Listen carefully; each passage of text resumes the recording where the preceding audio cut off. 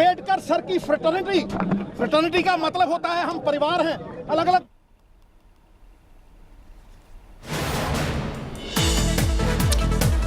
So that is what Navjot Singh Sidhu is in fact saying. He's speaking with the press after he walks out of Patiala Jail after 10 months imprisonment in a 34-year-old road rage case. Manjeet Sehgal is joining me live at the moment. Manjeet, what about the Congress? Is the Congress welcoming Navjot Singh Sidhu and his early release from jail? Yes, of course, Paulomi, the party high command had issued directions to the state unit of the party to reach Patiala in large numbers to welcome Navjot Singh Sidhu, who has just walked out of the jail. His supporters were waiting, eagerly waiting for him with the traditional musical instruments. Navjot Singh Sidhu addressed the media immediately after he walked out of the jail. The state government, the issues like the law and order, and even the union government were also on his target. Navjot Singh Sidhu, after moving out of this jail, will now go to his Patiala ancestral home to meet his sick wife. His wife has undergone a surgery, and after meeting his wife, Navjot Singh Sidhu is expected to visit the local Sikh shrines, Gurudwara Dukh Nivaran or Kali Mata Mandir, and he's also expected to visit the Amritsar and will be paying homage at the the Golden Temple complex. Follow me. Right, Manjeet, thank you for joining us with all of those details.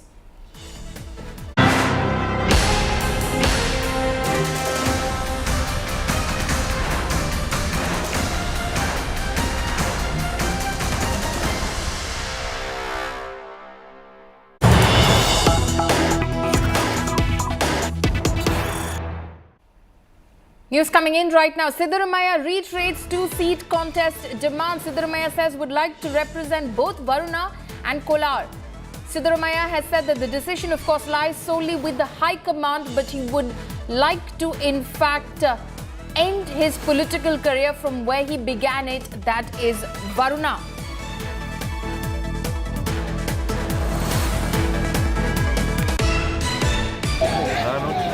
ವರ್ಣದಲ್ಲಿ ನಿಲ್ತಾ ಇದ್ದೀನಿ. ನನ್ನ ಹಳ್ಳಿ ಅಲ್ಲಿಗೆ ಬರೋದು, ವರ್ಣಕ್ಕೆ ಬರೋದು. ಹಾಗಾಗಿ ನಮ್ಮ ಜನ ಹುಟ್ಟಿದ ಊರು, ನಾವು ಹುಟ್ಟಿದ ಊರಿಂದ ನಿಂತ್ಕೋಬೇಕು ಅನ್ನೋದು ಅವಕಾಶ ಕೊಟ್ಟರೆ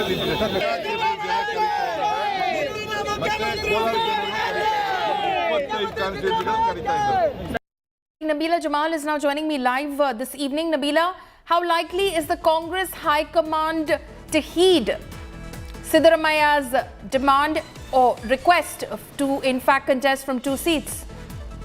Right. Doesn't seem like the High Command has really paid much heed to what Siddaramaiah has said, but ultimately he is a face for the Congress party in the state.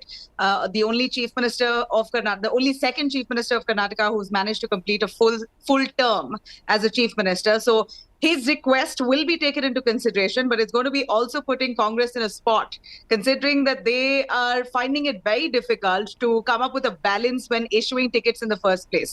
Their second list is yet to come out. They were waiting for the Election Commission to announce dates, and they've got to balance egos. They've got to, quell the kind of emotion that's right now brewing within the party. Many of them want tickets for their family members, for their friends, for people who they want to give favors to. But clearly the Congress right now in utter confusion as to whether or not to allow Siddaramaiah to contest from two seats. But in 2018, Siddaramaiah did contest from two seats, from Chamundeshwari and Badami. He lost Chamundeshwari, won Badami. This time around, Paulomi, he did not want to go back to contesting from Badami because he claims that he's past his age. He can't travel that far. Badami is slightly a distance from Bengaluru. So therefore, Kolar is about 1.5 hours away from Bengaluru. And he feels that there is a lot of requests coming in from the people of Kolar wanting him to contest. That apart, Varuna is a safe seat for the only reason because that's his birthplace. That's where his son is contesting, Yatindra. And he somehow knows very well that he might win. There are chances of winning from Varuna. But at the same time, Kolar, a survey was done and it clearly said, an internal survey of the Congress clearly said that Siddaramaiah might not win in Kolar. But yet Siddaramaiah confident that he might be able to make it to Kolar as well, along with Varuna. This of course is a request which the Congress High Command will have to think really hard to give, because it will become a talking point and a lot of trolling that Siddaramaiah might have to face, since a lot of them already questioning him that he's contesting 2 seats only because he fears a loss from there. Okay, all right. Nabila, stay on with us. We've got more news that's coming in from Karnataka at the moment.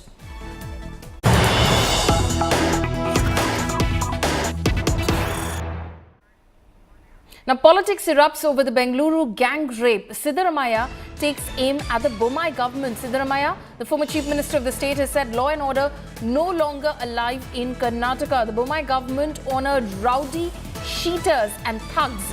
Siddaramaiah says atrocity is happening due to Karnataka Home Minister Araga's incompetence. Remember, on the 25th of March, a woman was gang raped inside a moving car by 4 accused persons. So the Congress there training guns at the Bommai government over the law and order situation in the state of Karnataka. Nabila, my colleague, continues to be live with us on this as well. Nabila, clearly the Congress there not letting go of this opportunity. It's an unfortunate and a very tragic incident, of course, but question marks over the state government's ability to maintain law and order. Absolutely. This has become a political talking point for now, Palmi, for the only reason because it was a heinous case of gang rape where a 19-year-old girl was literally dragged from the center of the city. National Games Village is literally the heart of Bengaluru city near Koramangala, a very populated area. So despite that, a girl, 19-year-old girl, dragged into a car, and that car has driven all around the streets of Bengaluru, gone all the way to Domlur, Hosur Road, Atibele, back to Ijipura. This is literally right in the heart of Bengaluru city that a rape has taken place in a moving car. A lot of questions being raised, of course, at this point at the Bommai government, considering they're in charge of law and order here, as to why and how, despite that kind of police presence here, that this kind of rape was pulled off on a girl in a moving car. So Siddaramaiah not slack. In fact, he is not mincing any words there, attacking the Bommai government, saying that just weeks ago there was another rape that took place in a district area of Karnataka, and now in Bengaluru, the capital city of Karnataka, there's a rape that's taken place. All blame going on the Bommai government. But one must note that 4 people who have raped that girl have been arrested, and of course investigation is underway, but this has certainly left us worried. Law and order is being questioned, and one should know that this is whole of conduct has already come into play. You have huge police deployment and checkposts at different parts of Bengaluru and Karnataka at this point, but despite that, it appears that this crime was pulled off with such ease. Right, and Siddaramaiah also makes a very sharp allegation and a serious allegation where he says that the Bommai government honored rowdy cheaters and thugs. You know, there were pictures of just recently when Prime Minister Modi had an event in Karnataka. There was a rowdy cheater, Ravi, who was present there while the meet and greet was happening. Another incident that took place when the BJP High Command, a couple of them were in Bengaluru for another event. There was another rowdy cheater called Silent Sunil, who was part of that event. So clearly the Congress has had ammunition here to target the BJP, saying you're encouraging rowdies and gundas within your party. But I did have a conversation, a lengthy conversation, in fact, with Chopra, who is an MP from Karnataka and right now is MOS, Union Minister. And she very, clearly said that the BJP leaders had absolutely no idea who Silent Sunil was or Ravi was. They could not recognize him. He managed to slip in his way into an event which was organized by the BJP. And it was unfortunate that the Prime Minister was there. He got to meet with the Prime Minister. They're, of course, trying to track down how these gundas managed to infiltrate into the BJP event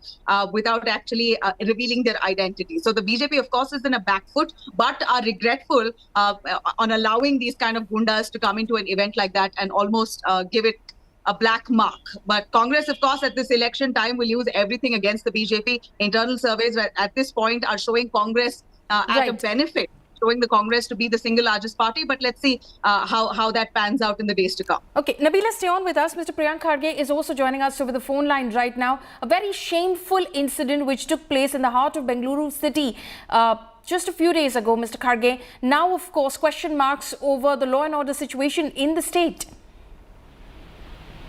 I'm quite shocked that such incidents are happening in a state like Karnataka. In fact, these are things that we would hear that happen in UP, Bihar. But today, the UP model of development that the CM promised seems to be creeping into Karnataka. And this is not the first time such an incident is happening. In the last 3 years, the law and order has completely collapsed. People are not afraid of the police anymore. They have no regard for law anymore. And women are being are harassed day in and day out. Even they are not even able to go to work in the night. This is not the first of the incident. The last 3 years has been harrowing time for the women in Karnataka. Okay, so you're saying that law and order is going to be definitely one of the planks on which the Congress is going to go to the voter with? Absolutely. The law and order is completely collapsed. Forget the Congress saying it. The ABVP attacked the Home Minister's office saying that Hindus are not safe anymore, women are not safe anymore. ABVP is whose student wing? The BJP student wing. They have attacked the Home Minister's office. The Home Minister is not in control of the officers. The officers are just interested in making their money and giving it to their superiors. The superiors are happy giving the money to the minister and to the government. That's why nobody is listening to anybody. It's complete chaos. Okay, but of course the government says that it was definitely an unfortunate incident, the gang rape instance that we're talking about, Mr. Kharge, but they acted swiftly. They caught all the accused. They are in prison at the moment. It is an unfortunate incident. It is a shameful incident as well. But my point is that these incidents, how come they keep recurring every now and then? Mm-hmm. And the worst thing is the government is turning a blind eye to it. Okay. Why aren't they afraid of law and order? Why aren't criminals afraid of the BJP administration here? They have opened one rowdy morcha. All the rowdies are sitting a day for yesterday when the Prime Minister was here. Prime Minister is saluting and is folding his hands in front of a rowdy. Okay, that's or whatever his name is. Yeah, absolutely. That's a very serious charge that you're making, and that did happen. Mr. S. Prakash of the BJP is joining us over the phone line right now. Mr. Prakash, how would you respond to that? History sheeters, rowdies, goons, now meeting with the Prime Minister. No, that was an old story they are trying to rake up again and again. The party, Chopra, our election in charge, have already said it was a mistake that should not have happened, and our party is looking into it. Unnecessarily raising that issue just to gain a little political gain. It is very unfortunate. Mr. Priyanka Gandhi knows this happened about 15-20 days back. Again, raking up is futile. They don't have any issues to attack. Okay, the issue that of course he also raises and is being raised by the Congress party is definitely going to become a big talking point going into these elections is the situation of law and order. The unfortunate and the shameful incident of a gang rape in the heart of Bengaluru city clearly raises question marks about the law and order situation on the ground. The gang rape accused have all been arrested by the police within 8 hours. I'm not saying that it is an achievement by the police or anything. Those who gang raped us, they were known to the victim. And this has happened, very unfortunate. Such animal instinct must be punished severely. The police have acted very swiftly. We should appreciate the police action. Why politicize all these rape incidents just because the political election is round the corner? How many rapes had taken place during Siddaramaiah regime? Did the BJP politicize them? We look at it as a humanitarian issue, not as a political issue. Okay, Mr. Prakash, thank you so much for speaking to India Today. Also, thank you to Congress leader Priyanka Kharge for speaking to India Today. Thank you to Nabila, my colleague, as well. Now, Karnataka Dangal intensifies. Rahul Gandhi's Satyamev Jayate Yatra, which was scheduled to take place on April 5th, has now been postponed to April 9. That would now coincide with Prime Minister's Project Tiger event, which is also scheduled for the same day. Here's a report. State of war, Karnataka intensifies. A clash of titans for Karnataka. The Maha Youth for 2024 semi-finals. Poll-bound Karnataka will witness a strong political slugfest. A war to woo voters on the 9th of April, when Prime Minister Narendra Modi and Congress top leader Rahul Gandhi will have competing events.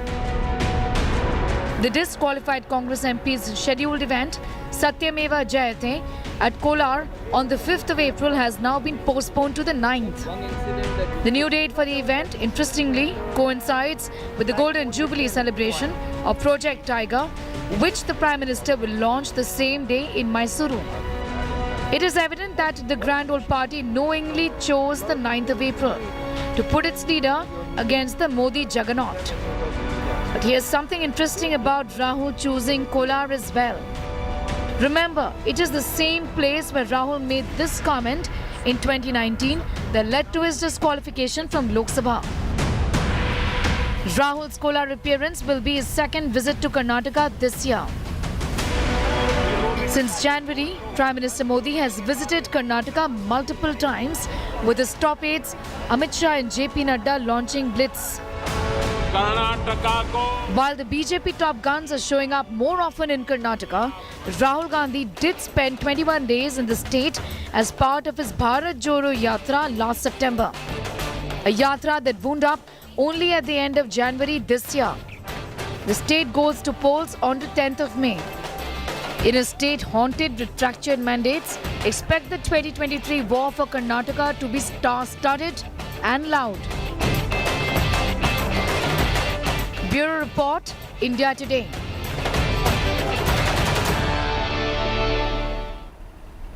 My colleague Nabila continues to be live with us from Bengaluru. Nabila, it's expected to be a clash of the titans on April 9th. Was Congress's shifting of date to April 9th for Rahul Gandhi's entry into the battlefield deliberate?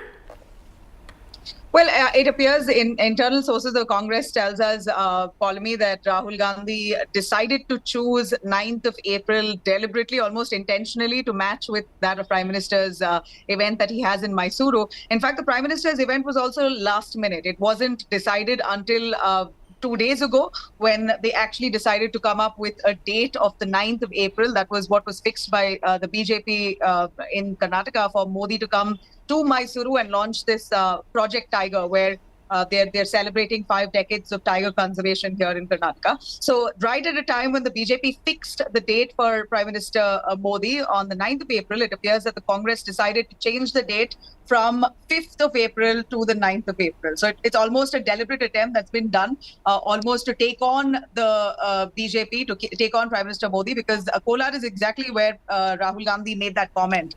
Which has now led to his disqualification. It appears that Rahul Gandhi is Satyameva Jayate, this rally that he wants to carry out, wants to almost look eye to eye with the BJP and eye to eye with Prime Minister Modi, almost taking on the BJP here in Karnataka to say, we are here fighting for democracy and our democratic rights. While you're here at the same time, we will fight this face to face.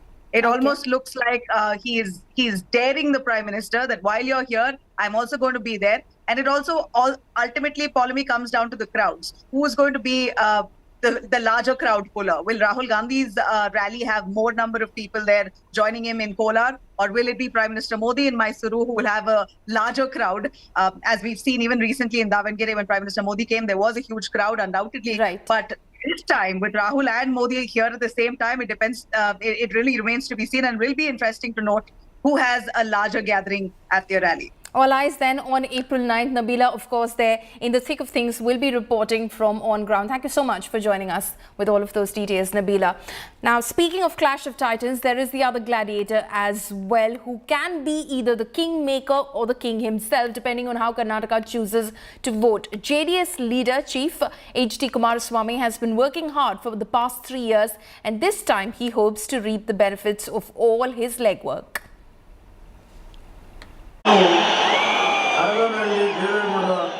The last time H.D. Kumaraswamy took oath as the Chief Minister of Karnataka in 2018. The opposition came together with a mighty show of strength.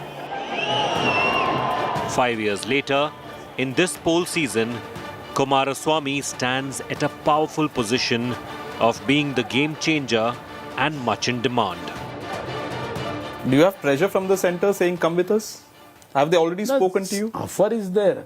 You have already offered? Offer is there. Okay. Everybody offering me. Even Congress is offering? Everybody is offering me. They know. Okay. Their strength, what is their strength internally, they know. Okay. But publicly they are telling we will get 140, 150.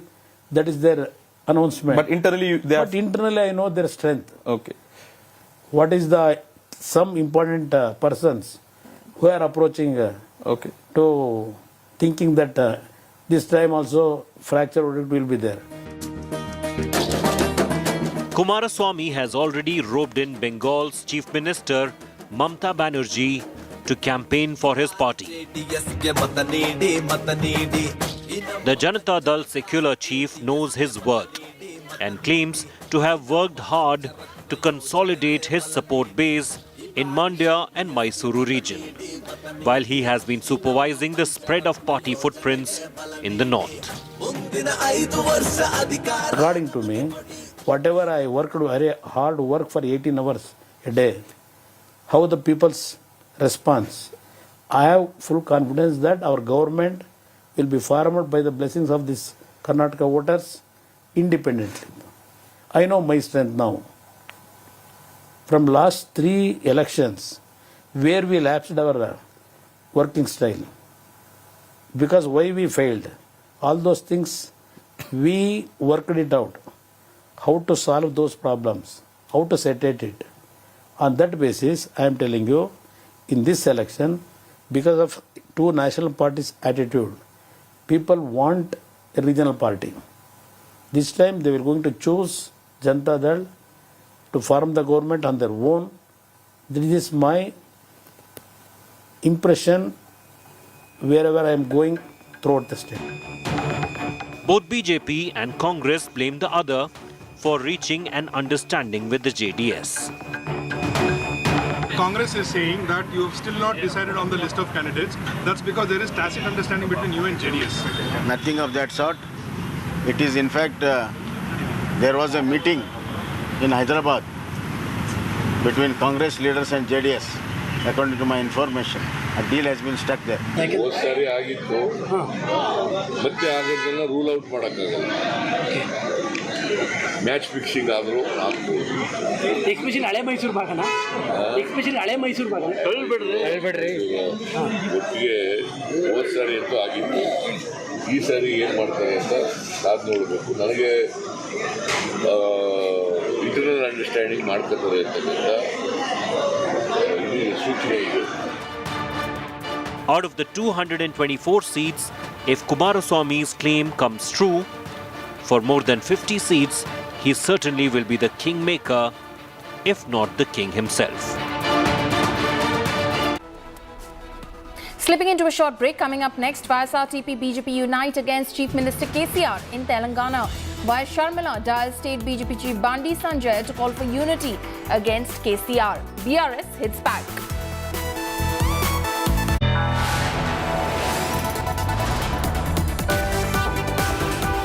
You are watching India Today.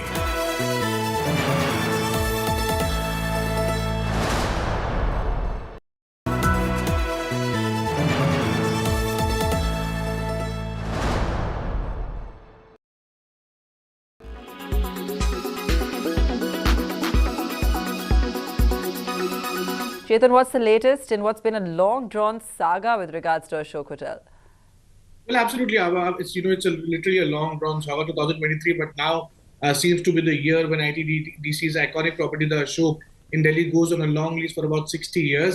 Sources have in fact told Business Today TV that the government has in fact expedited the process, and the structural audit of both Ashok Hotel and Samrat Hotel have begun and will be completed in 6 months. Sources also confirming to Business Today TV that the process of formulating the model concession agreement, which literally forms the backbone of any disinvestment, has also begun. And the day it receives green light from the Union Cabinet, the government will call the bids and will not wait any further. Remember, the Ashok is a 550-room hotel built on a sprawling 25-acre land in the heart of the national capital.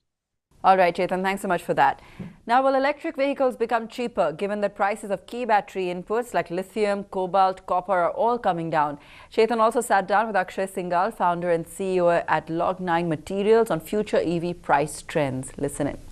We've been observing that as the benchmark minerals, in fact, there has been a fall in lithium prices by nearly 20%. We are seeing cobalt prices more than down by 50% and copper prices down by 18%. what does it entail for India's electric vehicle manufacturing story, and especially the batteries who form the most critical part for these three items?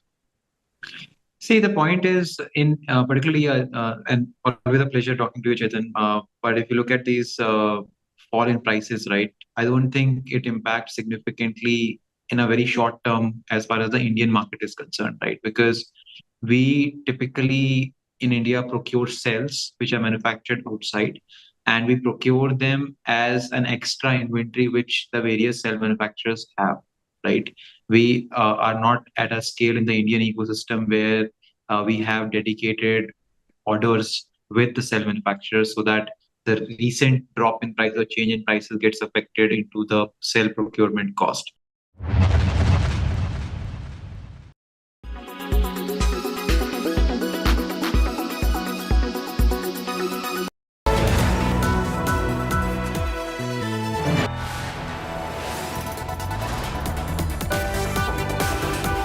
You are watching India Today.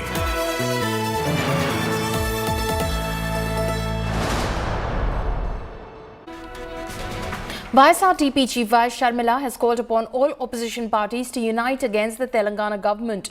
Vice Sharmila reached out to State BJP Chief Bandi Sanjay and State Congress Chief Revanth Reddy over a telephone call, appealing them to join her in the fight against the KCR government. She urged the opposition to join her fight against KCR's family rule in Telangana, claiming that the KCR government was deceiving jobless youth and driving them to suicides and depression.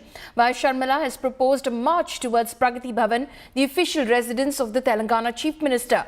Bandi Sanjay and Revanth Reddy have both assured support.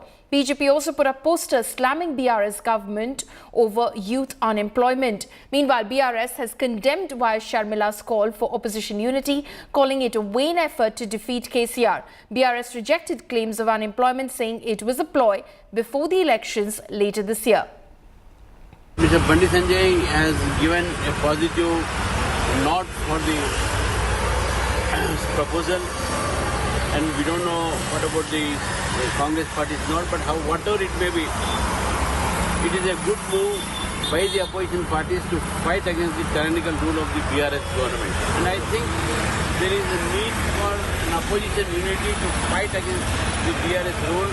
There are political parties in the opposition who have kept their ideologies aside and just to use it as a political ploy are coming up together against KCRG because this is an election year. Congress, BJP and Sharmila together trying to make this a political issue is really unfortunate, because this is the time that youngsters have to be motivated to see that they write examinations and they get their job opportunities provided by government of Telangana. But using them as a political bait has to be condemned.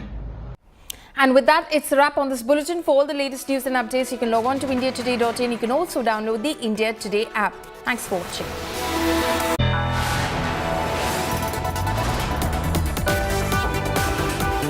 You are watching India Today.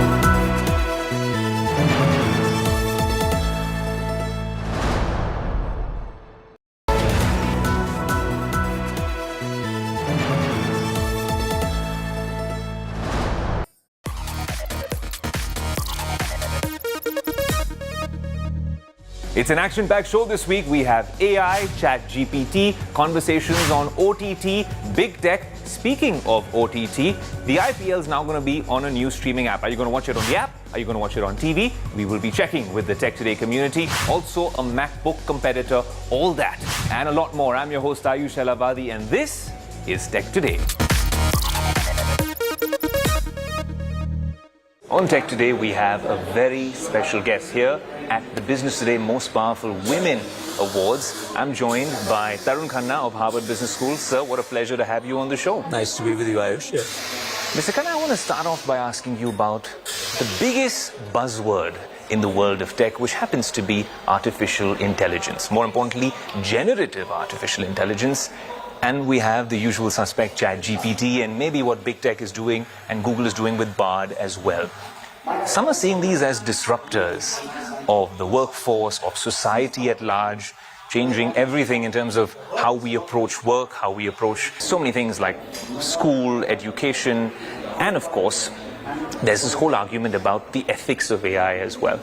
How do you see it as an academic and as someone who understands the tech world better than most? So, first of all, it is a buzzword, you're right, but I think it's more than that. I do think it's a pretty foundational change.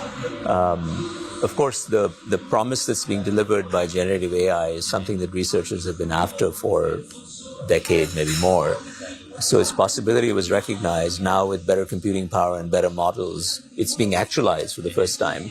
And you see this, I have all my students basically typing in my name and saying, introduce Tarun Khanna in the form of a rap song. And you get a pretty cool rap song. So there's some pretty crazy stuff that's going on. And I think it's a lot of fun. The first thing I would say particularly to, young people or people who are tech aficionados is don't be afraid of the tech. I mean, embrace it in some ways because the change is coming whether you like it or not. And it is going to be, like any form of change, unnerving. But you're a lot better approaching it with a positive attitude than an attitude that, oh my goodness, this is going to upend my life. In terms of a lot of young people, especially Indians who moved to the US recently, and what's happening with what the world's calling a tech winter, I'd imagine a psychological and a financial safety net is required. And more importantly, when we talk about why we have gotten ourselves in such a situation, Professor, what lessons can be learned in terms of how big tech scaled up too fast perhaps in the US, and what is the ramification that we are seeing right now? What lessons can we learn from this particular instance? So first, let me say that we should keep some perspective about what's happening now, about this so-called tech winter. I would distinguish, how would I say it, systemic trends from cyclical trends. The cyclicality here is basically over-exuberance followed by correction. Okay, the secular trend is one of really dramatic expansion of the technological revolution. And by technological, I mean scientific. I don't just mean IT computing and cloud computing. I mean quantum computing. I mean 3D robotics. I mean genome sequencing. I mean the space economy. I mean additive manufacturing. I mean exploration of the ocean floor. Those tech genies have left the bottle, and they're out there. That has not changed. There's no tech winner when you think about the systemic progress of tech. The tech winner is in the excessive exuberance of the financial economy, pouring money into certain things that they were excited about at the time, propelled by COVID, sensibly in some instances, and over-exuberantly in others. And that's the human condition. That's what we do. We get overexcited, and we egg each other on.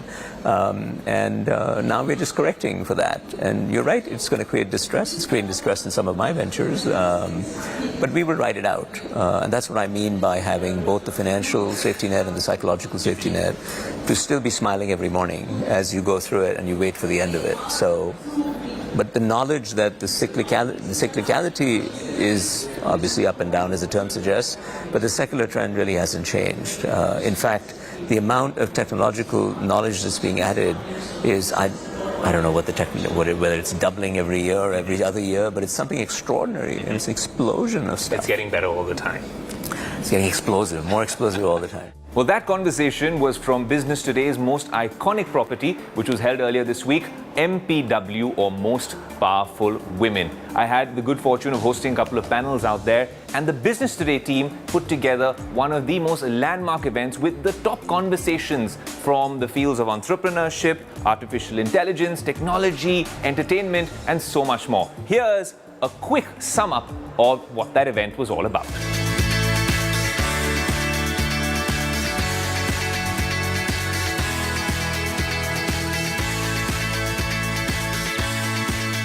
There's been so much conversation today and in the weeks leading up to this event about artificial intelligence and how AI is changing workplaces at this moment and how it's changing our lives.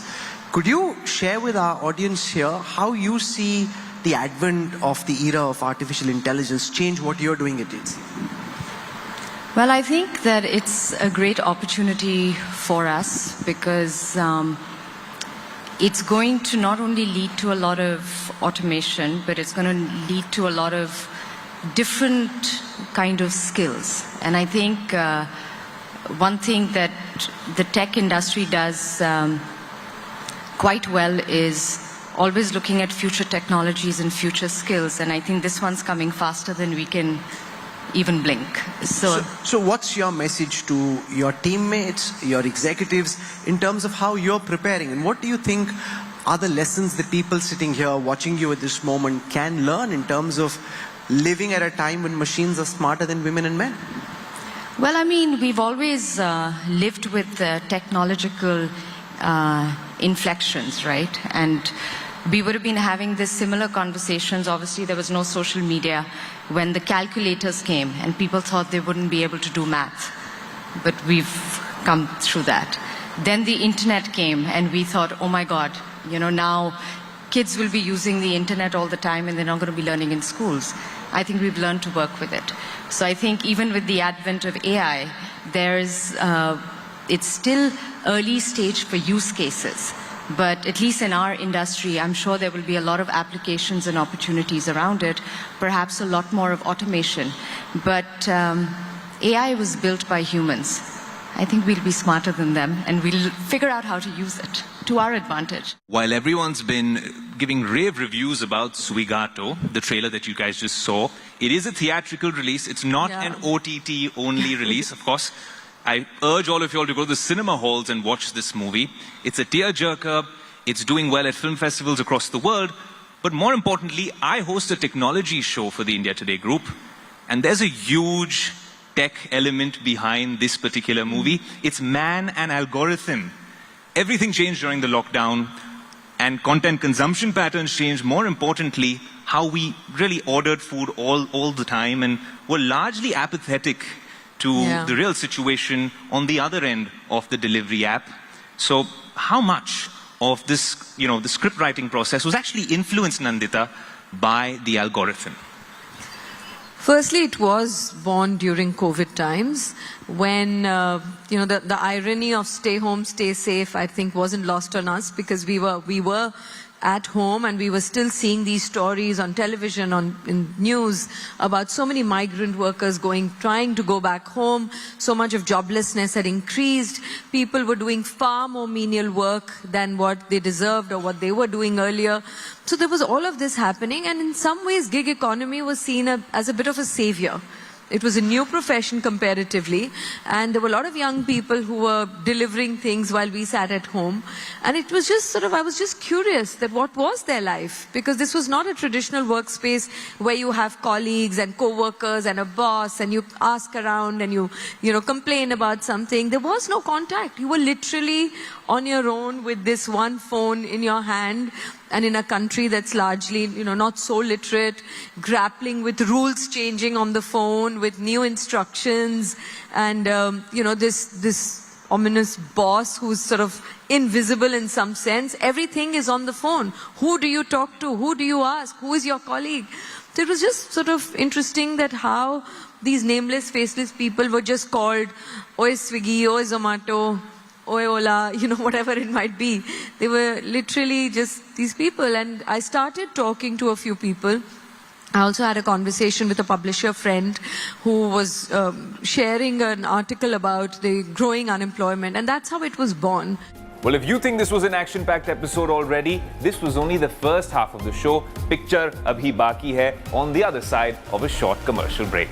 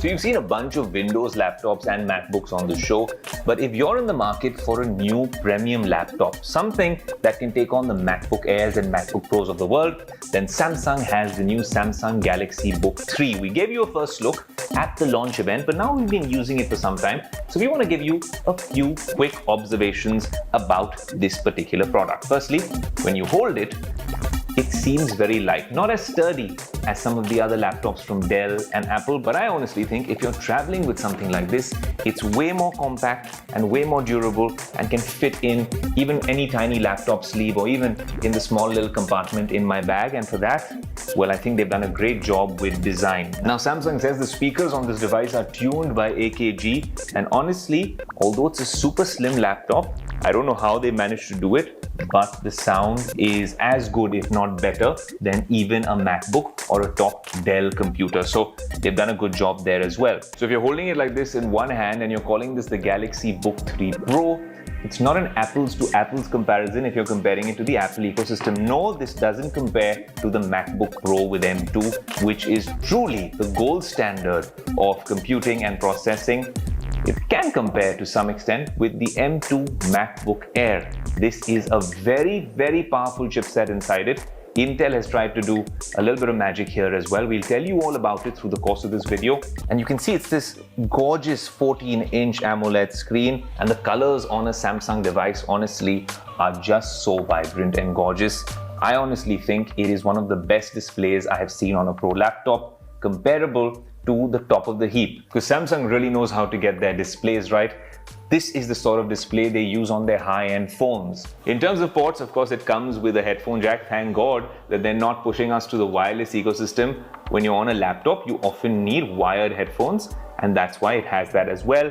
The Galaxy Book 3 Pro comes with a 13th gen Intel Core processor giving multi-core performance, and of course it also comes with an Intel Xe graphics card and PCIe SSD storage. It's 3K in resolution and has a super smooth 120Hz refresh rate, giving you a cinematic and seamless viewing experience. You get this of course on the 14-inch edition and of course on the 16-inch edition. If you're into gaming, with its graphics card and the fact that it's a Windows laptop, it will do a far better job than you choosing to buy a MacBook as a gaming computer. Also, because it comes with Windows and all the things happening in the AI world, especially with Microsoft really embedding ChatGPT across its products, Bing with their search engine, even across Office and Outlook, this is the device where you'd want to tinker around with that AI revolution a lot more, maybe not this one. So in a nutshell, if you have a Samsung Galaxy device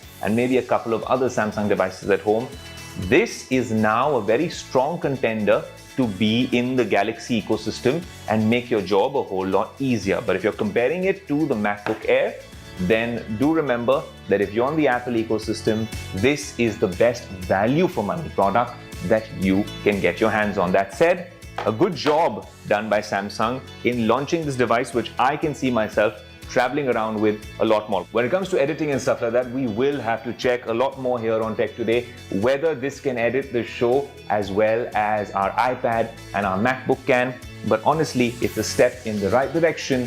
For more on this particular device, stay tuned to the Tech Today website. That's techtoday.in.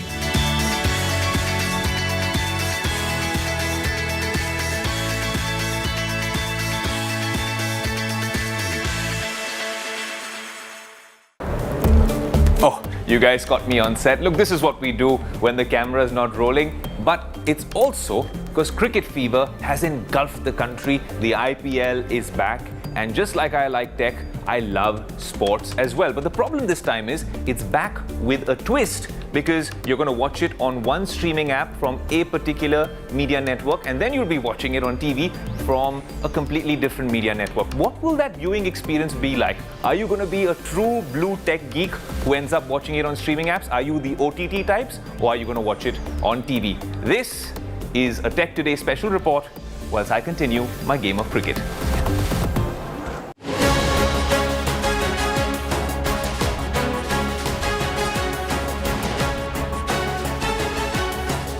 TV versus OTT. It's a debate that's been going on for many years now, be it the movies or any major sporting event. Viewers are spoiled for choice in 2023. And this time, it's not just any event, but one of the biggest sporting events on the global sports calendar, the Indian Premier League. Over the past years, Disney Plus Hotstar had the rights to stream the IPL. But this year, after a tough bidding war, it was Viacom 18 that bagged the streaming rights for a whopping 24,000 crore rupees. This has come especially at a bad time for Disney Plus Hotstar, as the streaming app has bidded due to HBO content on the same day IPL made its debut on Viacom 18's OTT app, JioCinema. It's estimated that 20 to 25 million viewers have now migrated to JioCinema from Disney Plus Hotstar. Adding to the blow is a master stroke by JioCinema, which unlike Hotstar will stream the IPL for free. Hotstar, for all the years that it streamed the IPL, viewers had to buy a yearly subscription for 1,500 rupees. But that's not going to be the case with JioCinema. Meanwhile, for television loyalists, things remain unchanged, as the Star Network paid a total of 23,575 crores to BCCI to purchase TV broadcasting rights in the Indian subcontinent for the next 5 years. Under this package, Star Sports will televise 74 matches in 2023 and 24.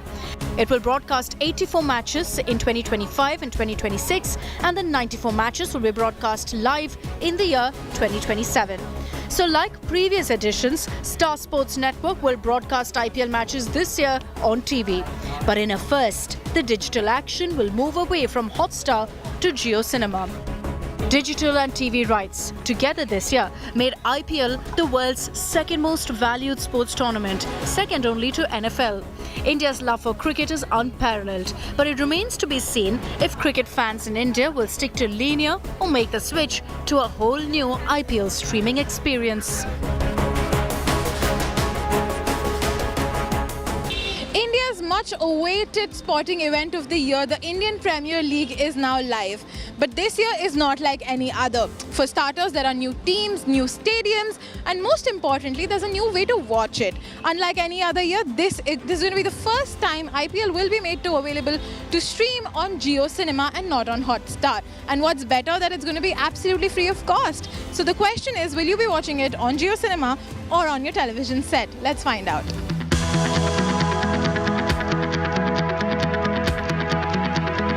I would prefer an app because it's much more convenient. An app and right now it's Jio Cinema, right? So I'll watch it there. So do you plan to watch IPL this year? Yes. Where would you choose to watch IPL this year? On a television or on an app? On television. I think that like a big screen is much more better than small screens or OTT for that matter. I think lately I've been shifting towards Jio Cinema, especially with FIFA, because I found the interface very easy to use and was similar to an OTT platform. So I think television is a bit outdated right now. Both. Depends where I am. If I'm at my home, I'll watch it on the TV. If I'm somewhere else, I'll watch it on my phone. TV. My cable TV. So where would you want to watch IPL this year? On television or on an app? On an app, on mobile phone. What I feel like is when I'm at home, I would like to watch it on a television as it's like a bigger source. And like I can watch it with my family because like we can enjoy the match. I don't mind the ads. What's your reason for picking television over an app? Because of the network first, and it is a big screen. It is more convenient than my app. I feel it's much convenient, like very convenient to have a mobile around. You can just just go through, or if you have work, you can also do that. If you had to pick any other app, let's say Hotstar, till last year Hotstar had the rights for it. It's only this year that Jio Cinema is coming to the picture. Would you pick Hotstar? Yes. Over Jio Cinema, yeah. Between Hotstar and Jio Cinema, if you had to choose, what would you choose? Hotstar. Because I have a subscription to that. When I'm traveling or like when I'm outside, and when I don't have any source, I would like to watch it on the mobile.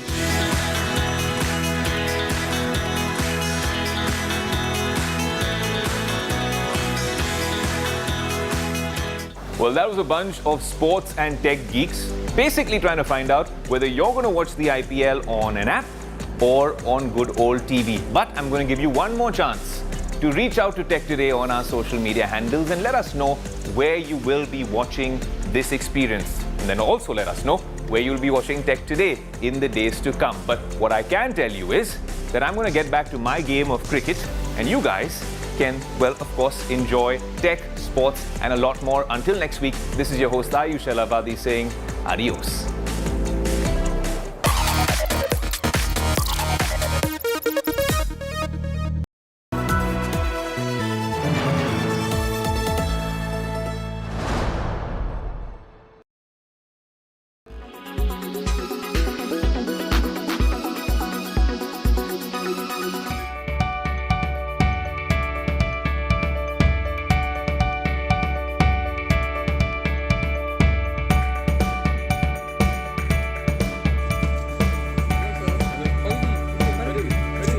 With two back-to-back sightings in Mumbai, Aam Aadmi Party MP Raghav Chadda and Bollywood actor Parineeti Chopra's sightings have set the gossip mills churning. While the AAP MP has been coy amid questions over his relationship status with the actress, क्या इस पर आप हमें बताएंगे? आप मुझसे राजनीति के सवाल करिए, परिनीति के सवाल ना करिए। लेकिन जो परिनीति के सवाल कर रहे हैं उनको आप क्या जवाब देंगे? आपको देंगे जवाब। आपकी मुस्कुराहट से और कयास लगेंगे। Thank you sir. Parineeti Chopra's latest visit to trousseau designer Manish Malhotra's residence has all but confirmed that wedding bells are ringing. Social media is abuzz with this new relationship, and it has even found a mention amid Rajya Sabha proceedings. You already have you occupied enough space in social media.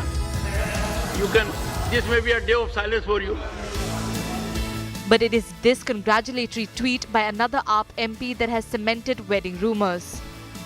Sanjeev Arora took to Twitter to congratulate Raghav and Parineeti for the union. Parineeti and Raghav have been friends for many years now. Their friendship dates back to their time at the London School of Economics, and they have a shared love for travelling along with a mutual friend circle. There is no doubt that the two make for a power couple, with one being the youngest member of parliament and another a Bollywood actress belonging to the Chopra clan. Entertainment Bureau, India Today.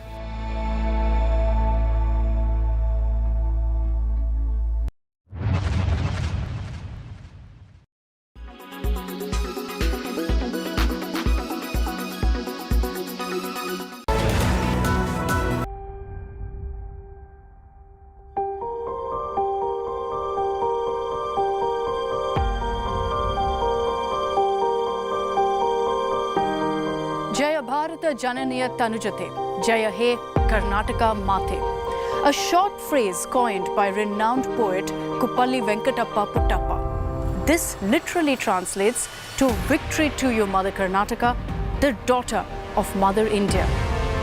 In this very poem, Kuvempu, as he's very fondly called, uses these words to describe the soul of Karnataka, to describe the essence of Karnataka.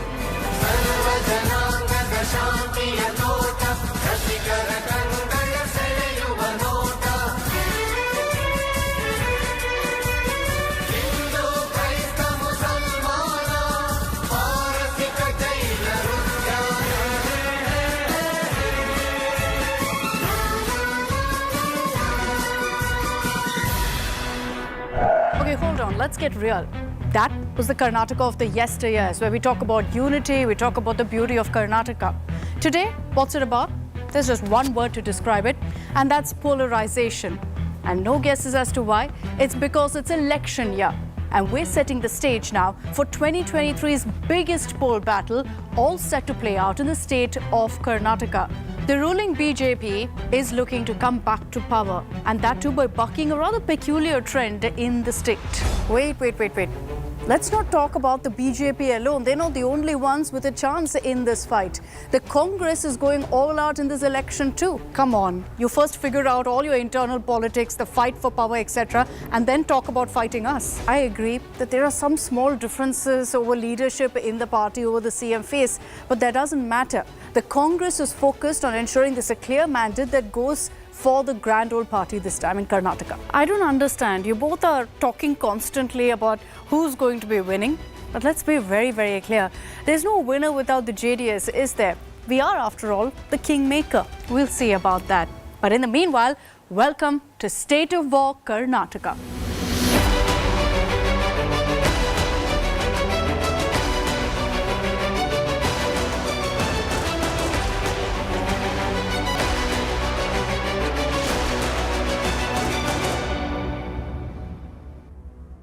So much going on, so much that's happened in Karnataka. Where do we begin? Well, let's start with the BJP. Let's talk about the Bharatiya Janata Party and their achievements. No, hold up. Let's focus on the numbers first, because that's what an election is all about, right? Let's start with that. Yeah, and not just numbers. It's also got a lot of history behind it if you look at what's happened in Karnataka politically. And that sets up the significance of this election. Okay, let's start with the numbers then. There are 224 seats up for grabs in the state of Karnataka. And breaking it down, how does it stand currently? Well, it's the BJP that's in power with the maximum number of seats. The BJP has 104 seats. What about the Congress? The Congress is second with 78 seats. And then you have the JDS with 37 seats. We know all of that. We know how you got back to power. But let's leave that aside for a moment. Let's talk about the results before that. In 2013, when the Congress had the very clear mandate, the Congress, with a sweeping majority, won 122 seats. And before that, before 2013, I'm talking about the election in 2008, then it was the BJP that had in fact won the people's mandate with 110 seats. And I'm sure everyone's wondering why I made that comment earlier about the JDS being kingmaker. Look at what happened in 2004. But like so often we've seen in Indian politics, unholy alliances often tend to break apart, and it's happened repeatedly with the JDS. And that brings us to the rather surprising trend in Karnataka politics. No government has ever managed to repeat itself. And I'm talking about this trend being the case since the Indira Congress times in Karnataka. One of the challenges Karnataka has faced that in 40 years, in only 10 years have you had two chief ministers who completed their full 5-year term. So I think that's one of the internal dynamics of political parties and has worked to their disadvantage.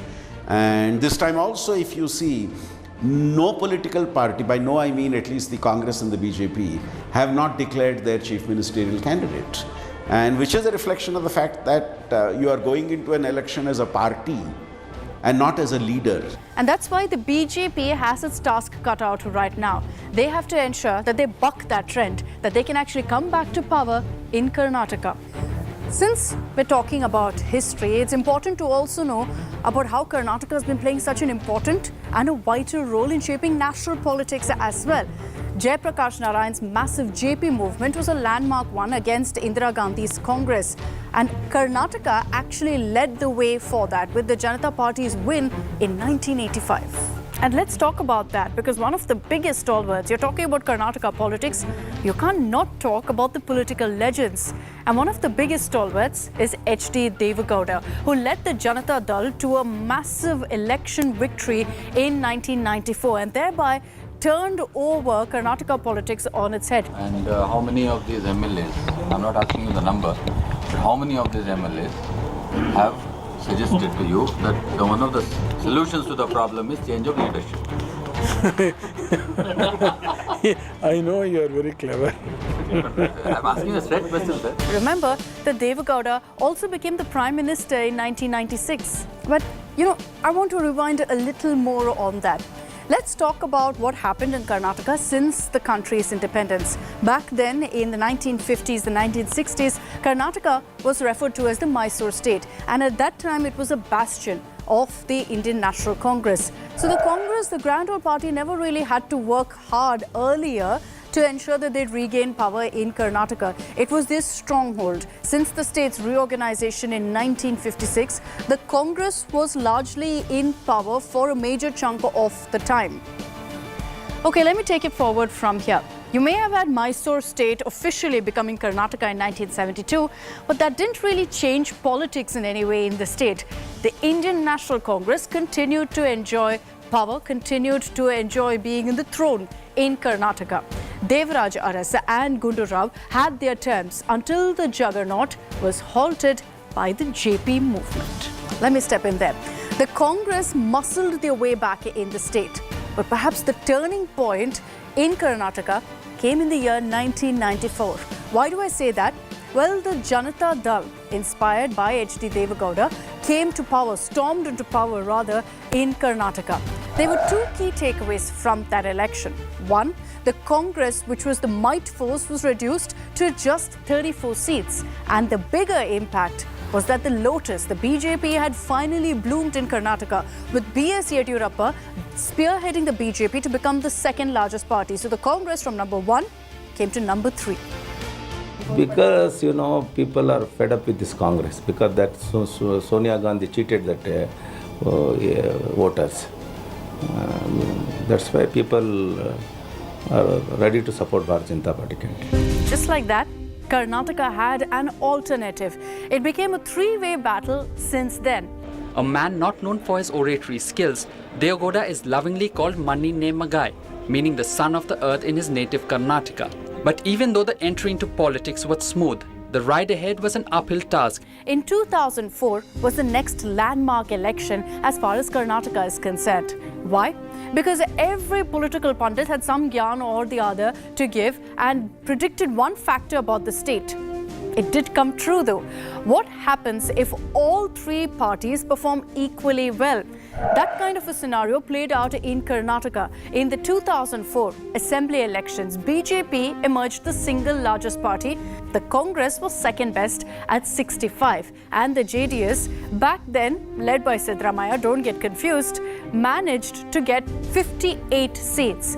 So with a hung assembly, all eyes were on JDS to see which way they'd go. And this is why I say JDS has a history of being the kingmaker. Please come. Dharm Singh. All these things have been discussed in detail.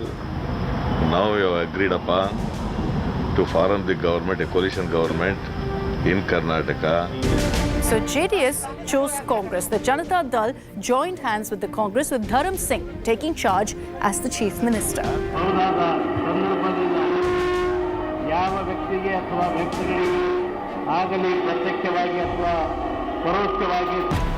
And what happened next in Karnataka is a word that we derive from the state itself. Endless Nataka. Siddaramaiah had a fallout with H.D. Devegowda, and then, twist of twists, in 2005, Siddaramaiah is expelled from the JDS. Why do you want to move Mr. Siddaramaiah from the leadership of the JDLP to the party work? Which reason we are going to take that decision? Him Kumaraswamy will going to address the press. I say I was the hindrance, stumbling block for his plan. That's why he removed me first. Now you're still hindrance. You still are hindrance. Does it end there? No, in Karnataka, that's just the beginning. What more you want, Mrs. A year later, Siddaramaiah joined hands with who were once his arch rivals with the Congress in the presence of Sonia Gandhi in this massive welcome campaign that the Congress led. A move that forced the JDS to break allies with the Congress and maybe call for fresh elections. So now suppose BJP says that they accept all your maybe your manifesto. So will you join hands with them in form government? No, hold on. They had better plans also.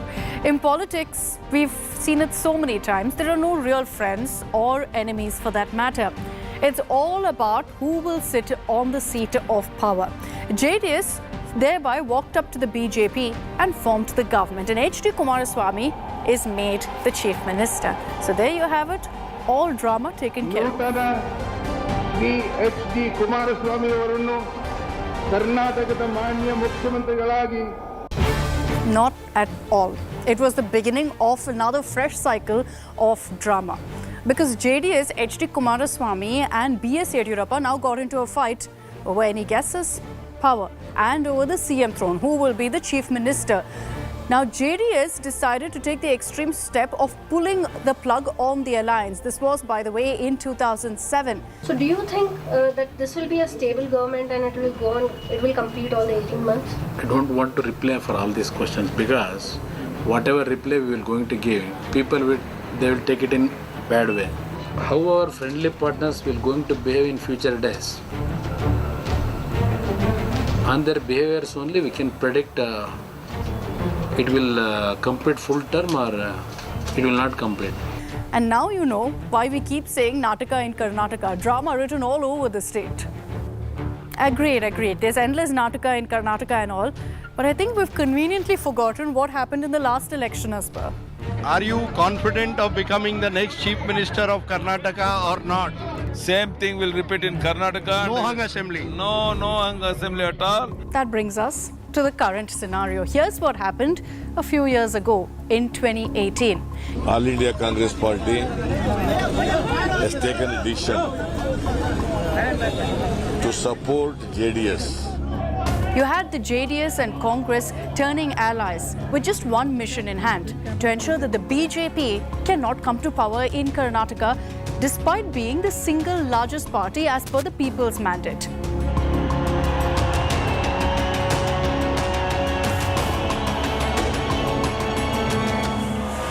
Once again, you had HD Kumaraswamy at the throne. He took oath as the chief minister of Karnataka. And that moment led to this massive photo op, a show of strength by the opposition like nothing we've ever seen or perhaps have seen after that.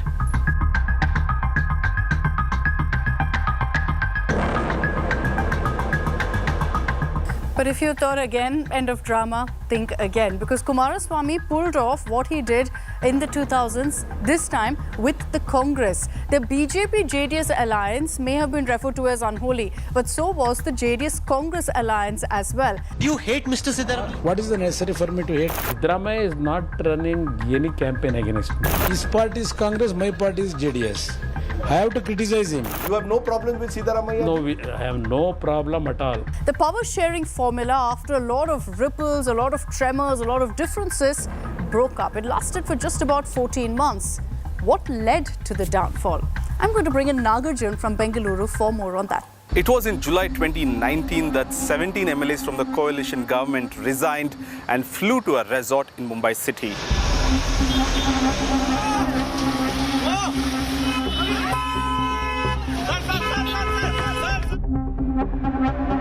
ये तो उनका तरीका है, पैसा है, power है, तो उसका वो प्रयोग करते हैं. The then chief minister was in USA for an official trip, had to rush back to Bengaluru. Sir, the BJP is saying that you have been reduced to minority. Why I have to resign? What is the necessary for me to resign now? The central government and BJP's attitude, how they wanted to demolish the democracy system in this country. While these rebel MLAs were in touch with BJP's top brass and Yediyurappa. Even today, they want Congress, they let them go and approach the Supreme Court. They have written a letter to the governor. What is all things going on in the assembly? That is why we are moving vote of confidence. You're confident of getting the numbers, sir? No, all our people will come back here. They don't want to lose their membership. That all the MLAs who had will change their mind. They'll be with us. We have a confidence. We will try to accommodate them. The speaker, however, suspended these rebel MLAs, and the MLAs then moved the Supreme Court and contested the by-elections, of which 15 of them won the by-elections and joined the BJP, and today are incumbent sitting ministers.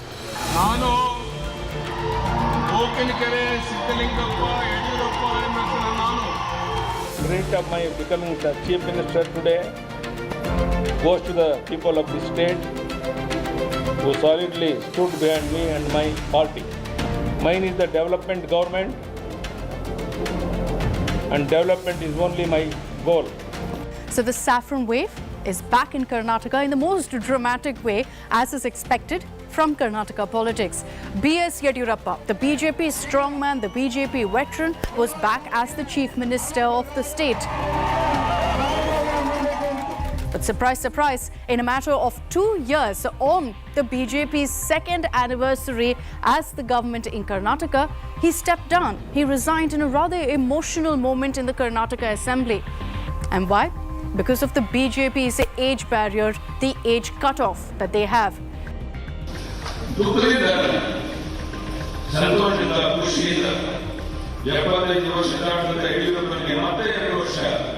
ಮುಖ್ಯಮಂತ್ರಿಯಾಗಿ ಮುಂದುವರಿಕೆ ಮಾಡಿಕೊಟ್ಟಂತ ಪ್ರಧಾನಿ ನರೇಂದ್ರ ಮೋದಿ ಅವರಿಗೆ, ಅಮಿತ್ ಶಾ ಅವರಿಗೆ, ನಡ್ಡಾ ಅವರಿಗೆ ಶಬ್ದಗಳಲ್ಲಿ ಅಭಿನಂದನೆ ಸಲ್ಲಿಸುತ್ತೇವೆ.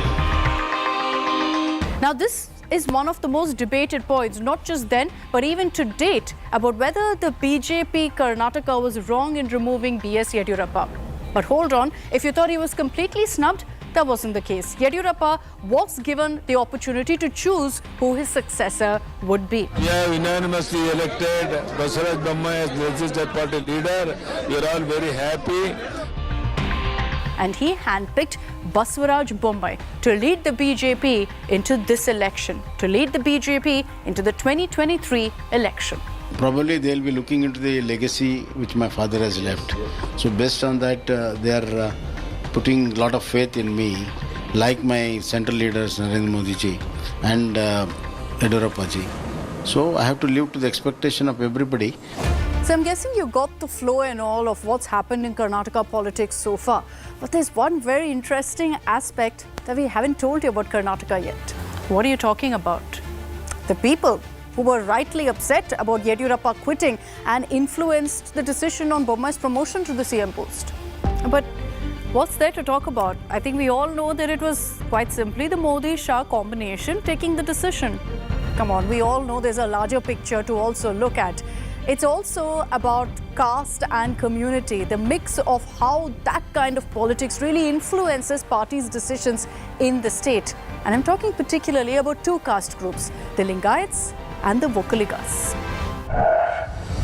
So let's put this stat out. Out of the 23 chief ministers that Karnataka has seen so far, 10 have come from the Lingayat community. Who are they? Well, a group of seers of different mats who back politicians and are a guaranteed vote bank. They constitute 17% of the state's population, and believe it or not, they're the deciding factor in about 120 of 224 Karnataka Assembly constituencies. Just so you know, Lingayats used to support both the Congress and BJP candidates earlier, but they moved away from the Congress, away from the Grand Old Party in 1990. This was when Rajiv Gandhi removed Virendra Patil as the Chief Minister. And let's get you some stats here of the BJP and how much the Lingayats matter to them. Of the party's 105 legislators, 37 are Lingayat. That's roughly about 39% of its lawmakers. So that's why it didn't really come as a surprise that when B.S. Yediyurappa stepped down as the Chief Minister, he then handpicked Baswaraj Bommai, who's also from the Lingayat community, to ensure that the Lingayats are in miffed toward Yediyurappa being removed as the Chief Minister of Karnataka. And if anything, the BJP will essentially recall the 2013 Assembly election results to ensure that they take lessons from the past as well. Because in 2013, when Yediyurappa, rather miffed with the BJP, ditched them and started his own party, most of the Lingayat vote, interestingly, didn't stay with the BJP. They left the BJP and went with Yediyurappa instead. And that seriously dented the BJP's chances in that election. This time around, it will be interesting because while Yediyurappa continues to be a powerful face of the BJP, he is not a chief ministerial candidate. He is not even contesting the elections. So how impactful will his campaign be? On the other hand, while the Congress has been trying to build its base among the Lingayats, their challenge is they don't have a frontline leader in that community who they can project as a face of the party. So these are the challenges with regard to the Lingayat vote, and that's why there is so much of discussion.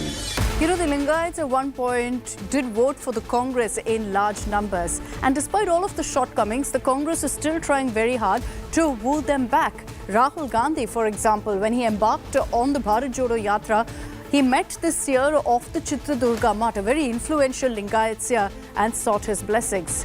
But that photo op, while extremely crucial in the political battleground of Karnataka, will it actually pay any dividends for the Congress? We'll see very soon. So we've covered the Lingayats for you. Let's focus now on the Vokkaligas, the second dominant caste group in Karnataka. There are 59 assembly seats largely concentrated in the old Mysore region, an area where the Vokkaligas are dominant. For long, they've backed the Congress and JDS. Now the BJP wants to alter this equation.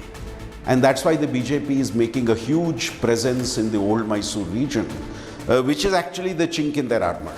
They have not done well in the old Mysore region in the past, except in the 2019 Lok Sabha elections. On the other hand, the fact that the KPCC president is from that community, and of course the JDS banks on that community, you still have this three-way competition, therefore, for the Vokkaliga vote. National Congress president has been become after S.L. Krishna, the same community as the Vikram. That is what I just disclosed before the community. I want those entire community to stand behind me. I want the voters of all the community, they should definitely, they will have an opportunity. But, you know, I'd also like to highlight here that it isn't as if the BJP doesn't have leaders from the Vokkaliga community. I'll list a few. Former Deputy Chief Minister Ashwath Narayan, Minister R. Ashok, the party General Secretary C.T. Ravi, who you see on the headlines very often, all of them are Vokkaligas. And in December 2022, Home Minister Amit Shah also made his pitch asking the community to step forward, look beyond the Congress and choose the BJP this time.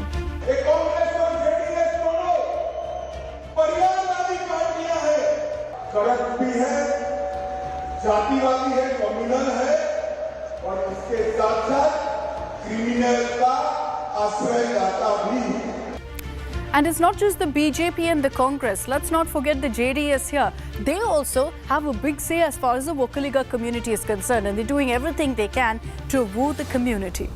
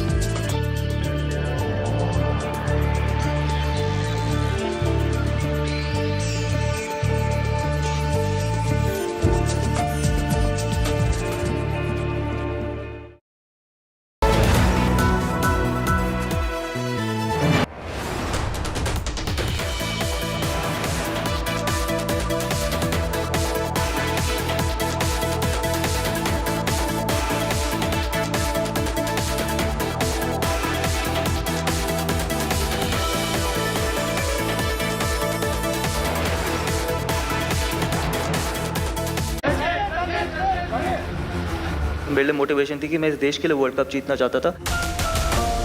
Cricket heals India. सबने यही कहा, just go out there and lift this cup.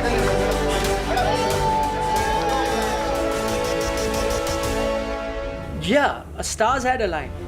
I really do feel this is like yesterday.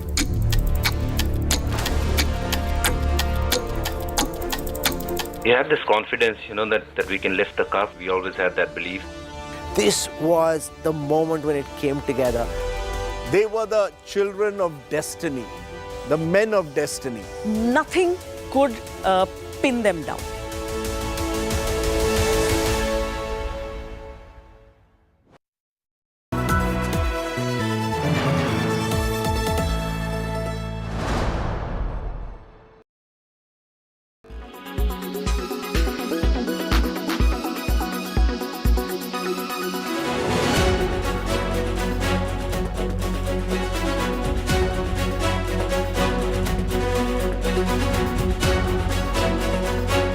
As the Ram Mandir rises in Ayodhya, Uttar Pradesh, a similar temple is rising in Karnataka too. Eyeing the Hindu vote bank, the BJP government is all set to build a temple on the lines of the Ayodhya shrine in Ramanagara. The big announcement came just ahead of the assembly polls. The temple will be built on a 19-acre plot in Ramadevara Betta. First concept permission ಇವನ್ನೆಲ್ಲ ತಗೊಂಡು ನಿರ್ಣಯವನ್ನು ಮಾಡಿ ಮತ್ತೆ ನಿಶ್ಚಯ ಮಾಡೋಣ, ಯಾವ ರೀತಿ ಮಾಡಬೇಕು, ಏನು ದುಡ್ಡಲ್ಲಿ ಮಾಡಬೇಕು, ಜನರು ಭಕ್ತಾದಿಗಳು ಬಂದು ಮಾಡುವಂಥದ್ದ, ಸರ್ಕಾರ ದುಡ್ಡಲ್ಲಿ ಮಾಡಬೇಕಾ, ಟ್ಯಾಕ್ಸ್ ಪೇಯರ್ ದುಡ್ಡಲ್ಲಿ ಮಾಡಬೇಕಾ, ರಾಮ ಭಕ್ತರ ದುಡ್ಡಲ್ಲಿ ಮಾಡಬೇಕಾ, ಎಲ್ಲ ನಿಶ್ಚಯ ಮಾಡೋಣ. The Congress is not impressed and is playing down the temple project. This is an election manifesto, first of all. They are not going to implement. They are going to be ousted by the people of Karnataka. How can they implement? As the BJP once again raises Hindutva pitch in the state, it seems the party is literally fighting the elections. Ram Bharose. Bureau Report, India Today.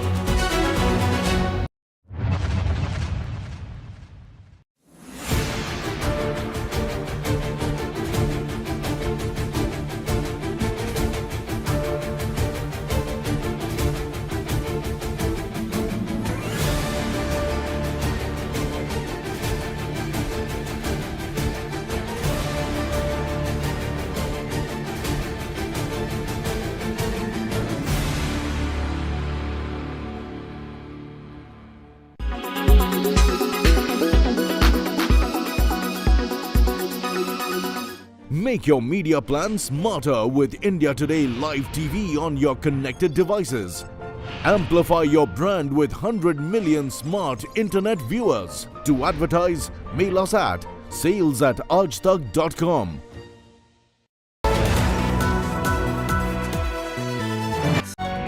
India Today Group wins the prestigious Ramnath Goenka Excellence in Journalism Awards.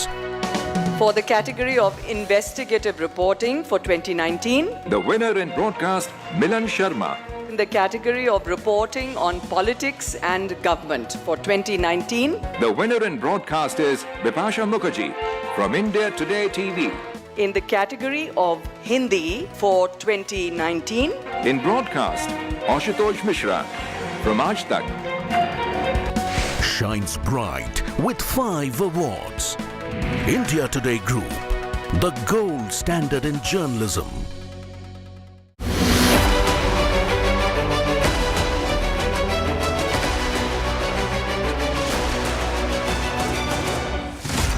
We've spoken about caste groups now. We've spoken about numbers. So we've given you enough background really into the Karnataka poll battle. We've set the stage for you for this 2023 election battle. Remember at the start we spoke about Kuvempu's poem on Karnataka, about unity, about how religions came together in the state. Throw all of that out of the window, courtesy our politicians. Because what are they busy talking about? Tipu versus Savarkar, Hindu versus Hindutva, double engine versus 40% commission. I can go on and on with all of these examples. And you tend to wonder what's gone wrong if this is the focus and these are the comments being made.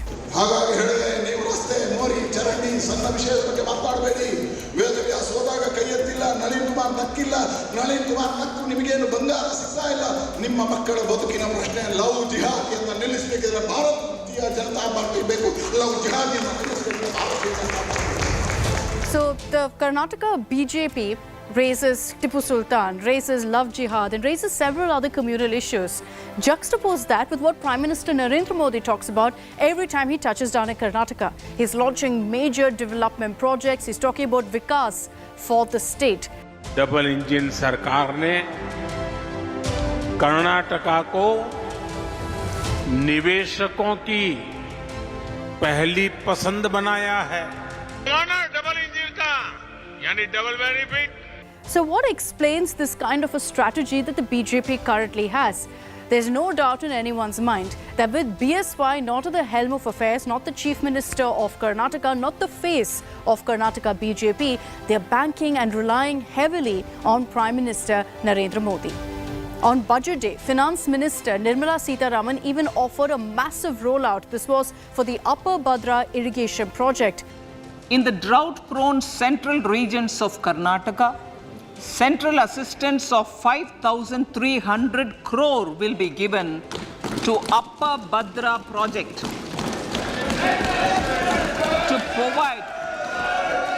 to provide sustainable micro irrigation and filling up of surface tanks for drinking water. Hold up. That was expected, right? We all knew that there would be certain allocations in the budget for poll-bound states. It happens every single year. But is that going to be enough? Can the BJP actually ride on the accomplishments, the achievements of Chief Minister Baswaraj Bommai in this election? I think the answer is in what's happening in Karnataka.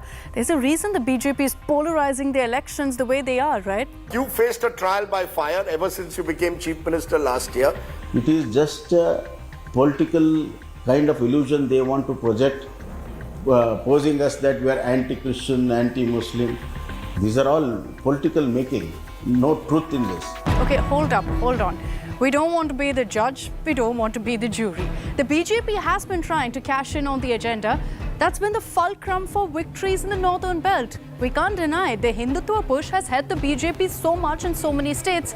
In Karnataka, they've even pushed maximum they can to give recognition to Veer Savarkar. They've held Rath Yatra, saying it's to spread awareness about Savarkar.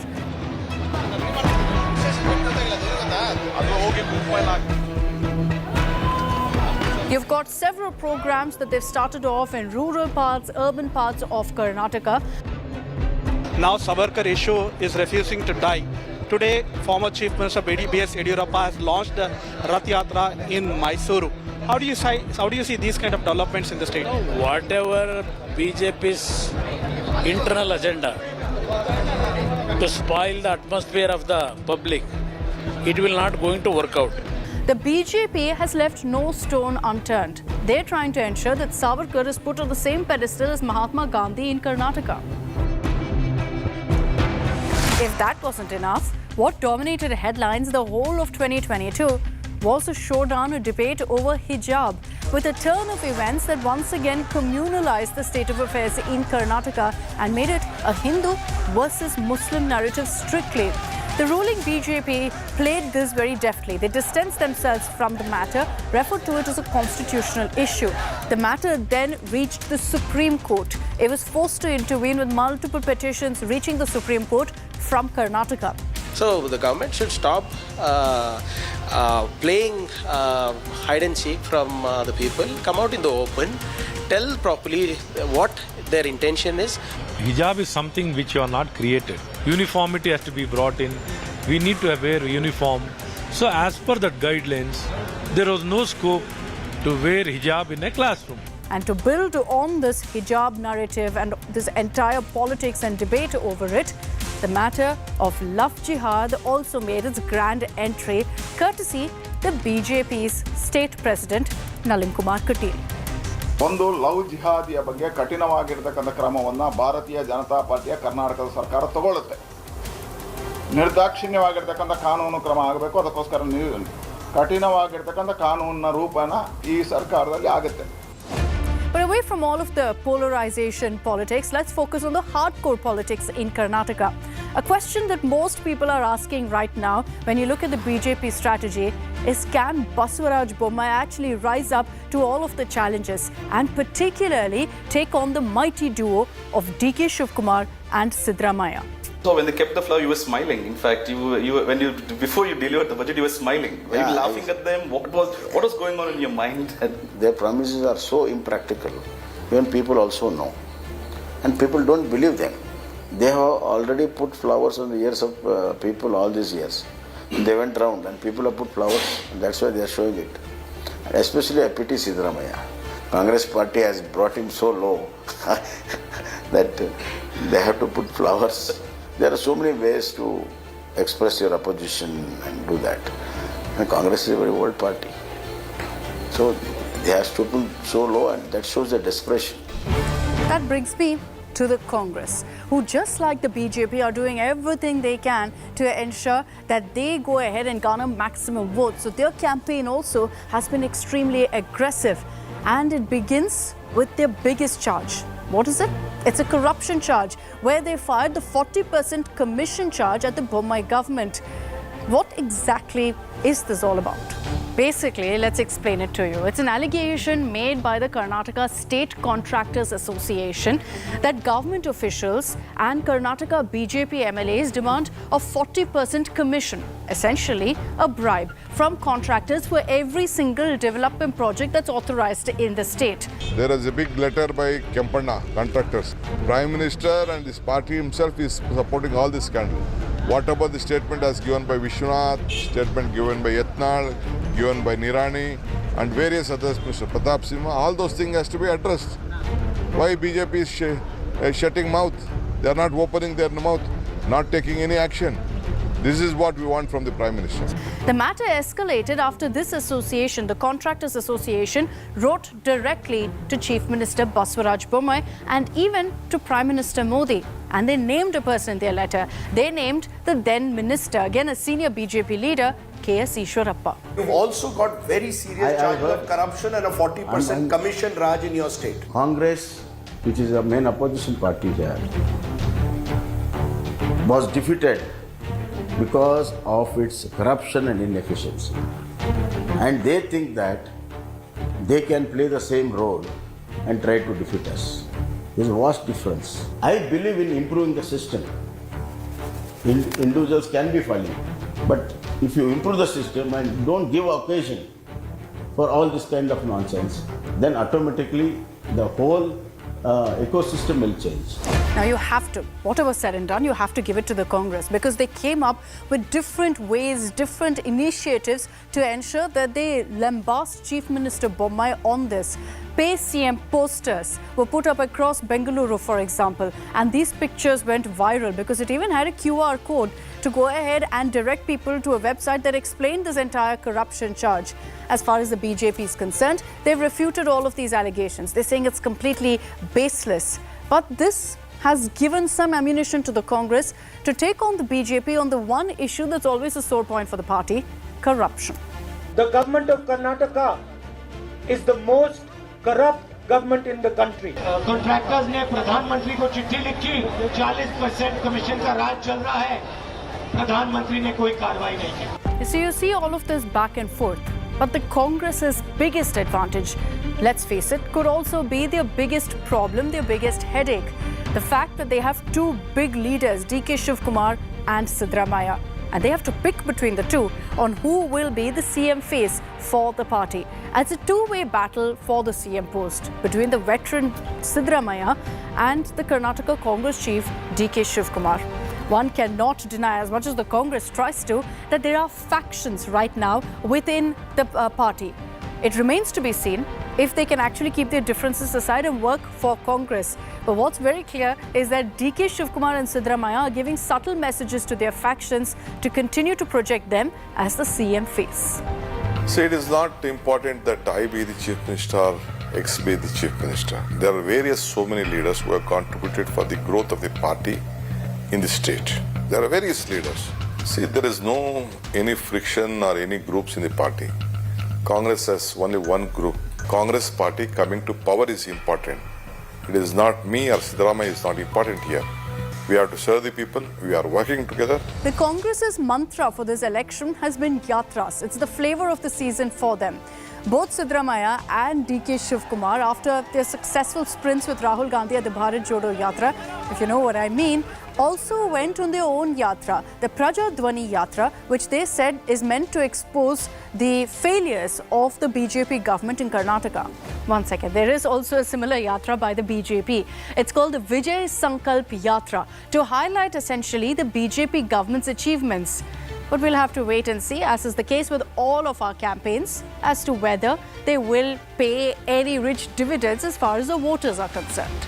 And now, let's focus on what's happening in the Janata Dal.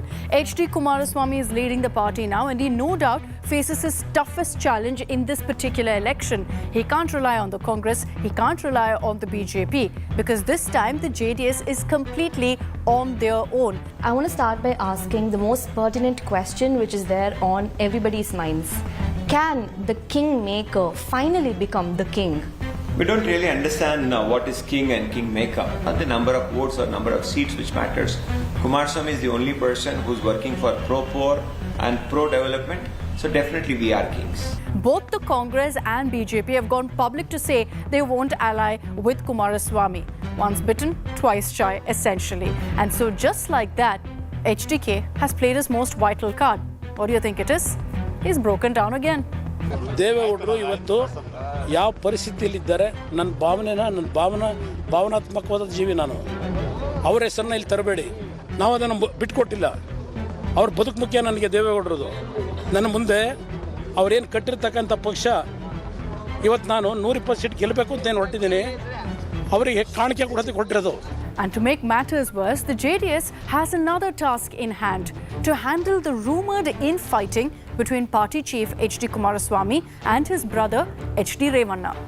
Despite the fact that Kumaraswamy might deny a seat to his wife Bhavani Revanna, will Revanna still support Kumaraswamy? Wouldn't there be any disgruntlement between them as political leaders? See, in politics is a game of aspirations. Everybody thinks that they can contribute in a better fashion. This time also the High Command has decided that we would not have Bhavani Revanna as candidate, and tomorrow if at all we think that Bhavani Revanna is the right candidate, we would definitely consider. Everybody obeys, believes in the decision which is taken by the High Command. The party that's always been called as the kingmaker have this year turned rather ambitious, calling themselves the pride of Karnataka. Why? Because they're saying we're the only true Kannadiga party. HDK thereby has started off his own rallies, his own strategy, where he's called his campaign Mission 123, Mission 123, and for a change, trying to stake claim single-handedly. So this time as well, if Kumaraswamy would want to get the throne of the Chief Minister's chair, they would have to, if history speaks any truth, they would have to get into a coalition. So as a last resort, would you ever side with BJP or Congress? As a last resort, we would side with people of Karnataka and expect them to give us 121 seats. We would beg to the people of Karnataka that this time, as we all know the way great job the regional parties are doing here in down south, and the way Mamata Banerjee is working, please give us an opportunity to save the culture, save tradition, and chor chor mosere bhai. It is a proverb which is said in North India that both these chores are definitely going and doing drama, but people of Karnataka are definitely going to give a befitting reply to both these national parties. And so that sets up the stage for you perfectly to the battle for Karnataka. Welcome to it. It's got a lot of masala, it's got a lot of ingredients of a pitch-high battle for power and whatnot. As far as the BJP is concerned, right now all eyes are on Baswaraj Bommai. Very often he's been termed as a silent chief minister. But will that change in the run-up to the election? Does the BJP still have a master stroke up its sleeve? The Congress have a different feeling. They say that you have been sidelined. ನಿಮ್ಮನ್ನ ಮೂಲೆ ಗುಂಪು ಮಾಡಿದ್ದಾರೆ ಅಂತ ಹೇಳ್ತಾರೆ sir. How do you see this, sir? You have been sidelined, you have not been given responsibility, you have been thrown out of the power, you have been sent to old age ಮಾಡಕ್ಕೆ. Intentionally these Congress friends are speaking all these things. That is not correct. You know very well, I myself voluntarily resigned for Chief Ministership and Bamma has become the Chief Minister. I myself decided that after 8 years I should not continue in election politics, that's all. So I am not retired from the politics. I am going around in the state to build up the party and I have got 100% confidence that we are going to come back to power in Karnataka. Not only Assembly but also Lok Sabha will get absolute seats. Oh, come on, let's be realistic here. Whatever master stroke it may be, it better be strong enough because right now you have a formidable combo. DK Shivkumar and Siddaramaiah leading the Karnataka Congress. They are together, in fact, playing it out to ensure that the Congress wins. Siddaramaiah has also played his card, claiming this will be his last election. So there's that emotional touch as well now. ನನಗೆ ಚುನಾವಣೆಗೆ ನಿಲ್ತಕ್ಕಂಥದ್ದು ಇದೇ ಕೊನೆ. ಆದರೆ ರಾಜಕೀಯದಿಂದ ನಿವೃತ್ತಿ ಆಗಲ್ಲ. ರಾಜಕೀಯವಾಗಿ ಎಲ್ಲ ರೀತಿಯ ಬೆಂಬಲ ಸಹಕಾರವನ್ನ ಈಗಲೂ ಕೊಡ್ತೇನೆ, ಮುಂದೆನೂ ಕೂಡ ಕೊಡ್ತೇನೆ ಅಂತಕ್ಕಂಥ ಮಾತುಗಳನ್ನು ಹೇಳಲಿಕ್ಕೆ ಬಯಸ್ತೇನೆ. The word retirement time and again has been uttered by politicians, and Siddaramaiah is also an example, perhaps, of how politicians keep talking about retirement but never actually retire. Devagowda, for example, still has a very active role to play as JDS embarks on this lone fight to prove themselves. You know, one thing at the end of the day is for sure. Like how the movies in the South, now all of you know, it's a huge rage, it's blockbuster. This particular three-way battle between the Congress, the BJP and the JDS is also as good as a film. It's an epic South blockbuster right now that's playing out in politics. It's the perfect mix. There's a bit of history, there's larger-than-life politicians. If you have noticed, the dialogues also have gotten way sharper and fiercer as we get closer and closer to the elections. And there's only one thing left, isn't there? For the authors of this script, I'm talking about you, the voter of Karnataka, to pen the ultimate climax. We'll wait and watch for that.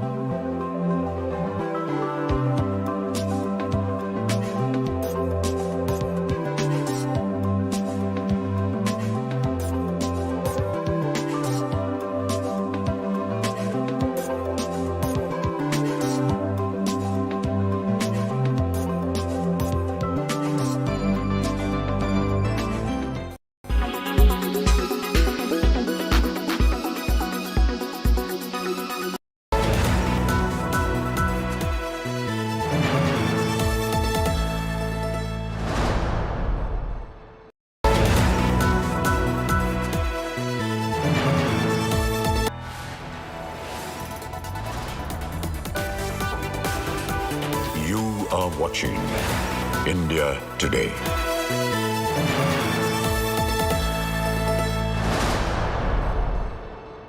Welcome back. The Neeta Mukesh Ambani Cultural Centre house within Geo World Centre in Mumbai was inaugurated with a grand opening. Indian and global stars were present for this grand gala. Here are the highlights. The hosts of the evening, Mukesh Ambani and Neeta Ambani, graced the carpet in a stylish look, with Mukesh Ambani donning a black suit and Neeta a blue silk sari. The NMACC is Neeta Ambani's dream project to preserve and promote Indian arts. Bollywood superstar Shah Rukh Khan looked dapper and timeless in an all-black outfit, while his wife Gauri and children Aryan and Suhana Khan were joined by superstar Salman Khan on the red carpet. Bollywood royalty Kareena Kapoor Khan and Saif Ali Khan turned heads with their outfits in two different contrasting colours, red and white. Kareena looked elegant in a striking red sari, while Saif stood tall in a white kurta pajama set. Another look that turned heads belonged to star couple Deepika Padukone and husband Ranveer Singh. Deepika wore a beaded Anamika Khanna outfit complete with a cape, while Ranveer complemented her look in a silk white sherwani. Priyanka Chopra and Nick Jonas were among those in the star-studded audience. Priyanka turned heads with her sheer floor-length gown by famed Ellie Saab, while Nick Jonas wore a contemporary black suit. Bollywood star Alia Bhatt arrived in style for the grand opening. Alia stunned in a head-to-toe silver look with a custom silver sari by Vaishali S. It Girl and fashion's first lady Sonam Kapoor also showed up for the inauguration in another stellar look. The actress wore a contemporary white and red anarkali suit by JJ Valaya, complemented by traditional jewellery. American supermodel Gigi Hadid was also among the stars at the Ambani Gala, flying in all the way from New York. The supermodel donned a beautiful embroidered blazer gown by Rahul Mishra for the occasion. Another star donning a Rahul Mishra outfit was mega influencer Emma Chamberlain. Emma stunned in the green leaf embossed gown. And finally, newlyweds Siddharth Malhotra and Kiara Advani turned heads at the mega launch with these outfits. Siddharth wore a sherwani, while Kiara complemented his look with a stunning gold contemporary lehenga.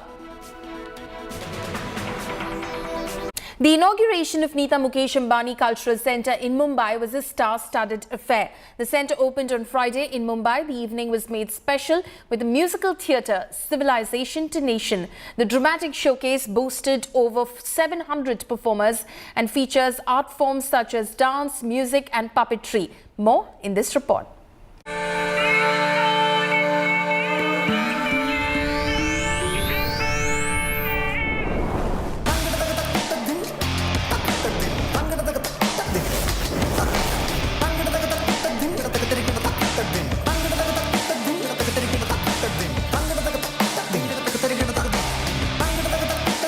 The opening of Neeta Mukesh Ambani Cultural Centre in Mumbai was a glorious extravaganza.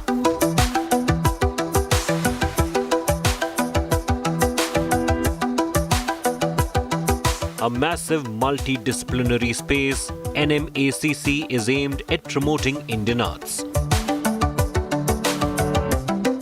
NMACC is an ode to our country, to the rich legacy and heritage that we all have inherited. I hope the spaces here nurture young talent, not only from the metros and cities, but from small towns and remotest villages. I hope it becomes a home for the art, for the artisans and the audience.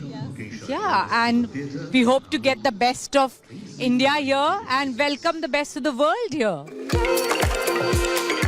The best in the world were indeed all there.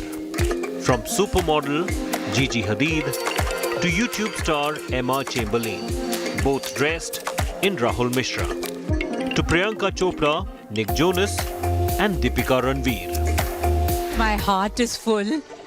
I'm at a loss for words, but I think Mukesh and me had dreamt about having a cultural centre in India comparable to the best in the world. And hopefully today is a reality. I'm so looking forward to welcoming everyone to the cultural center in Mumbai. It really marks India's coming of age in this new India and the new era that we have. And we now have the infrastructure to produce world-class content. We have the infrastructure to invite everybody else from the rest of the world to come to Mumbai. And with that, I hope that one day we have original shows that are produced by Indians and Mumbaiites here, and we go with a show from here to Broadway. Like all Ambani events, this one too had the Bollywood elite, southern superstars, sporting heroes, all in attendance. This superstar snapshot was one of the big moments on the red carpet. Shah Rukh Khan's family and Salman Khan in the same frame. And then the next generation posing with the original superstar. The political heavyweights were there too. Maharashtra Deputy CM, the former CM, and Union Minister Smriti Irani also attended the dazzling opening of NMACC.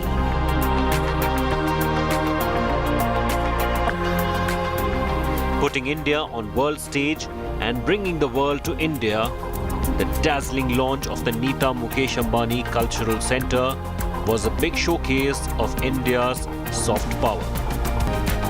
Bureau Report, India Today. And that's a wrap on this bulletin. For the latest news and updates, you can log on to indiatoday.in. You can also download the India Today app. Thanks for watching.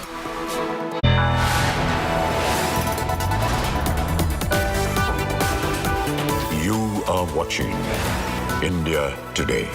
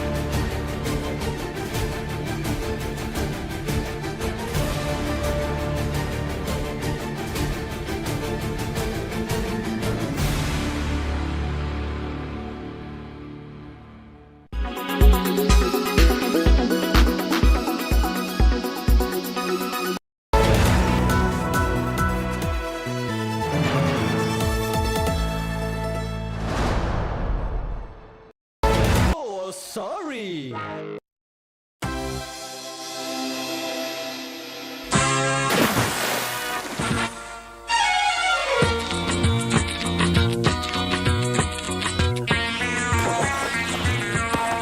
सारा शहर मुझे lion के नाम से जानता है। Let's have some music boys. Michael, आज से तुम करो H3N2 recycle. Yes boss. Lily, अब नहीं सिली, तुम H1N1 मेरी बिल्ली। Thank you boss. रॉबर्ट, ये 3 छोटे छोटे वायरस कौन है?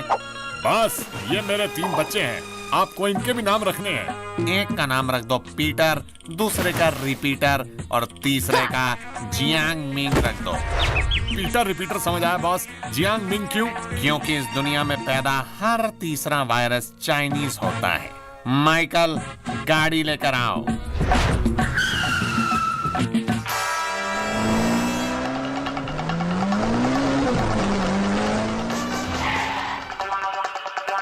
अरे बाप रे, स्पीड बढ़ाओ। बस, ये स्मार्ट बॉय तो फिर से पीछे पड़ गया, क्या करे? राइट का इंडिकेटर देकर गाड़ी लेफ्ट मोड़ लो, स्मार्ट बॉय कंफ्यूज हो जाए।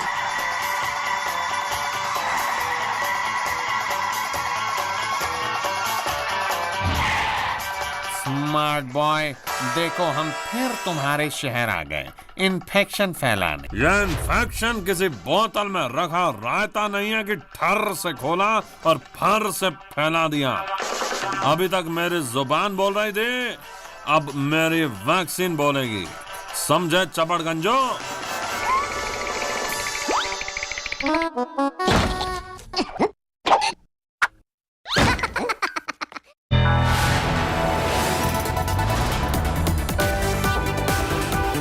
You are watching India Today.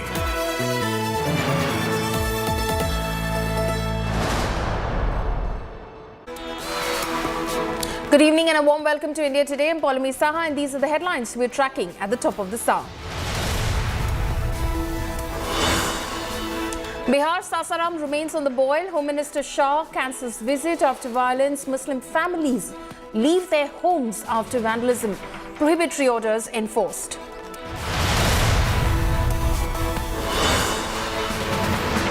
Congress leader Navjot Singh Sidhu walks out of jail after 10 months over a 1988 road rage case. Sidhu hits out at the BJP, claims democracy is under attack, says Rahul Gandhi is a revolutionary.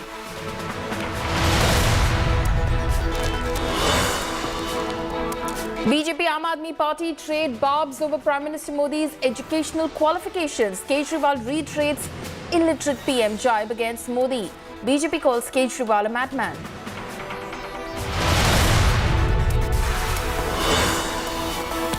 YSRTP BJP unite against Chief Minister KCR in Telangana. Y Sharmila dials State BJP Chief Bandi Sanjay to call for unity against KCR. BRS hits back.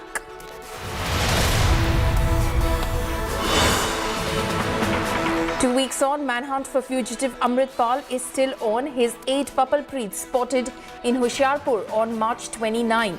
Punjab Chief Minister Bhagwant Mann ducks questions on Amritpal.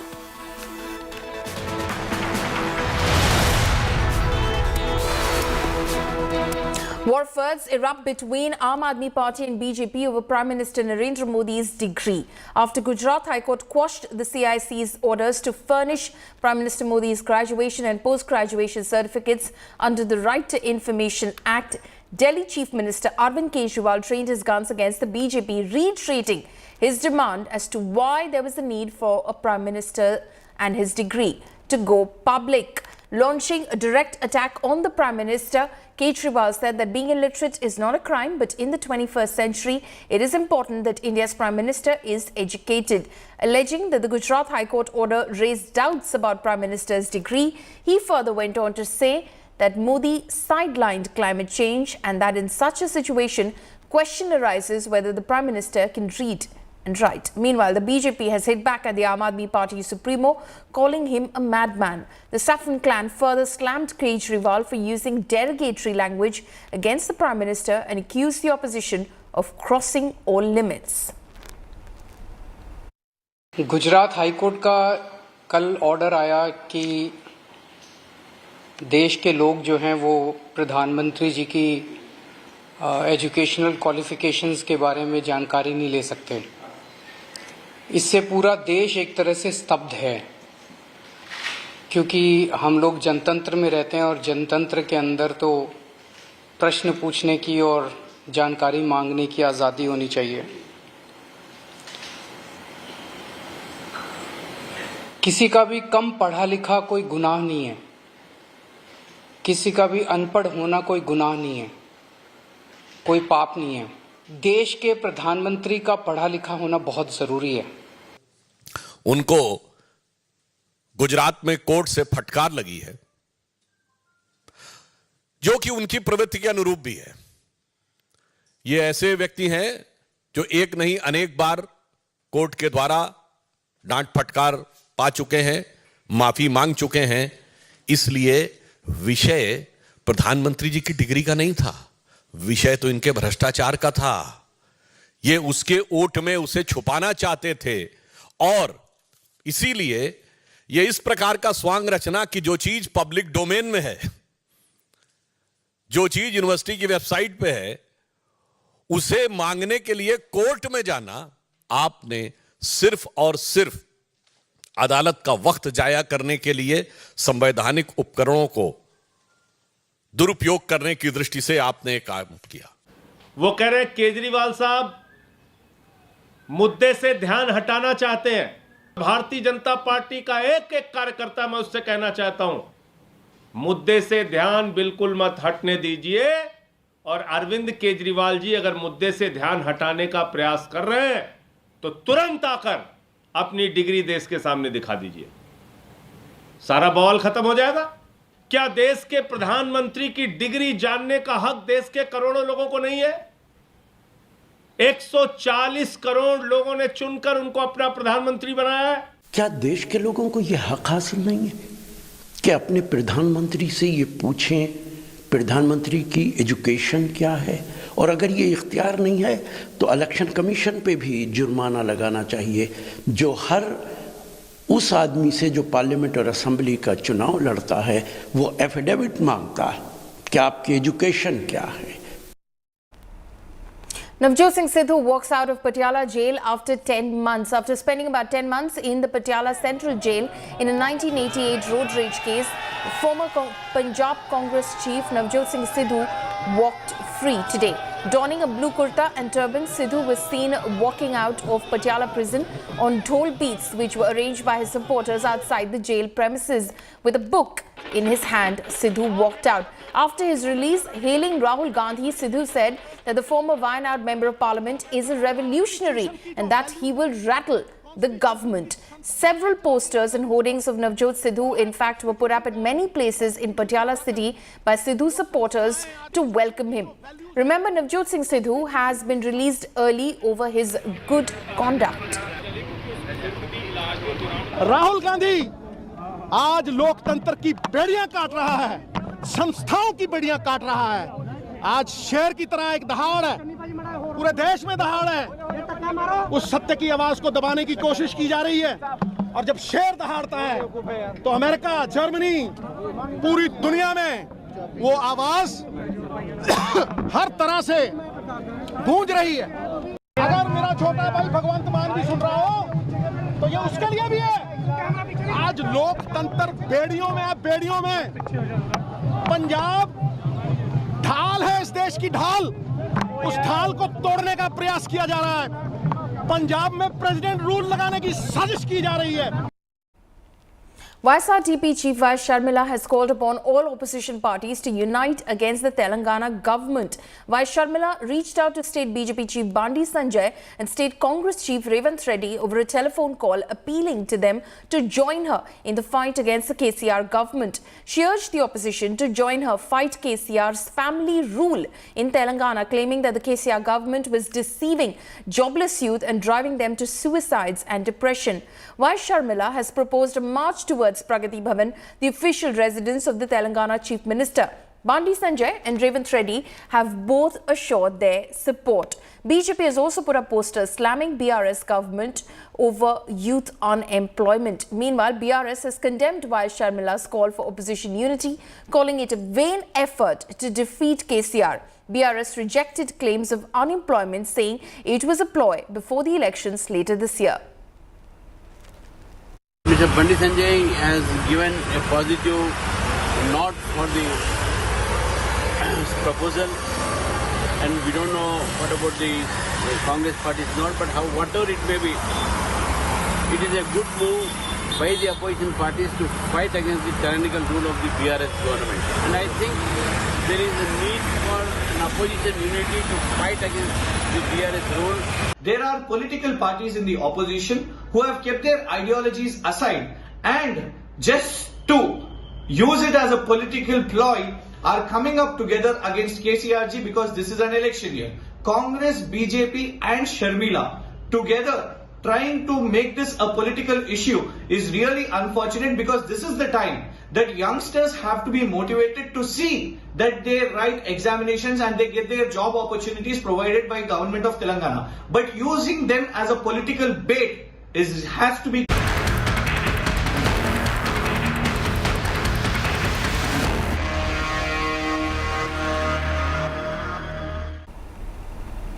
It's been more than 2 weeks, but Amrit Pal is still missing. Now, new CCTV footage has surfaced in which the Khalistani leader's aide Papalpreet Singh can be seen in Punjab's Hoshiarpur. The video is from March 29. Notably, this is the first time that Papalpreet has been seen without Amrit Pal.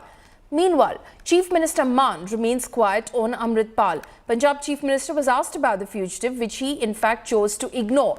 Punjab police launched the manhunt for Amrit Pal Singh on March 18, weeks after he led his supporters into storming into a police complex in Punjab's Amritsar district, protesting against the arrest of one of his associates. He has been on the run since then, and CCTV footage has shown Amrit Pal along with Papalpreet in at least 4 states.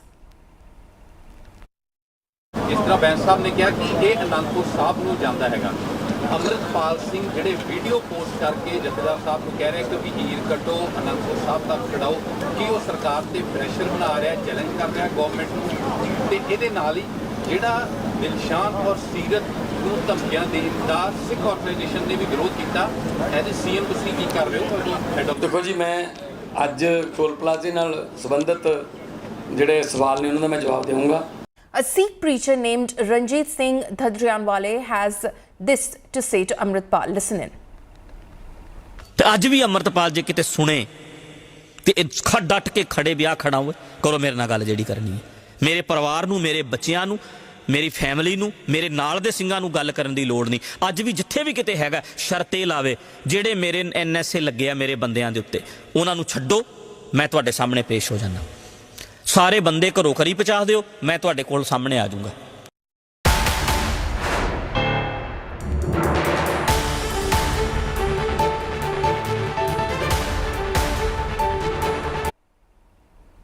Day after violence in Bihar, Sasaram and Nalanda, Muslim families have started migrating to safer places to protect themselves. Also, the police personnel and administration have been deployed at the incident site and security has been increased in the districts. Have a look at this report.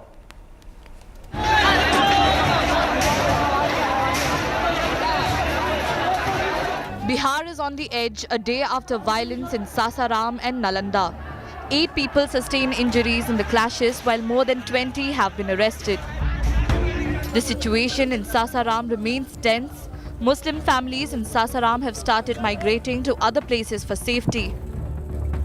Tension continues to simmer in the Sehjalal Peer area of Sasaram in Rohtas district, and you can clearly see in the visuals that this is a house that has been completely vandalized by the irate mob that went on rampage after the Ram Navami Shobha Yatra clashes were reported in the district. In Nalanda, debris of houses that were vandalized are being removed. CCTV visuals show that miscreants looted the houses. Massive security has been deployed. हालात अभी सामान्य हैं हम लोग पूरे शहर में हमारा फोर्स तैनात है और अभी कहीं कोई टेंशन नहीं है जो लोग भी उपद्रव किए हैं उनको सभी को पहचान किया गया है रात में अरेस्टिंग भी हुई है और लोगों की पहचान की जा रही है CCTV and drone visuals are being tracked to catch the rioters. Section 144 has been imposed to prevent any further violence. Bihar Chief Minister Nitish Kumar has finally broken his silence on the violence. हमने कह दिया है कि कौन गड़बड़ करता था इधर उधर उस सब के बारे में ठीक से जानकारी लीजिए कोई गड़बड़ जो भी किया है वो सबको वो पता करके एक्शन लेगा अपने ढंग से जो उसका अधिकार है Union Minister Giriraj Singh stamped the Nitish government for Bihar violence. जब भी हिंदुओं का कोई रामनवमी आए हनुमान जयंती आवे कोई शोभा यात्रा हो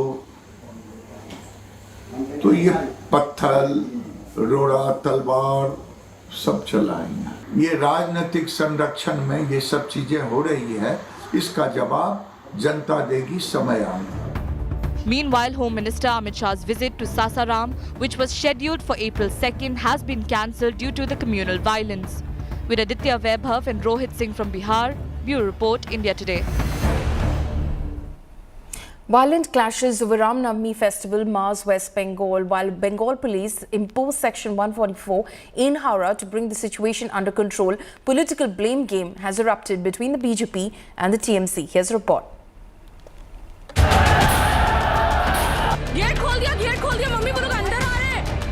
West Bengal on the boil for the last 2 days. Stone pelting, arson and violent clashes. These were the scenes in Howrah which descended into absolute chaos amid violence over Ram Navami processions.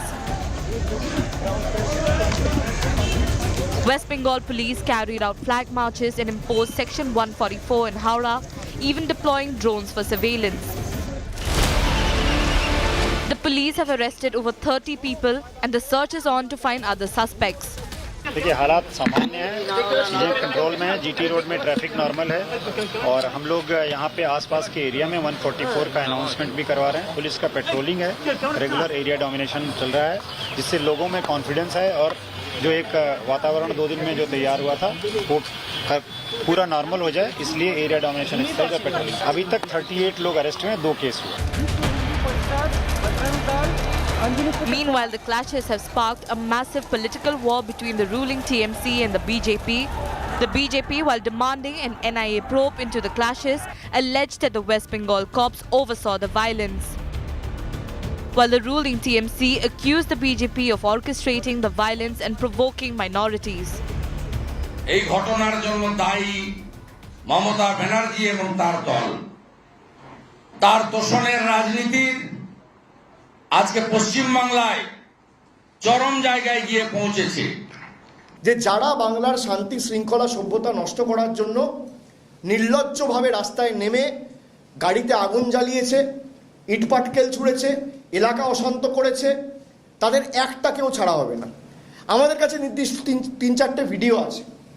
আমি প্রথম ভিডিওটা যেখানে কোমরে পিস্তল গুঁজে রামনবমীর মিছিল হচ্ছে, আপনারা দেখুন কাদের প্ররোচনায় হচ্ছে। Congress has called for strict action against the accused. जो भी दोषी हो, चाहे इस तरफ का दोषी चाहे उस तरफ के दोषी है, उनको उनके साथ में सख्ती से कार्रवाई की जानी चाहिए। While the political blame game continues, one person has died while several others have been injured in this violence. The BJP, led by Shubhendu Adhikari and Shukanta Majumdar, claimed that it was the failure of Mamata Banerjee's government over here and she was busy sitting on a dharna and she could not maintain law and order in this part of Howrah. Amidst the war of words between the BJP and the Trinamool Congress, there were people who were staying in fear when this incident happened over here in Howrah. With camera person Prasun, this is Suryagni Roy for India Today, Howrah.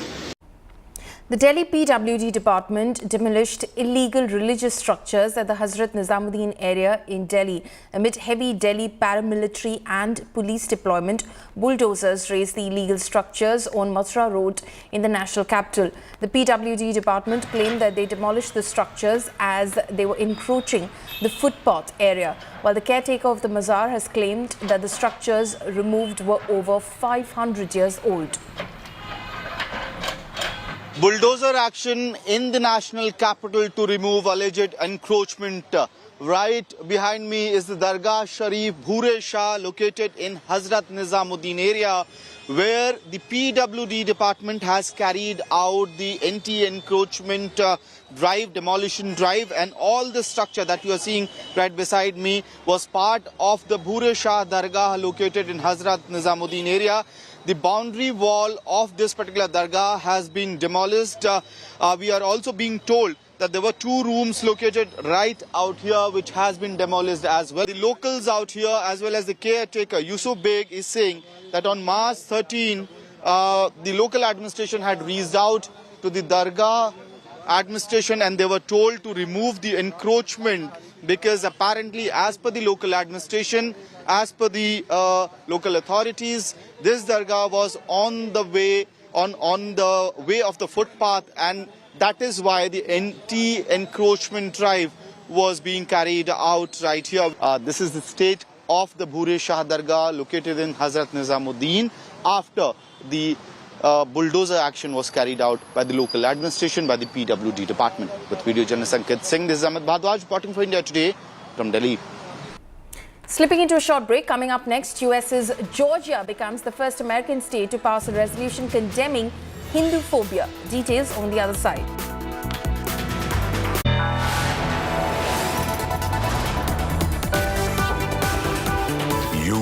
watching India Today.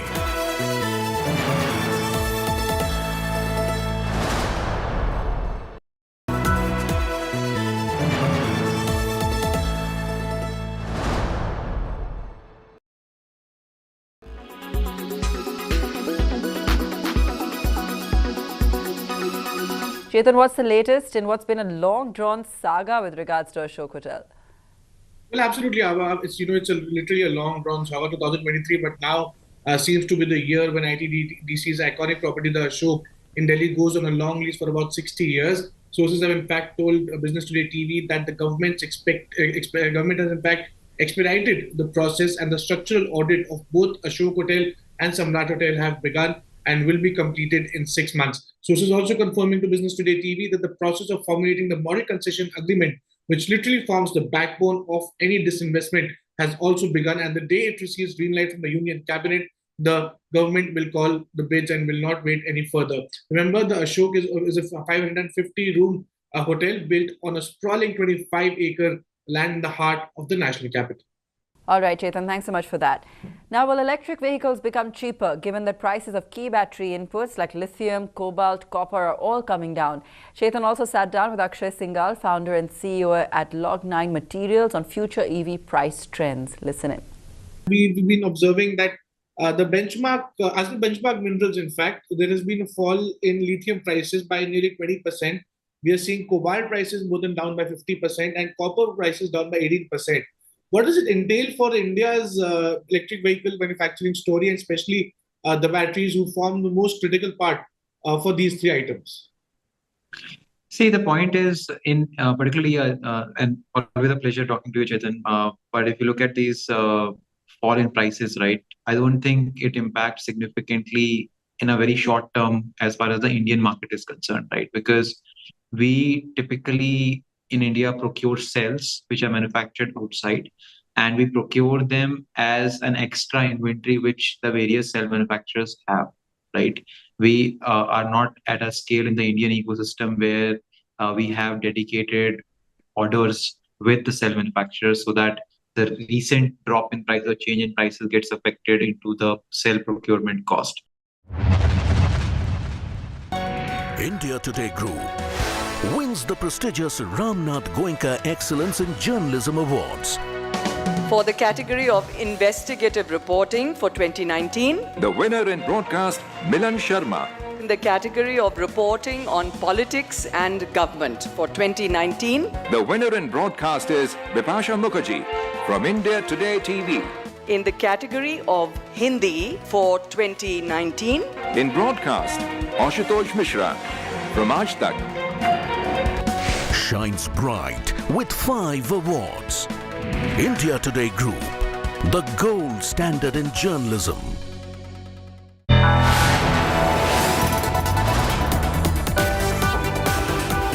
You are watching India Today.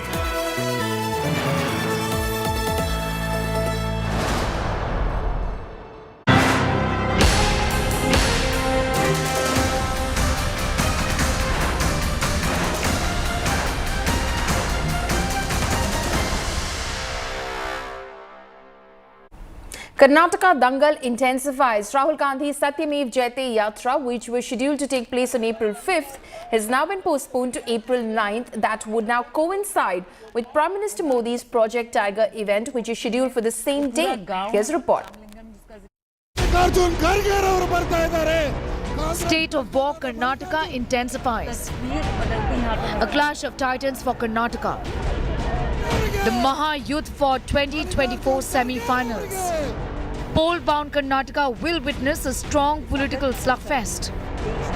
A war to woo voters on the 9th of April, when Prime Minister Narendra Modi and Congress top leader Rahul Gandhi will have competing events. The disqualified Congress MP's scheduled event, Satyameva Jayate, at Kolar on the 5th of April has now been postponed to the 9th. The new date for the event, interestingly, coincides with the Golden Jubilee celebration of Project Tiger, which the Prime Minister will launch the same day in Mysuru.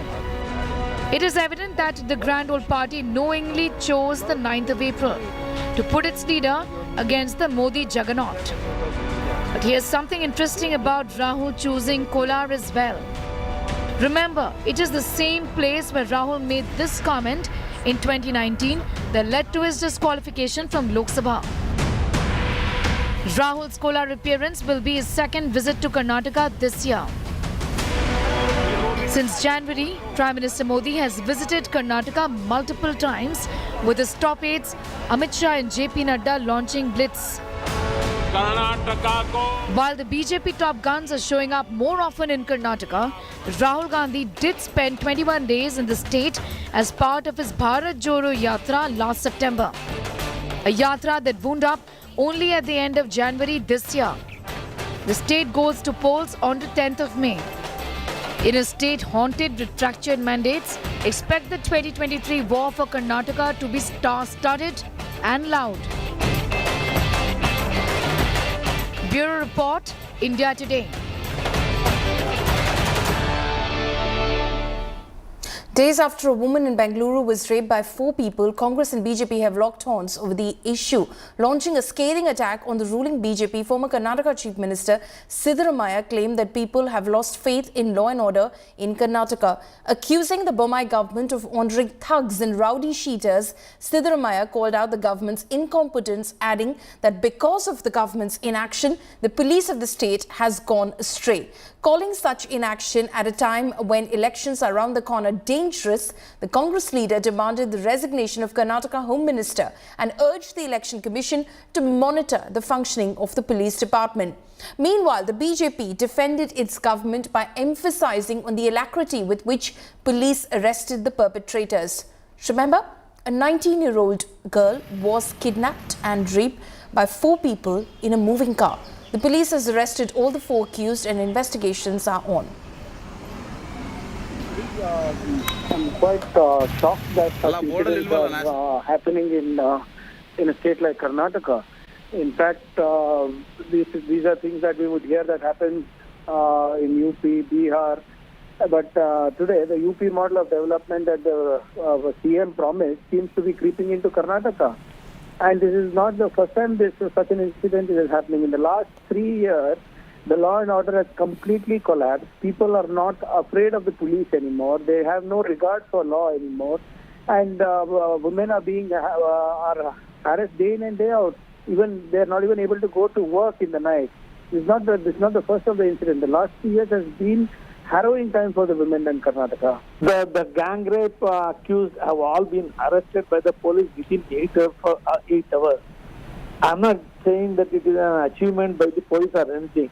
Those who gang raped us, they were known to the victim. And this has happened, very unfortunate. Such animal instincts must be punished severely. The police have acted very swiftly. We should appreciate the police action. Why politicize all these rape incidents just because the political election is round the corner? How many rapes had taken place during Siddaramaiah regime? Did the BJP politicize them? We look at it as a humanitarian issue, not as a political issue.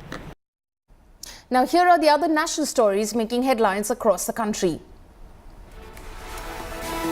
Prime Minister Narendra Modi flagged off the Rani Kamlapati Bhopal Delhi Vande Bharat Express today from the city of Bhopal. This is the first Vande Bharat Express of the Indian railway system to run at 160 kilometers per hour. The suspended BJP MLA T. Raja has been booked after the police filed a complaint against him for his controversial statement during the Ram Navami procession rally in Hyderabad. T. Raja Singh during the procession had made several communally charged slogans allegedly targeting the minority community.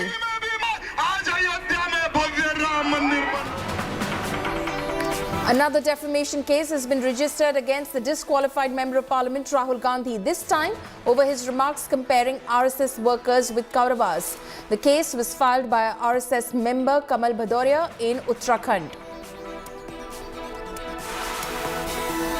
A 32-year-old PhD student from IIT Madras was found dead at his Velachery rented house on Friday. Before committing suicide, the research scientist Sachin Kumar Jain wrote, "I'm sorry not good enough in a cryptic WhatsApp status. The police has sent the body for post-mortem and an investigation has started.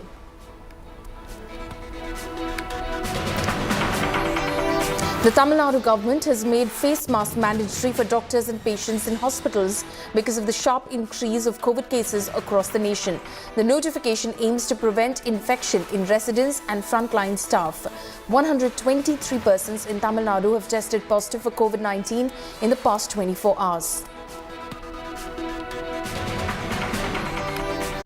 Georgia becomes first American state to pass resolution condemning Hindu phobia in its assembly, stating that there have been documented instances of hate crimes against Hindu Americans over the last few decades in many parts of the US. The resolution said Hindu phobia is exacerbated and institutionalized by some in academia who support the dismantling of Hinduism and accuse its sacred texts and cultural practices of violence and oppression. The resolution said that Hinduism is one of the world's largest and oldest religions with over 1.2 billion adherents in over 100 countries. It observed that Hinduism encompassed an array of diverse traditions and belief systems with values of acceptance, mutual respect and peace. And that's a wrap on this bulletin. For all the latest news and updates, you can log on to indiatoday.in. You can also download the India Today app. Thanks for watching.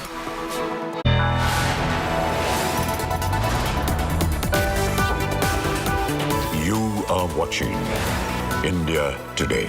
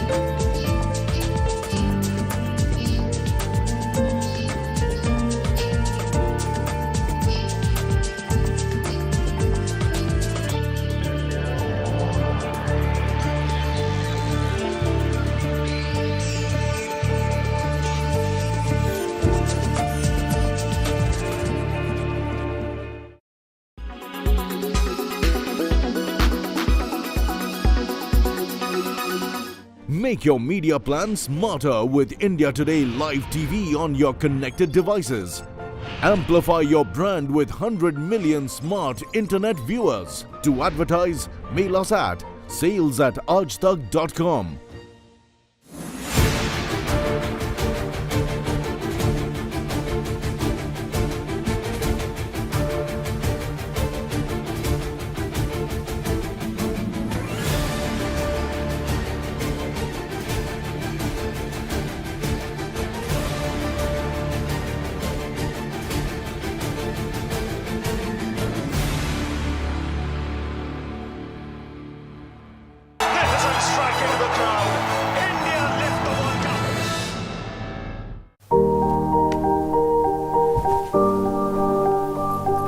Come, let's bet. Chalo, Tiger. Let's shoot. Go for it. Which camera?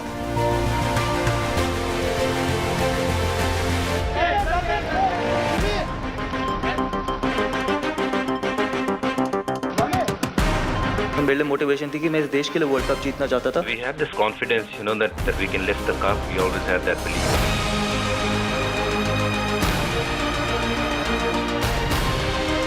A turnaround was bound to happen, and I think it was a perfect turnaround. Tendulkar हमेशा मुझे एक बात कहता है कि किसी को भी जवाब देना तो अपने बैट से दो.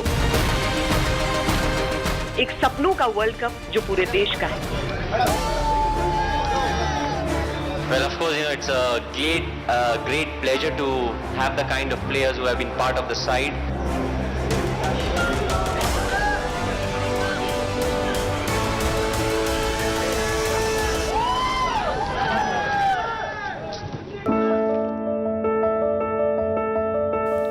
अगर शिद्दत से किसी चीज़ को चाहो तो पूरी कायनात उसे दिलाने में साजिश रचती है. Yeah, stars had aligned. I think there was a certain inevitability that one felt about that World Cup final. Not just a city of dreams, but a city where dreams come true.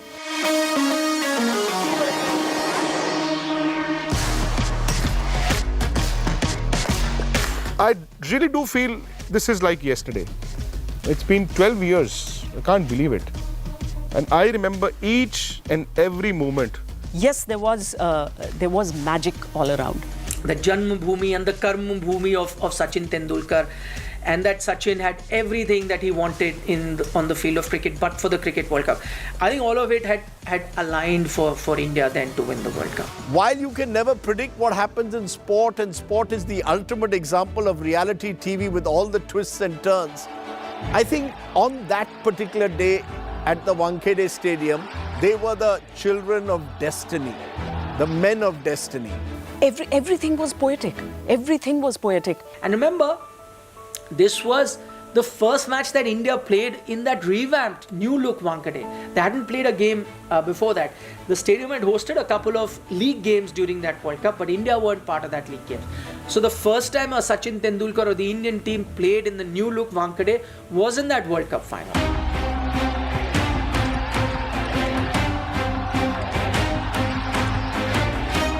On the morning of the game, I wasn't nervous.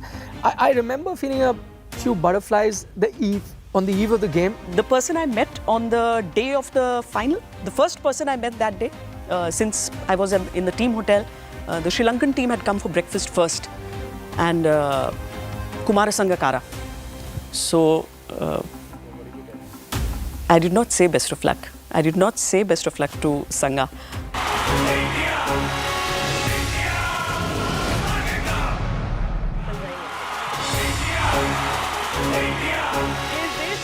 सबसे लंबा इंतजार है. ये इस देश का सबसे बड़ा सपना है और ये उस सपने को साकार करने के लिए इस देश का सबसे सुनहरा मौका है. श्वेता, 28 साल कहने को होते हैं, मगर 28 साल पहले इसी शहर ने वो सपना दिखाया था और 28 साल बाद हम माया नगरी में आए हैं उस सपने को एक बार फिर हकीकत में बदलने के लिए. This was one night before the finals. I mean, exactly 24 hours. I don't know. That night I was very nervous. As journalists, even though you are taught to be neutral, I think on such occasions you feel part of the celebrations. I mean, you cannot separate the fan inside you or the Indian inside you. I'd done a preview show with our panelists, and those shows that we had done was also an outdoor location somewhere else in Mumbai. Dean Jones, the late great Dean Jones, was very bullish about India winning, and every time he would say that you could hear the crowd, break into a chair. No. When covering cricket, I was never a journalist. The journalist was lost midway. And everybody just wanted India to win. And rather than, because they didn't have an option to go to the players and tell them, so they would tell us, "Yaar, please, cup leke jana hai, cup lekar jana hai." I was always a fan. So getting angry when something went wrong and going ecstatic when you win. The morning of the game, I was feeling very proud. I can be part of history. I was just 10 years old when the 1983 World Cup happened. For my generation, the 83 World Cup was something that you'd just grown up listening to. That was the only reference point in Indian cricket. I think all of that changed on 2nd of April. So I had experienced that 1983 final as a fan. This time, like I said, on the morning of the game, that if India were to win, I would also be part of the cricketing folklore for a long, long time.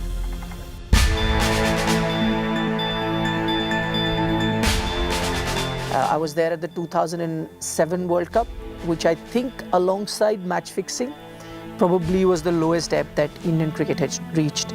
But that anger, that hurt, motivated them. Months after that, when India won the World T20 in 2007, we knew that this team can also win the World Cup. If you are mentally at peace with the environment of the team, where you're playing for each other, that also makes a major difference. The difference was the attitude of the team management. Unlike Greg Chappell, who told the players what was required of them, Gary Kirsten asked the players what was required of the team management to support them in their dream. The problem was that there was mistrust between players. There was, no stability in terms of who's batting where and what their role they're going to be performing. So I think that all changed, and credit then to Gary Kirsten to have created that environment. If you look at the entire World Cup journey in 11, the Indians never played to their potential. They were always like this, up and down, up and down. But they were so good that they still won the World Cup. They did save their best for the last.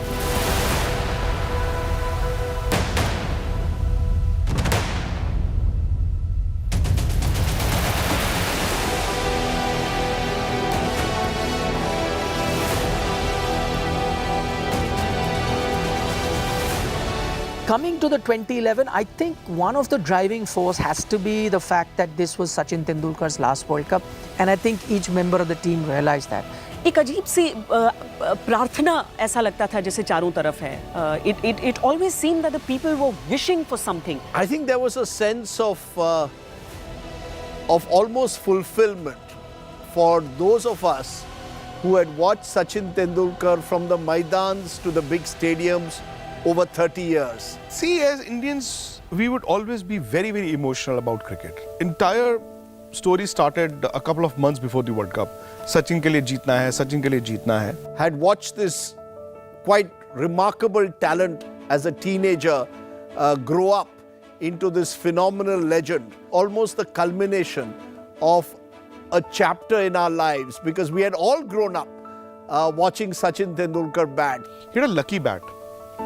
So that bat, he had been using, the same bat he had been using for about 18 months. The chip would come off, the edges would come off.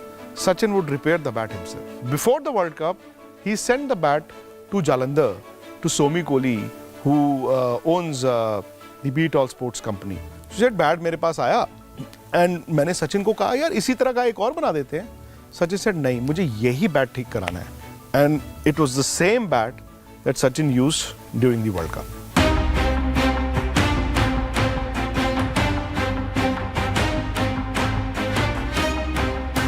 In 2007, they were knocked out. But the painful thing for the Indian team was that they had to stay around for the remaining matches of the group stages to get over. And I was staying in the same hotel. So I remember coming across Sachin Tendulkar. Normally Sachin, you know how he is. He doesn't really open up on the eve of the game. So he started a conversation. Sachin said, यार मैंने इनको कहा है, मुझे open करने दो, मैं जिता दूंगा. But they're not listening to me. So it was surprising, and Sachin did his usual stint and went away. There were a few people close to him, and I got a sense that he was contemplating quitting the sport, or at least white ball cricket for that matter, and then continue focusing on Test cricket, because he had thought by the time 5 World Cups, I haven't got it, and it's never going to get better from here. So let me just finish it. 2007 में जब हम वापस आए थे, वो मेरे life का cricket का लोएस्ट मोमेंट था, और उस समय एक्चुअली कहा तो माइंड में थॉट आया कि बस मुझे और क्रिकेट नहीं खेलना है, मुझे रिटायर होना है. और उस समय मेरे भाई ने, अजीत ने, वहाँ पे घर पे हमारा डिस्कशन हुआ, और मैंने कहा कि बहुत हो गया है. उस समय उसने मुझे याद दिलवाया कि ना नेक्स्ट वर्ल्ड कप इंडिया में हो रहा है, वानखेड़े स्टेडियम पे फाइनल है.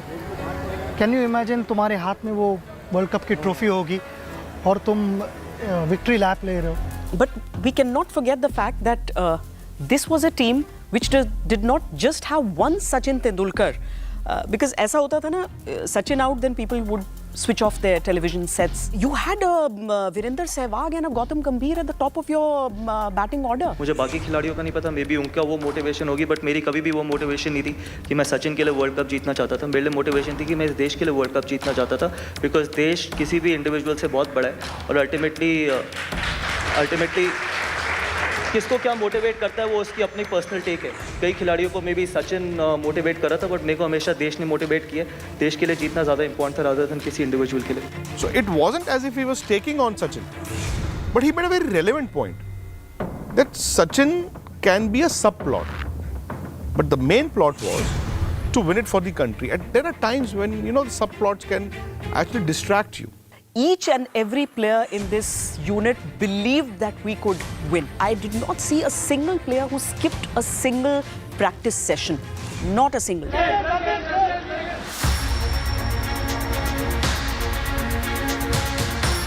So it took us 3 years to prepare for the World Cup and to win the World Cup. It was a great team effort. We fought through tough times and stayed together, and we came glorious. Well, we had this confidence, that we can lift the cup. We always had that belief. I think as a team we played really, really well, and everyone made a contribution at the right time in the field as well. Nerves तो होती हैं और nerves उतनी ही होनी चाहिए जितनी किसी और मैच में होनी चाहिए. अगर enjoy नहीं कर रहे हैं तो ज़्यादा प्रेशर लेने से बहुत सी चीज़ें ख़राब भी हो जाती हैं. So we were, every match we were playing, we were discussing that this is the World Cup final we are playing and we have to win this match. When I came to the side, I knew if I get the chance in this World Cup, I'll give my best shot. In the knockout stages, I don't think I've seen the team play, as a tighter unit in the last 3 years. Final से पहले, इतने बड़े match से पहले, हमारी जो team meeting थी, वो सबसे शॉर्ट मीटिंग आज तक की होगी. सिर्फ 2 minute. A turnaround was bound to happen, and I think it was a perfect turnaround. सबने यही कहा, just go out there and lift this cup. I mean, you can't take it at face value. Clearly, there is a lot of pressure. It's a World Cup final. You're playing at home. When they speak about the fact that the preparation had started 3 years ago, it actually had. There was a lot of planning which was going on around the Indian cricket team. The eyes of the world are in you, so many expectations, and I think they feel the pressure from the hotel itself. When the room service guy comes in to give you your breakfast, or you're heading to the team bus, the darban that opens the door of the hotel, to the driver that's driving you there, then to the staff that receives you there or looks after you in the dressing room. Everyone's saying, "Sir, aaj jeet jana, hamare liye jeet jana." So there's no way that you can insulate yourself and not feel the pressure. It's how you handle it, I think, which makes the big difference. Those days, this song was a rage, De Ghuma Ke. And I would listen to the song right throughout my journey from my drive from Gurgaon to Delhi. So we had Kapil Dev, Saurav Ganguly, Arjuna Rantunga. This was really the best, highest quality commentary that you could expect on the World Cup. And they were all with us in the studios. And it was a fantastic lineup. We planned it in great detail in the same way as you'd plan an exit poll or counting day. There are people queued up and waiting to go inside the stadium, so you keep talking to them and going ahead, so you don't realize how much you walk. I'm saying a kilometer, but could be more than that. I remember, going in my car to the stadium, and so that was the atmosphere. And that's when I saw that, I realized, the magnitude of that entire event and how people were glued in. This is a story that had riveted India because we'd all grown up hearing about the exploits of the 1983 World Cup winning team, and we never, for some reason, experienced that. This was the moment when it came together. When I came to office, again, like I said, anxiety, excitement, eagerness, I knew that people would be watching us. Typically, Indian fans are so obsessed with India doing well and winning. Somehow I knew that Sri Lanka were not going to be easy because they had a great bowling lineup. But somehow I also, when the toss happened and when I saw their team and the changes that they had made, I felt that India had a chance. Sri Lanka were either trying to do something out of the box, which normally doesn't work in a World Cup final, or they had panicked. If I still remember my stats correctly, 9 finals before that, 7 had been won by teams batting first. In those days, pressure games, batting first was the thing to do, and Sri Lanka had won the toss and they were batting first. It was always going to be pressure for India.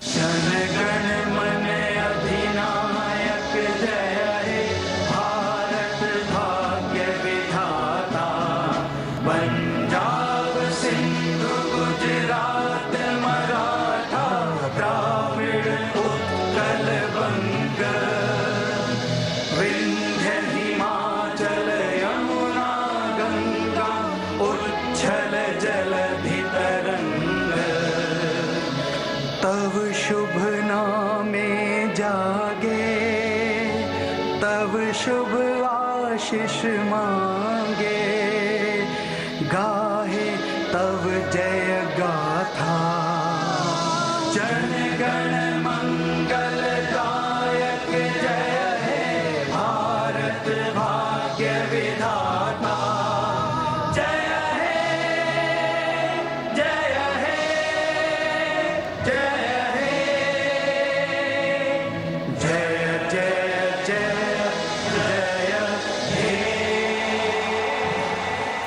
goosebumps. When the national anthem was played that day, there are people who often get agitated that it's just a cricket match.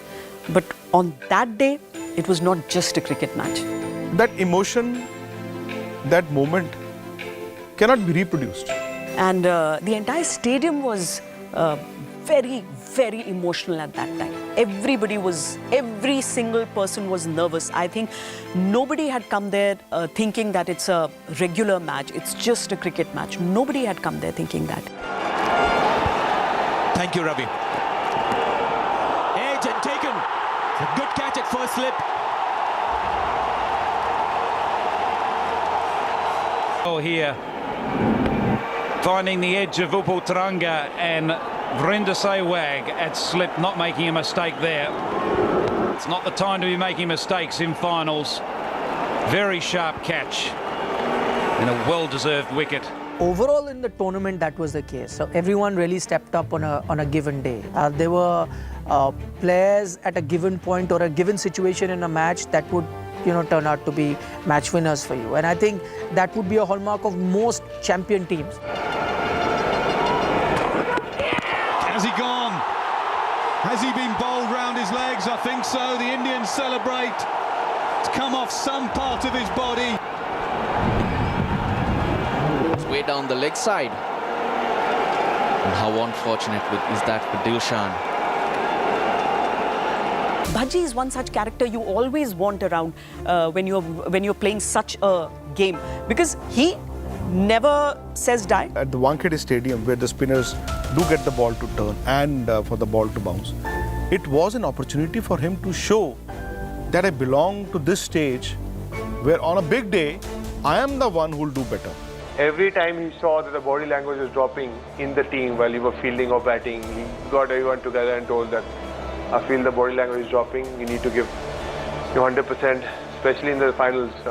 He said, after 20 overs, he said, we've got 70 more overs to go. This day is not going to come back in your lives. Give your 100% and we'll see what happens after that. So stronger teams would have that combination. They would have great players where there would always be one player with that X factor. They're together. He's got him. Outside edge. This is a huge wicket. And against the run of play, because these two were making batting look easy.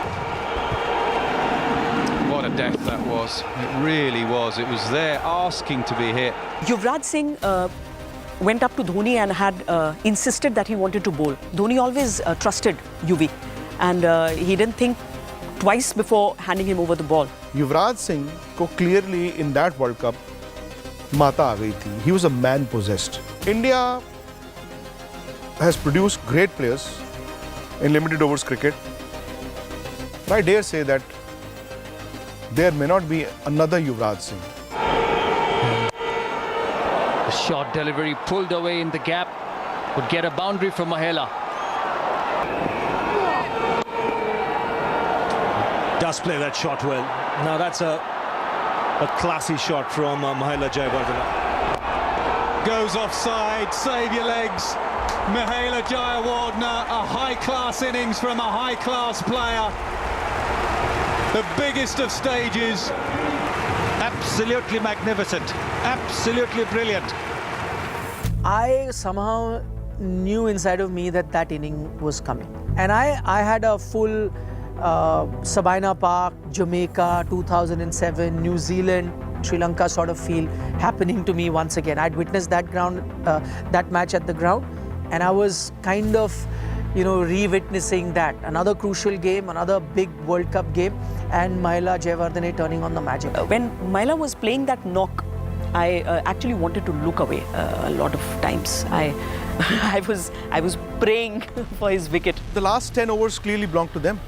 They scored some 90 odd runs. Then again, my mind went back to stats, right? That's what us journalists do. So stats told us that no host had ever won a World Cup. Before that, on 5 occasions in a World Cup final, a batsman had got 100, and on each occasion he had ended up on the winning side. And no team had chased 275 to win a World Cup game as well. The chips were down. And the only worry at that point for us was Are the Indians choking? We also have some totka on the sports desk. If we say that, okay, so it's easy for India, we definitely end up losing. For those 40 odd minutes. In the studio, while doing my shows, me or the experts or the fans watching, everybody just had a prayer. But back of the mind and deep inside my heart, I was scared. And we were trying to build that excitement. And we were trying to say कि India जीतेगा, जीतेगा. But deep inside, we knew it'll take a lot.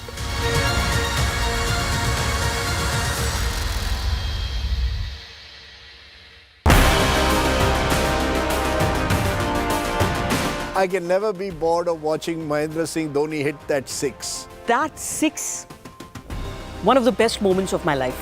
Life, I would say. Not only celebrations, firecrackers coming out, fireworks going on, and also doors and music. And oh my God, what scenes there were after that.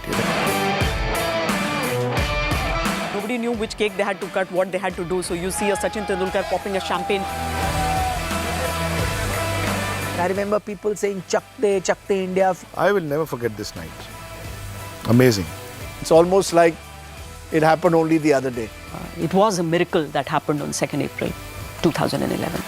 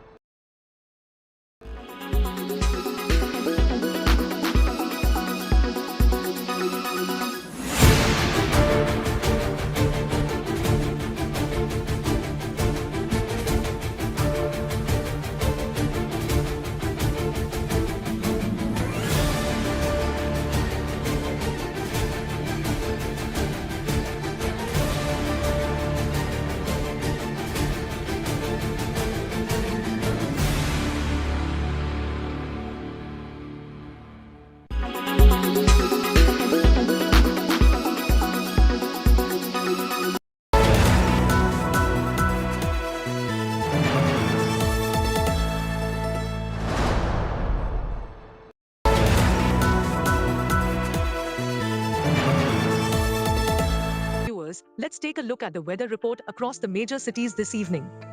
Thiruvananthapuram is at 33 degrees Celsius with an AQI of 80. Mumbai is at 30 degrees Celsius with an AQI of 91. Panaji is at 32 degrees Celsius with an AQI of 66.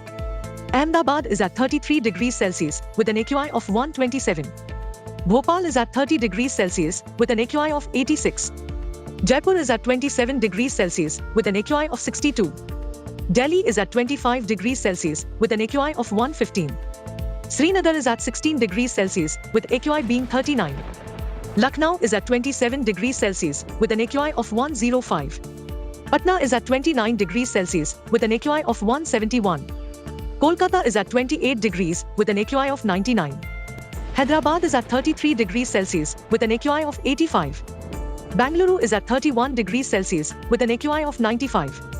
Chennai is at 33 degrees Celsius with an AQI of 106. This is all we have for you in this segment. Hope wherever you are, you find favorable weather around you. Keep watching India Today for news and updates.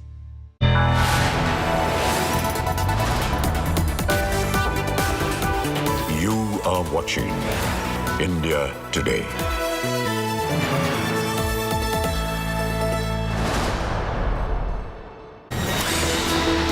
Good evening and a warm welcome to India Today. I'm Parineeti Saha. These are the headlines we're tracking at the top of this hour. Bihar Sasaram remains on the boil. Home Minister Shah cancels visit after violence. Muslim families leave their homes after vandalism. Prohibitory orders enforced.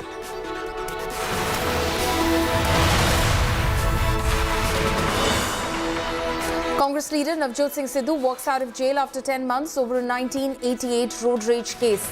Sidhu hits out at the BJP, claims democracy is under attack. Says Rahul Gandhi is a revolutionary.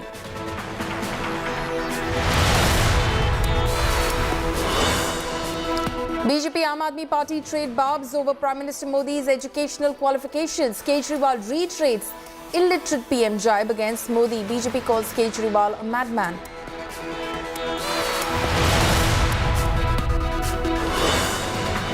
YSRTP BJP unite against Chief Minister KCR in Telangana, while Sharmila dials State BJP Chief Bandi Sanjay to call for unity against KCR. BRS hits back.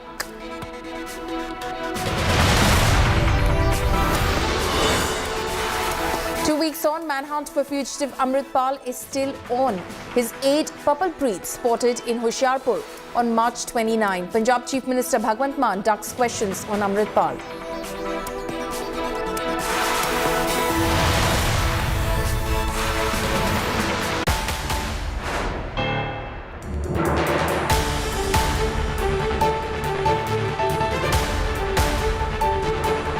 Day after violence in Bihar, Sasaram and Nalanda, Muslim families have started migrating to safer places to protect themselves. Also, police personnel and the administration have been deployed in large numbers at the incident sites, and security has been increased in the districts. Have a look at this report.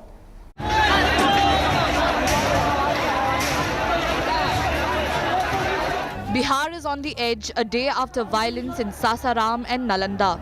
8 people sustained injuries in the clashes, while more than 20 have been arrested. The situation in Sasaram remains tense. Muslim families in Sasaram have started migrating to other places for safety. Tension continues to simmer in the Sehjalal Peer area of Sasaram in Rohtas district, and you can clearly see in the visuals that this is a house that has been completely vandalized by the irate mob that went on rampage after the Ram Navami Shobha Yatra clashes were reported in the district. In Nalanda, debris of houses that were vandalized are being removed. CCTV visuals show that miscreants looted the houses. Massive security has been deployed. हालात अभी सामान्य हैं। हम लोग पूरे शहर में हमारा फोर्स तैनात है और अभी कहीं कोई टेंशन नहीं है। जो लोग भी उपद्रव किए हैं उनको सभी को पहचान किया गया है। रात में अरेस्टिंग भी हुई है और लोगों की पहचान की जा रही है। CCTV and drone visuals are being tracked to catch the rioters. Section 144 has been imposed to prevent any further violence. Bihar Chief Minister Nitish Kumar has finally broken his silence on the violence. हमने कह दिया है कि कौन गड़बड़ करता था इधर उधर, उस सब के बारे में ठीक से जानकारी लीजिए। कोई गड़बड़ जो भी किया है वो सबको वो पता करके एक्शन लेगा अपने ढंग से, जो उसका अधिकार है। Union Minister Giriraj Singh stamped the Nitish government for Bihar violence. जब भी हिंदुओं का कोई रामनवमी आए, हनुमान जयंती आवे, कोई शोभा यात्रा हो, तो ये पत्थर, रोड़ा, तलवार सब चलाएंगे। ये राजनीतिक संरक्षण में ये सब चीजें हो रही है, इसका जवाब जनता देगी समय आने। Meanwhile, Home Minister Amit Shah's visit to Sasaram, which was scheduled for April 2nd, has been cancelled due to the communal violence. With Aditya Vaibhav and Rohit Singh from Bihar, Bureau Report, India Today. Violent clashes over Ram Navami festival mars West Bengal, while Bengal police impose section 144 in Howrah to bring the situation under control. Political blame game erupts between the BJP and the TMC. Here's a report.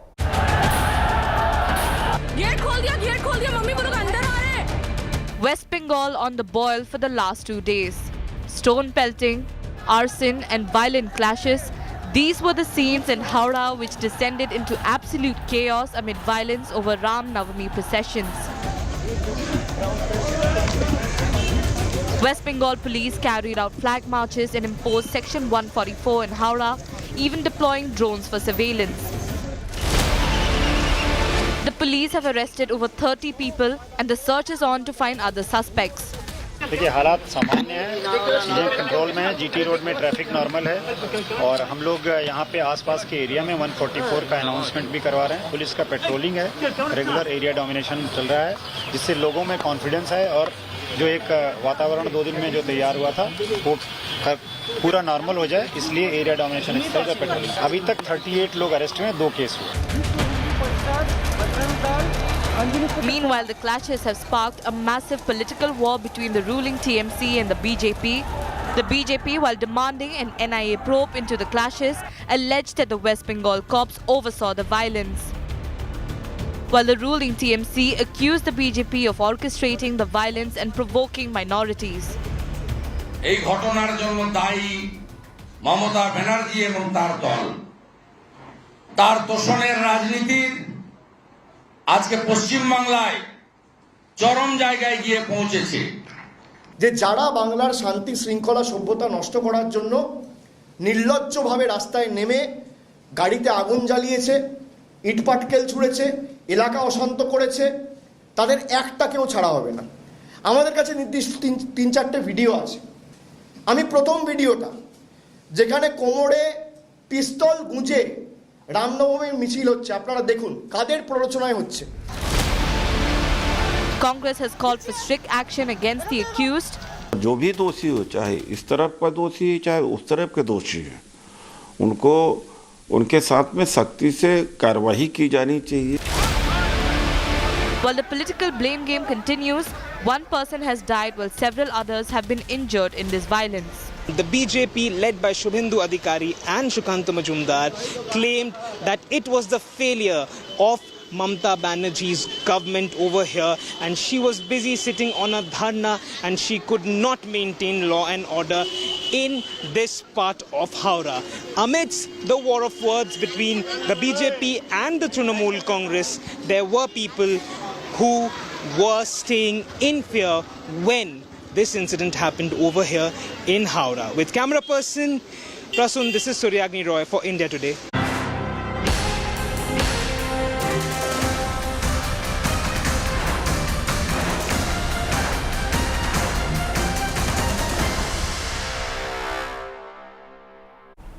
Karnataka Dangal intensifies. Rahul Gandhi's Satyamev Jayate Yatra, which was scheduled to take place on April 5th, has now been postponed to April 9th. That would now coincide with Prime Minister Modi's Project Tiger event, which is scheduled for the same day. Here's a report. State of war, Karnataka intensifies. A clash of titans for Karnataka.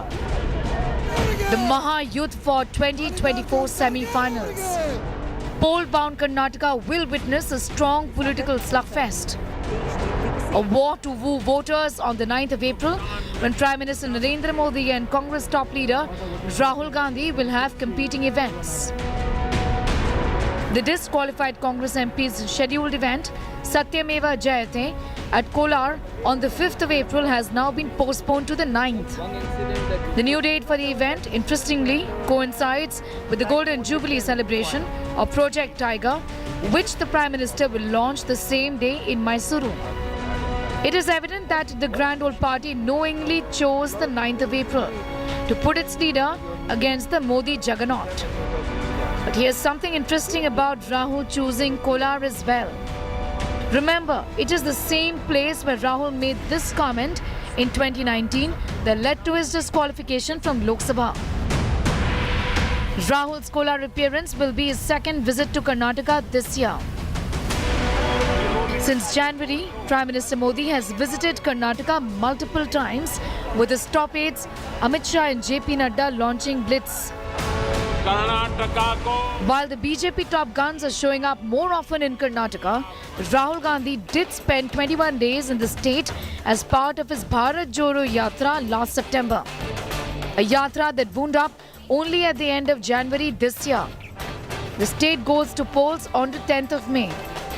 In a state haunted with fractured mandates, expect the 2023 war for Karnataka to be star-studded and loud. Bureau Report, India Today. YSRTP Chief Y. Sharmila has called upon all opposition parties to unite against the Telangana government. Y. Sharmila reached out to State BJP Chief Bandi Sanjay and State Congress Chief Revanth Reddy over a telephone call, appealing them to join her in the fight against the KCR government. She urged the opposition to join her to fight against KCR's family rule in Telangana, claiming that the KCR government was deceiving jobless youth and driving them to suicides and depression. Y. Sharmila has proposed a march towards Pragati Bhavan, the official residence of the Telangana Chief Minister. Bandi Sanjay and Revanth Reddy have both assured their support. BJP has also put up posters slamming the BRS government over youth unemployment. Meanwhile, BRS has condemned Y. Sharmila's call for opposition unity, calling it a vain effort to defeat KCR. BRS has rejected claims of unemployment, saying it was a ploy before the elections scheduled later this year. Mr. Bandi Sanjay has given a positive nod for the proposal, and we don't know what about the Congress party's nod, but whatever it may be, it is a good move by the opposition parties to fight against the tyrannical rule of the BRS government. And I think there is a need for an opposition unity to fight against the BRS rule. There are political parties in the opposition who have kept their ideologies aside and just to use it as a political ploy are coming up together against KCRG because this is an election year. Congress, BJP and Sharmila together trying to make this a political issue is really unfortunate, because this is the time that youngsters have to be motivated to see that they write examinations and they get their job opportunities provided by government of Telangana. But using them as a political bait has to be condemned. Warfads erupt between Aam Aadmi Party and BJP over Prime Minister Narendra Modi's degree after Gujarat High Court quashed the CIC's orders to furnish Prime Minister Modi's graduation and post-graduation certificates under the Right to Information Act. Delhi Chief Minister Arvind Kejriwal trained his guns against the BJP, reiterating his demand as to why there was a need for a Prime Minister and his degree to go public. Launching a direct attack on the Prime Minister, Kejriwal said that being illiterate is not a crime, but in the 21st century, it is important that India's Prime Minister is educated.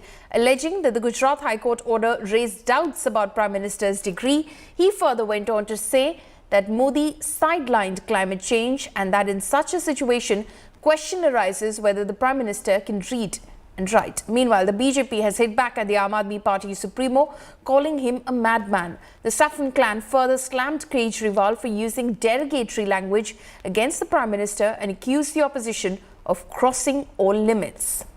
Gujarat high court का कल order आया कि देश के लोग जो हैं वो प्रधानमंत्री जी की एजुकेशनल क्वालिफिकेशंस के बारे में जानकारी नहीं ले सकते। इससे पूरा देश एक तरह से स्तब्ध है, क्योंकि हम लोग जनतंत्र में रहते हैं और जनतंत्र के अंदर तो प्रश्न पूछने की और जानकारी मांगने की आज़ादी होनी चाहिए। किसी का भी कम पढ़ा लिखा कोई गुनाह नहीं है, किसी का भी अनपढ़ होना कोई गुनाह नहीं है, कोई पाप नहीं है। देश के प्रधानमंत्री का पढ़ा लिखा होना बहुत जरूरी है। उनको गुजरात में कोर्ट से फटकार लगी है, जो कि उनकी प्रवृत्ति के अनुरूप भी है। ये ऐसे व्यक्ति हैं जो एक नहीं अनेक बार कोर्ट के द्वारा डांट फटकार पा चुके हैं, माफी मांग चुके हैं। इसलिए विषय प्रधानमंत्री जी की डिग्री का नहीं था, विषय तो इनके भ्रष्टाचार का था। ये उसके ओट में उसे छुपाना चाहते थे और इसीलिए ये इस प्रकार का स्वांग रचना कि जो चीज पब्लिक डोमेन में है, जो चीज यूनिवर्सिटी की वेबसाइट पे है, उसे मांगने के लिए कोर्ट में जाना, आपने सिर्फ और सिर्फ अदालत का वक्त जाया करने के लिए संवैधानिक उपकरणों को। वो कह रहे केजरीवाल साहब मुद्दे से ध्यान हटाना चाहते हैं। भारतीय जनता पार्टी का एक एक कार्यकर्ता मैं उससे कहना चाहता हूं, मुद्दे से ध्यान बिल्कुल मत हटने दीजिए। और अरविंद केजरीवाल जी अगर मुद्दे से ध्यान हटाने का प्रयास कर रहे हैं तो तुरंत आकर अपनी डिग्री देश के सामने दिखा दीजिए, सारा बवाल खत्म हो जाएगा। क्या देश के प्रधानमंत्री की डिग्री जानने का हक देश के करोड़ों लोगों को नहीं है? 140 करोड़ लोगों ने चुनकर उनको अपना प्रधानमंत्री बनाया है। क्या देश के लोगों को यह हक हासिल नहीं है कि अपने प्रधानमंत्री से ये पूछें प्रधानमंत्री की एजुकेशन क्या है? और अगर ये इख्तियार नहीं है तो इलेक्शन कमीशन पे भी जुर्माना लगाना चाहिए, जो हर उस आदमी से जो पार्लियामेंट और असेंबली का चुनाव लड़ता है वो एफिडेविट मांगता है कि आपकी एजुकेशन क्या है। Navjot Singh Sidhu walks out of Patiala Jail after 10 months. After spending about 10 months in the Patiala Central Jail in a 1988 road rage case, the former Punjab Congress chief Navjot Singh Sidhu walked free. Donning a blue kurta and a turban, Sidhu was seen walking out of Patiala prison to dhol beats arranged by his supporters outside the jail premises. He had a book in his hand as he walked out. Now, after his release, hailing Rahul Gandhis, Sidhu said that the former Wayanad Member of Parliament is a revolutionary and that he will rattle the government. Several posters and hoardings of Navjot Sidhu were put up at many places in Patiala city by his supporters to welcome him. Remember, Navjot Singh Sidhu has been released early over his good conduct in prison.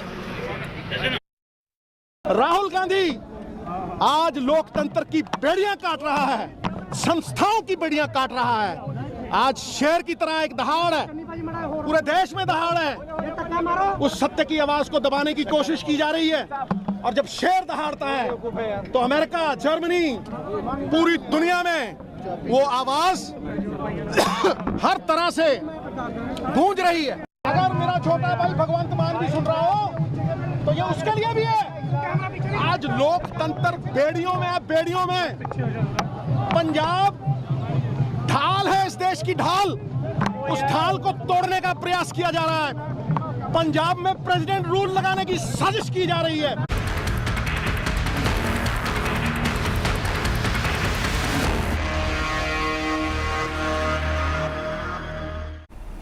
It's been more than 2 weeks, but Amrit Pal is still missing. Now, new CCTV footage has surfaced in which the Khalistani leader's aide Papalpreet Singh can be seen in Punjab's Hoshiarpur. The video is from March 29. Notably, this is the first time that Papalpreet has been seen without Amrit Pal.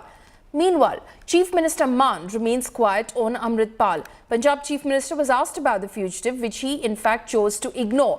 Punjab police launched the manhunt for Amrit Pal Singh on March 18, weeks after he led his supporters into storming into a police complex in Punjab's Amritsar district, protesting against the arrest of one of his associates. He has been on the run since then, and CCTV footage has shown Amrit Pal along with Papalpreet in at least 4 states. इस तरह बैंस साहब ने कहा कि ये अनंदपुर साहब ਨੂੰ ਜਾਂਦਾ ਹੈਗਾ। अमृतपाल सिंह ਜਿਹੜੇ ਵੀਡੀਓ ਪੋਸਟ ਕਰਕੇ ਜਥੇਦਾਰ ਸਾਹਿਬ ਨੂੰ ਕਹਿ ਰਹੇ ਕਿ ਵੀ ਹੀਰ ਕੱਢੋ, ਅਨੰਦਪੁਰ ਸਾਹਿਬ ਤੱਕ ਛਡਾਓ, ਕਿ ਉਹ ਸਰਕਾਰ ਤੇ ਪ੍ਰੈਸ਼ਰ ਬਣਾ ਰਿਹਾ, ਚੈਲੰਜ ਕਰ ਰਿਹਾ ਗਵਰਨਮੈਂਟ ਨੂੰ। ਤੇ ਇਹਦੇ ਨਾਲ ਹੀ ਜਿਹੜਾ ਦਿਲਸ਼ਾਨ ਔਰ ਸੀਰਤ ਨੂੰ ਧਮਕੀਆਂ ਦੇਣ ਦਾ ਸਿੱਖ ਆਰਗੇਨਾਈਜੇਸ਼ਨ ਨੇ ਵੀ ਵਿਰੋਧ ਕੀਤਾ। ਐਜ਼ ਸੀਐਮ ਤੁਸੀਂ ਕੀ ਕਰ ਰਹੇ ਹੋ? ਦੇਖੋ ਜੀ, ਮੈਂ ਅੱਜ ਟੋਲ ਪਲਾਜ਼ੇ ਨਾਲ ਸੰਬੰਧਿਤ ਜਿਹੜੇ ਸਵਾਲ ਨੇ ਉਹਨਾਂ ਦਾ ਮੈਂ ਜਵਾਬ ਦੇਵਾਂਗਾ। A Sikh preacher named Ranjit Singh Dhadrianwale has this to say to Amritpal. Listen in. ਤੇ ਅੱਜ ਵੀ ਅਮਰਤਪਾਲ ਜੇ ਕਿਤੇ ਸੁਣੇ ਤੇ ਡਟ ਕੇ ਖੜੇ ਵਿਆਹ ਖੜਾ ਹੋਵੇ, ਕਰੋ ਮੇਰੇ ਨਾਲ ਗੱਲ ਜਿਹੜੀ ਕਰਨੀ ਹੈ। ਮੇਰੇ ਪਰਿਵਾਰ ਨੂੰ, ਮੇਰੇ ਬੱਚਿਆਂ ਨੂੰ, ਮੇਰੀ ਫੈਮਿਲੀ ਨੂੰ, ਮੇਰੇ ਨਾਲ ਦੇ ਸਿੰਘਾਂ ਨੂੰ ਗੱਲ ਕਰਨ ਦੀ ਲੋੜ ਨਹੀਂ। ਅੱਜ ਵੀ ਜਿੱਥੇ ਵੀ ਕਿਤੇ ਹੈਗਾ ਸ਼ਰਤ ਇਹ ਲਾਵੇ, ਜਿਹੜੇ ਮੇਰੇ NSA ਲੱਗੇ ਆ ਮੇਰੇ ਬੰਦਿਆਂ ਦੇ ਉੱਤੇ, ਉਹਨਾਂ ਨੂੰ ਛੱਡੋ, ਮੈਂ ਤੁਹਾਡੇ ਸਾਹਮਣੇ ਪੇਸ਼ ਹੋ ਜਾਣਾ। ਸਾਰੇ ਬੰਦੇ ਘਰੋਂ ਘਰੀ ਪਹੁੰਚਾ ਦਿਓ, ਮੈਂ ਤੁਹਾਡੇ ਕੋਲ ਸਾਹਮਣੇ ਆ ਜਾਊਂਗਾ। Let's take a look at today's top national stories. Unidentified men used ink to blacken Hindi words on a name board at 4th station in Chennai. The defaced board was spotted at platform 5 by a railway contract worker. Meanwhile, the police have begun an investigation based on the footage recorded in CCTV cameras. Chennai police booked Assistant Professor Hari Padman in connection with allegations of sexual abuse levelled by students of Rukmini Devi College of Fine Arts, which functions under the Kala Kshetra Foundation. The development came after the students began their protest, stating that the administration hasn't taken action against the accused faculty members. Rajya Sabha MP Sanjay Raut allegedly received a threat via text message and a call from Lawrence Bishnoi gang, claiming that he will be shot with an AK-47 rifle if he is spotted in New Delhi. As per the police, the threat letter mentioned murdering him like slain Punjabi singer Sidhu Moosewala. YSR Congress activists in Andhra Pradesh attacked the convoy of BJP senior leader S. Satyakumar at Amravati. They stopped Satyakumar, who was returning from Mandadam village after meeting farmers. Also, the protesters stood across Satyakumar's car and raised slogans until the police intervened. They also broke the window glass of his car. India logged 2,994 new COVID-19 infections. The number of active cases has increased to 16,354 according to the Union Health Ministry data. Meanwhile, the death toll climbed to 5,30,876 with 9 deaths. 2 deaths each were reported from Delhi, Karnataka and Punjab, 1 from Gujarat, and 2 were reconciled by Kerala. Slipping into a short break, coming up next, the inauguration of the Neeta Mukesh Ambani Cultural Centre in Mumbai was a star-studded affair. Bollywood and Hollywood celebs attended the opening ceremony in style.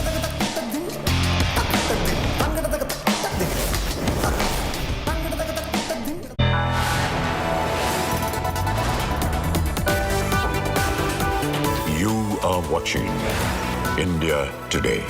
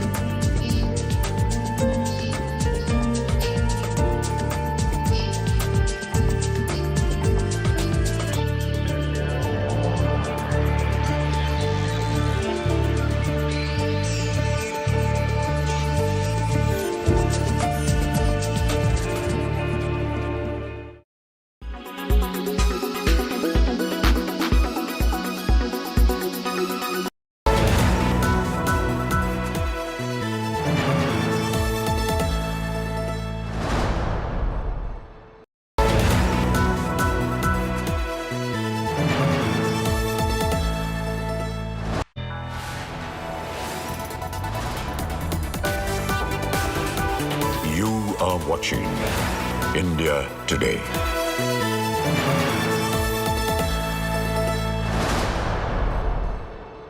Welcome back. The Neeta Mukesh Ambani Cultural Centre house within Geo World Centre in Mumbai was inaugurated with a grand opening. Indian and global stars were present for this grand gala. Here are the highlights. The hosts of the evening, Mukesh Ambani and Neeta Ambani, graced the carpet in a stylish look, with Mukesh Ambani donning a black suit and Neeta a blue silk sari. The NMACC is Neeta Ambani's dream project to preserve and promote Indian arts.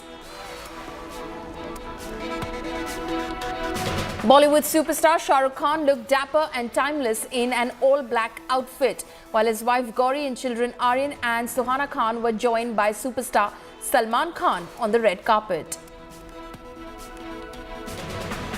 Bollywood royalty Kareena Kapoor Khan and Saif Ali Khan turned heads with their outfits in two different contrasting colors, red and white. Kareena looked elegant in a striking red sari, while Saif stood tall in a white kurta pajama set. Another look that turned heads belonged to star couple Deepika Padukone and husband Ranveer Singh. Deepika wore a beaded Anamika Khanna outfit complete with a cape, while Ranveer complemented her look in a silk white sherwani. Priyanka Chopra and Nick Jonas were among those in the star-studded audience. Priyanka turned heads with her sheer floor-length gown by famed Ellie Saab, while Nick Jonas wore a contemporary black suit. Bollywood star Alia Bhatt arrived in style for the grand opening. Alia stunned in a head-to-toe silver look with a custom silver sari by Vaishali S. It Girl and fashion's first lady Sonam Kapoor also showed up for the inauguration in another stellar look. The actress wore a contemporary white and red anarkali suit by JJ Valaya, complemented by traditional jewellery. American supermodel Gigi Hadid was also among the stars at the Ambani Gala, flying in all the way from New York. The supermodel donned a beautiful embroidered blazer gown by Rahul Mishra for the occasion. Another star donning a Rahul Mishra outfit was mega influencer Emma Chamberlain. Emma stunned in the green leaf embossed gown. And finally, newlyweds Siddharth Malhotra and Kiara Advani turned heads at the mega launch with these outfits. Siddharth wore a sherwani while Kiara complemented his look with a stunning gold contemporary lehenga. The inauguration of Nita Mukesh Ambani Cultural Centre in Mumbai was a star-studded affair. The centre opened on Friday in Mumbai. The evening was made special with the musical theatre Civilization to Nation. The dramatic showcase boasted over 700 performers and features art forms such as dance, music and puppetry. More in this report.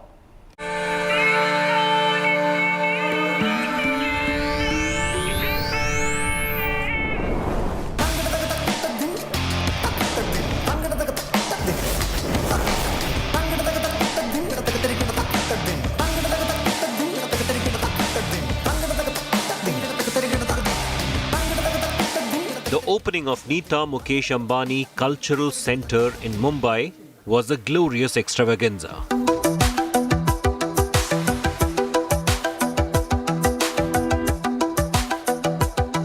A massive multidisciplinary space, NMACC is aimed at promoting Indian arts. NMACC is an ode to our country, to the rich legacy and heritage that we all have inherited. I hope the spaces here nurture young talent, not only from the metros and cities, but from small towns and remotest villages. I hope it becomes a home for the art, for the artisans and the audience. Yeah, and we hope to get the best of India here and welcome the best of the world here. The best in the world were indeed all there. From supermodel Gigi Hadid to YouTube star Emma Chamberlain, both dressed in Rahul Mishra, to Priyanka Chopra, Nick Jonas and Deepika Ranveer. My heart is full. I'm at a loss for words, but I think Mukesh and me had dreamt about having a cultural centre in India comparable to the best in the world. And hopefully today is a reality. I'm so looking forward to welcoming everyone to the cultural centre in Mumbai. It really marks India's coming of age in this new India and the new era that we have. And we now have the infrastructure to produce world-class content, we have the infrastructure to invite everybody else from the rest of the world to come to Mumbai. And with that, I hope that one day we have original shows that are produced by Indians and Mumbaiites here, and we go with a show from here to Broadway. Like all Ambani events, this one too had the Bollywood elite, southern superstars, sporting heroes, all in attendance. This superstar snapshot was one of the big moments on the red carpet. Shah Rukh Khan's family and Salman Khan in the same frame. And then the next generation posing with the original superstar. The political heavyweights were there too. Maharashtra Deputy CM, the former CM, and Union Minister Smriti Irani also attended the dazzling opening of NMACC.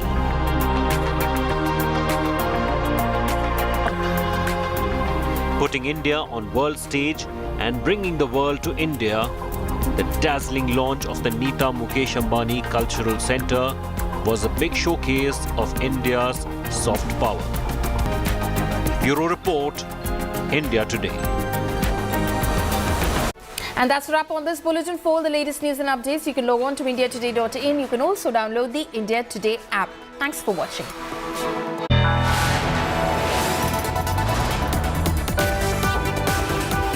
You are watching India Today.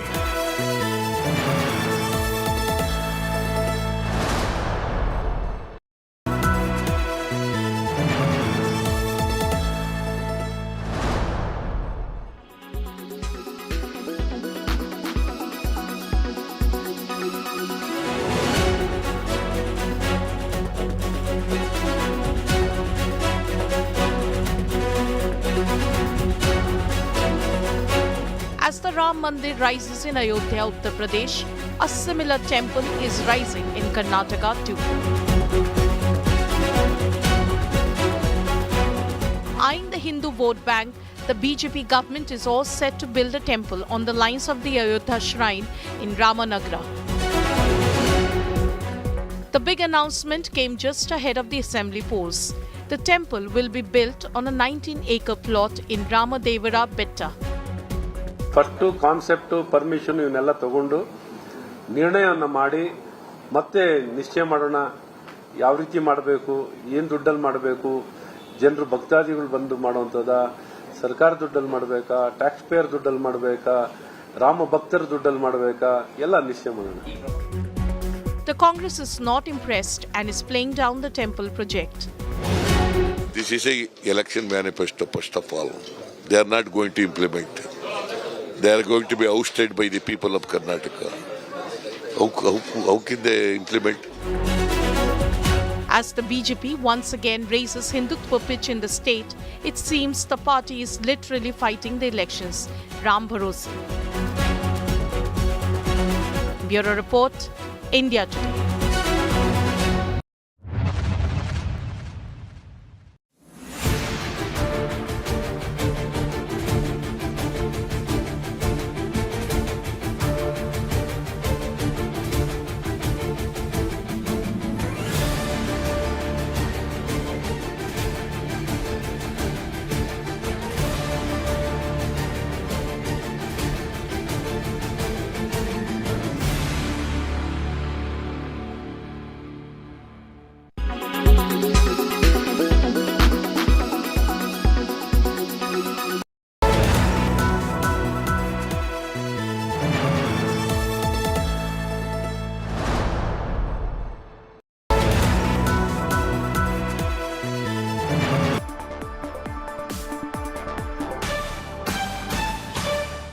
Hello and welcome to the Business Today show. I'm Udayan Mukherjee.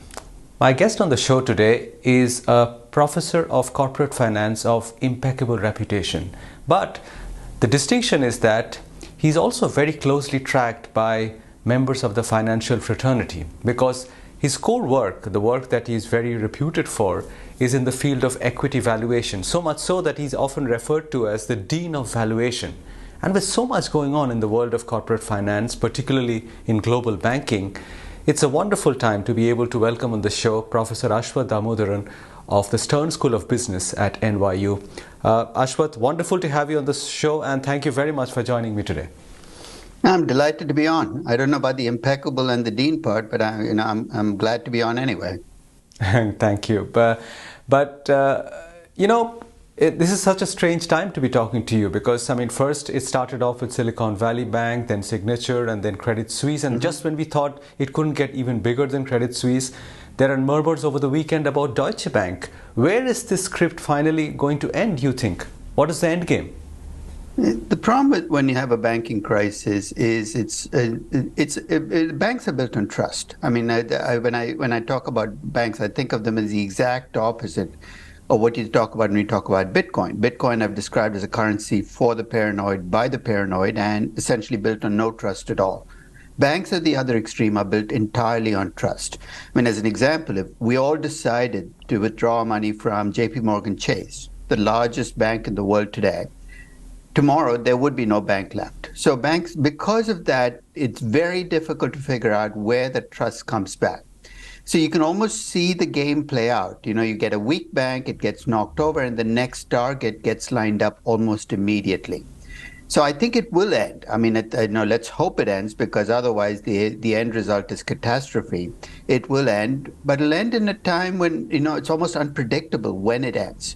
But it is going to play itself out, and eventually trust will come back, but there's going to be a lot of pain along the way. Will there be a serious accident, Ashwath, you think, by the time this ends? Or because the regulators know what the collapse of a single institution can do to the system, having seen it in 2008, they will do whatever it takes, throw whatever money it takes to prevent that from happening? See, they can do that with a single institution. They can't do it with institutions collectively. The reality is the regulators put together do not have the resources to stop a complete bank run. And that's what I meant about this being unpredictable. If, in fact, the regulators were in control of the process, you could rest easier, but they're not. They have only partial control. They can do what they can to try to change the game. But the game here is to bring trust back. And that's no amount of money brings that back instantaneously. And unfortunately, I think we have a trust deficit. We've had a trust deficit for a decade or more. And I trace it back to 2008.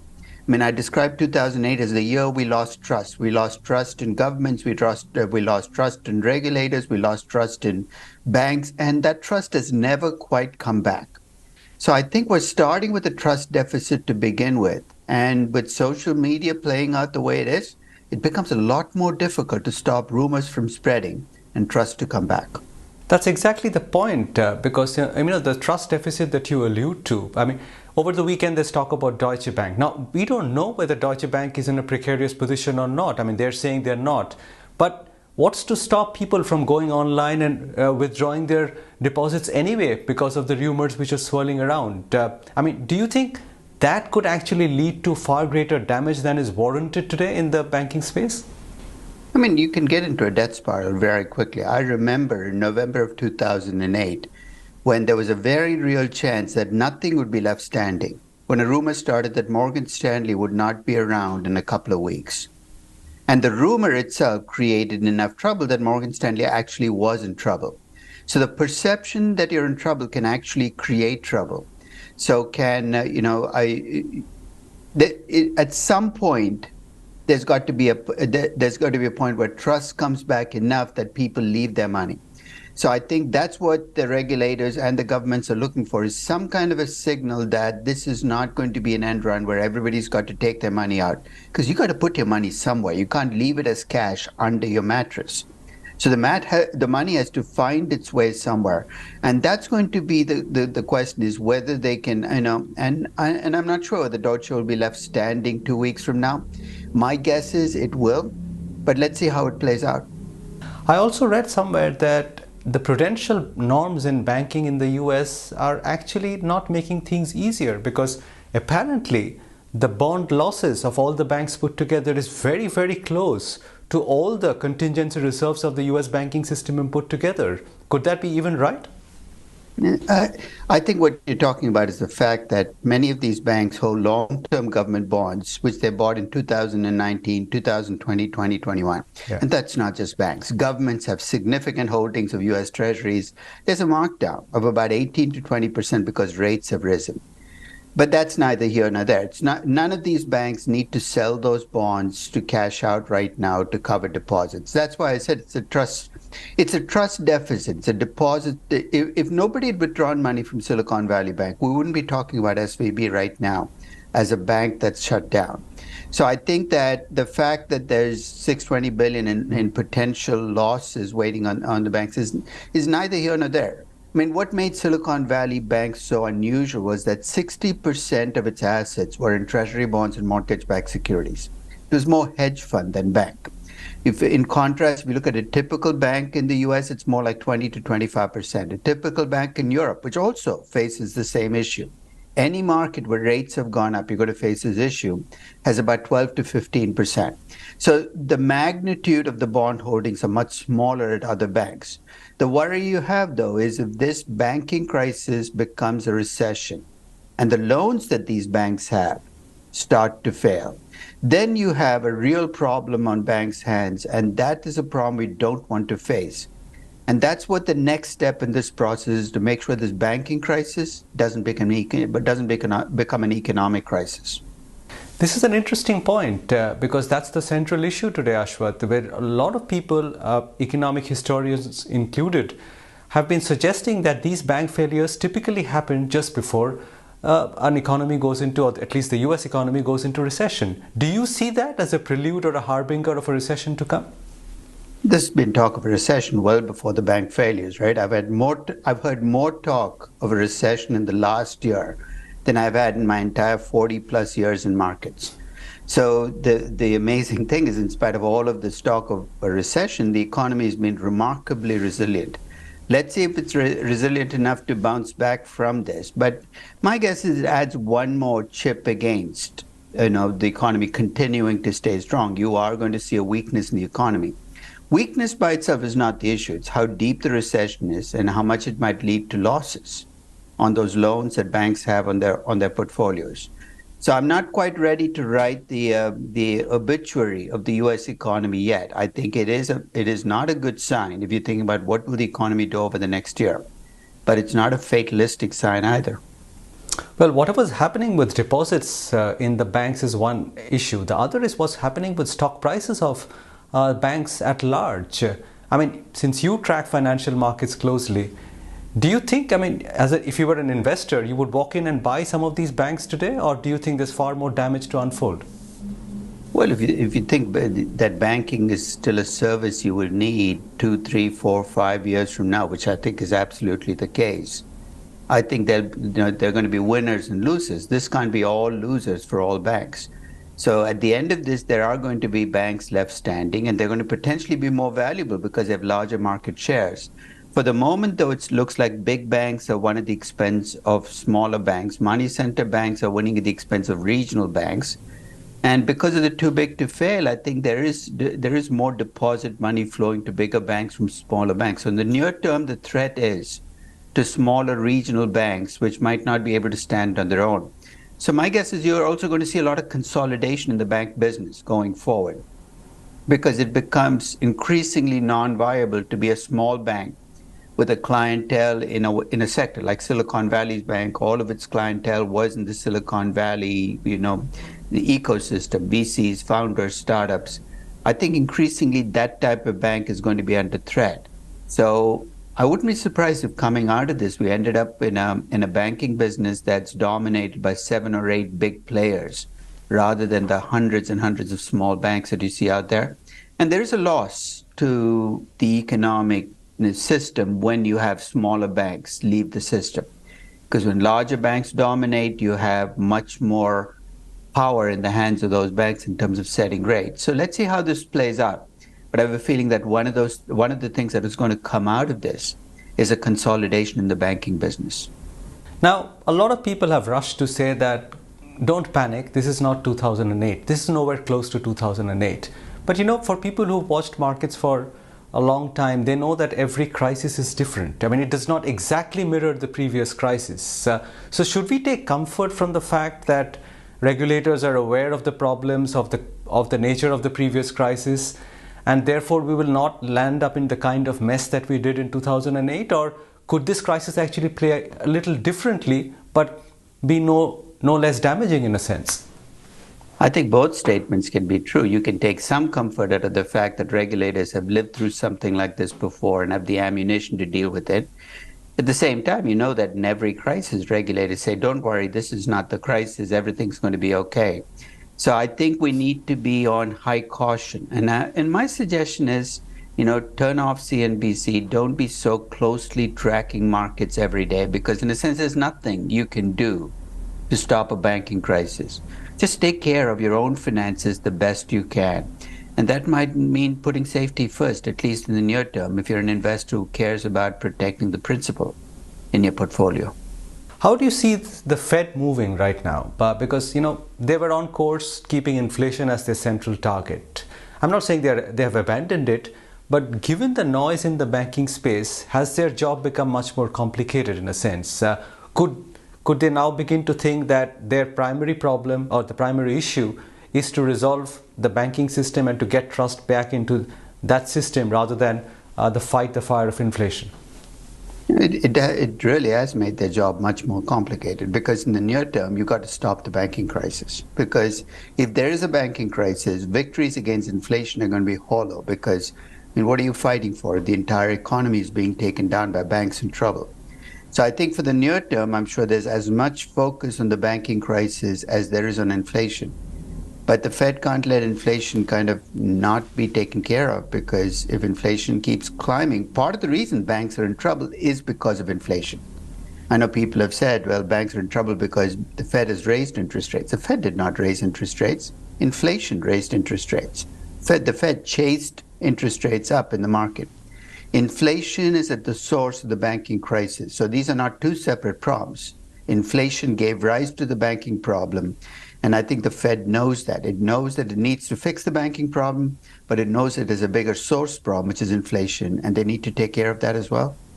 Now, is this an American problem, Ashwath, primarily? Because, over the last few days, there have been lots of ripples and tremors across Europe as well. In India, most of the regulators have said so far that our system is different, our safeguards are different, and India is not in the same boat. Do you therefore see it as in a sense, a localized American problem, or does it have global ramifications? It's less to do with geography than with parts of the world where interest rates have risen a lot. That's true in Europe and in the US. If you look at interest rates, the T-bond rate at the start of 2022 is 1.5%. At the end of 2022, it was 4%. In Europe, at the start of 2022, the Euro 10-year bond rate was close to 0%. By the end of 2022, it was at 2.5%. Any market where rates have gone up significantly is a market with a banking problem. And it's not just a banking problem. It's a problem with a lot of companies that have essentially mismatched durations, which companies do all the time. But these are the times when that mismatching comes back to haunt you. What saved Asia is not because the regulators are somehow more forward-looking and banks are more secure. It's because rates in India have not risen the way they have in the rest of the world. And that's true for a lot of Asia. So I think what separates the parts of the world that are not seeing a banking problem from the parts of the world that are seeing a banking problem is looking at what rates in that part of the world have done. And that's going to give you the answer. Time for a quick break on the show, but we shall return on the Business Today show with Professor Ashwath Damodaran of the Stern School of Business, NYU.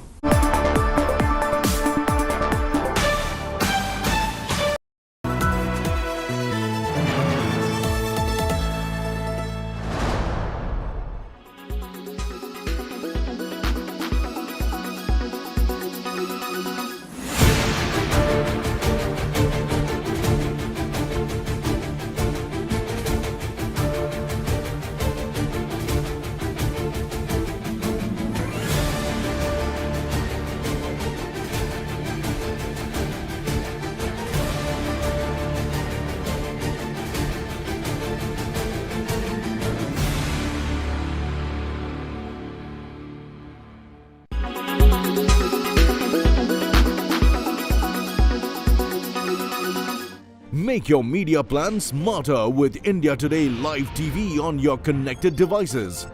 Amplify your brand with 100 million smart internet viewers. To advertise, mail us at sales@aajtak.com.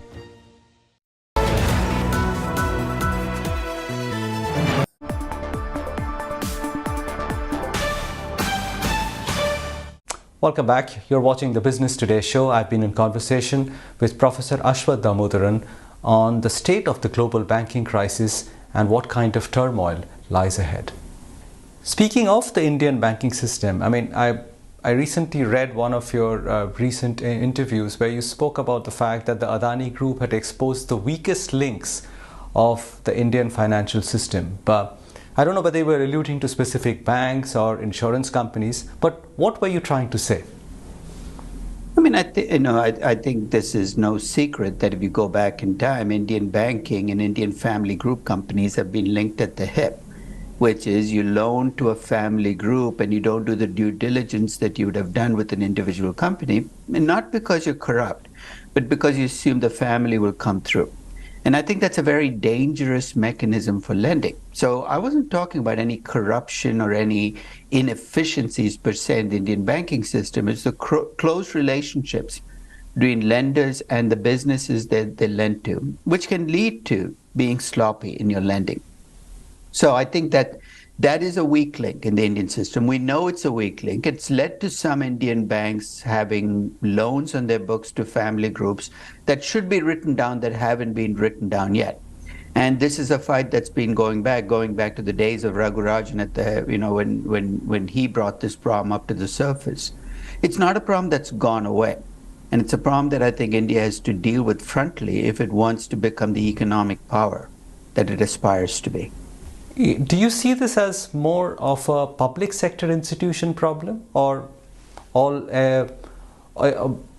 across? Because many of these group loans that you're talking about or business group exposures that you're talking about often end up in the hands or the lap of the public sector, whether it's the state-owned banks or the Life Insurance Corporation of India. Do you see a distinction there? See, this is the problem with banks, is risks and losses are not separable. If State Bank of India goes down, guess what? It's not just State Bank of India going down, it's going to bring down the banking system. And look at Silicon Valley Bank, the 16th largest bank in the US. In the largest scheme of things, you're saying, who cares if the 16th largest company goes down? 16th largest technology goes down, you wouldn't even have noticed. 16th largest bank goes down. Look at threatening to bring down the entire system. So unfortunately in banking, there's no such thing as separability. So if the big public sector banks have troubles, guess what? It's everybody's problem. That is true. But we keep talking about loans and loans going bad and exposure for the banking system. The other thing is what is going on in the ecosystem of digital companies, the new age digital companies in India, where they too are growing, but they don't have recourse to bank debt. They take the money from private equity companies, and now there is a squeeze out there. How do you see that whole crisis playing out? Because the obvious starting point has been a huge amount of job losses in India as these companies curtail operations. But what's the end game in that story? Well, two things. First is young companies should never borrow money. So not having access to bank debt is a good thing. Banks shouldn't be lending to young companies because what are they going to pay it back with? So it's true you're at the mercy of venture capitalists, which I guess is the version of private equity that plays out here. But come easy, go easy. I mean, these are companies that came out of nowhere to be worth billions of dollars. And these are companies that will lose value. So why do we shed tears about this? This is the nature of the process. In the good times, you raise too much capital. In the bad times, you won't raise very much. It's healthy for the ecosystem, for the weakest of these companies to essentially be shaken out of the system. So I know it's painful in the near term, but I think it's healthier for an ecosystem not to have too much money sloshing around. And in my view, for a decade, we had too much risk capital funding these companies. And what happened in 2022 was a reversal to normalcy. It wasn't some retreat to some bad spot. It was just a reversal to what a normal risk capital market looks like. So I think in a sense, you might be shedding tears for the wrong companies. These young companies that raised too much capital went after traditional companies and regular businesses and ruined them. I mean, nobody shed tears for those disrupted companies. So why are we shedding tears for the disruptors now? On hindsight, Ashwath, would you say that easy capital is the root of too many problems? I mean, we've seen it before. I mean, companies go through a cycle of 5 or 6 years where capital is abundant, risk capital, whether it's in form of debt or equity, and inevitably we'll land up in a major crisis. And the last 10 years, we know how that script has played out. In a sense, is abundance of capital a problem? Absolutely. Everybody becomes lazy and sloppy. It's not just companies, it's investors, it's regulators, it's governments.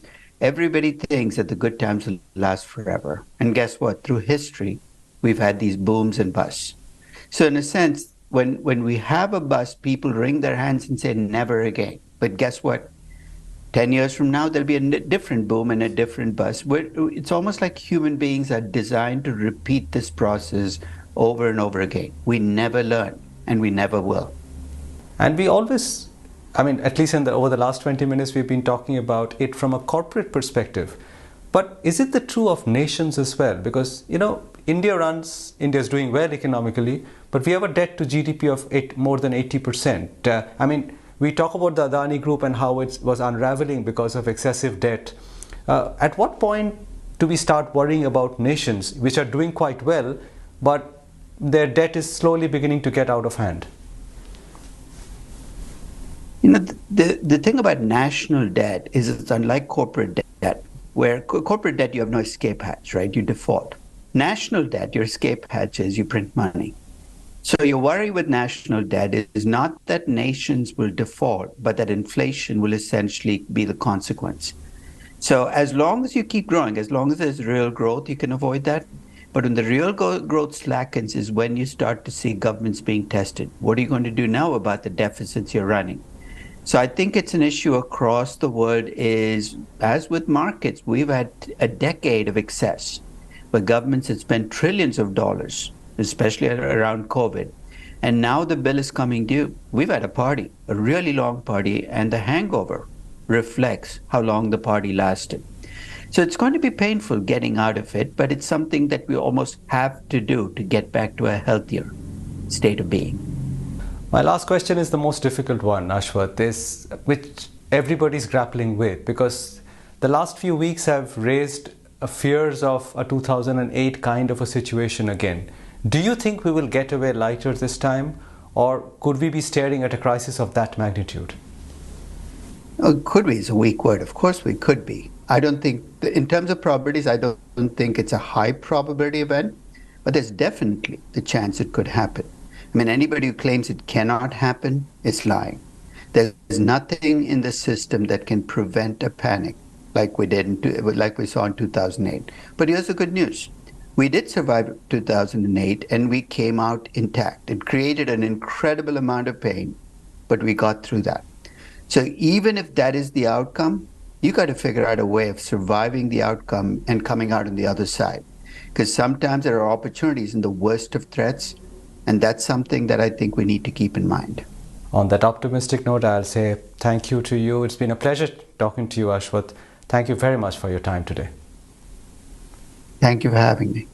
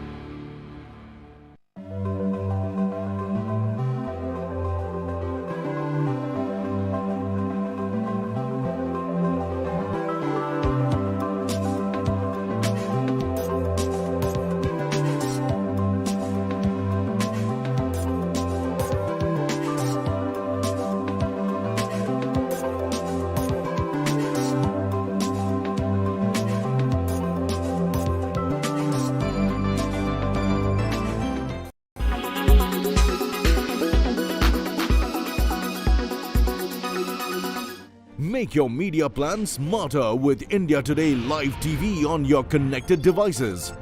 Amplify your brand with 100 million smart internet viewers. To advertise, mail us at sales@aajtak.com.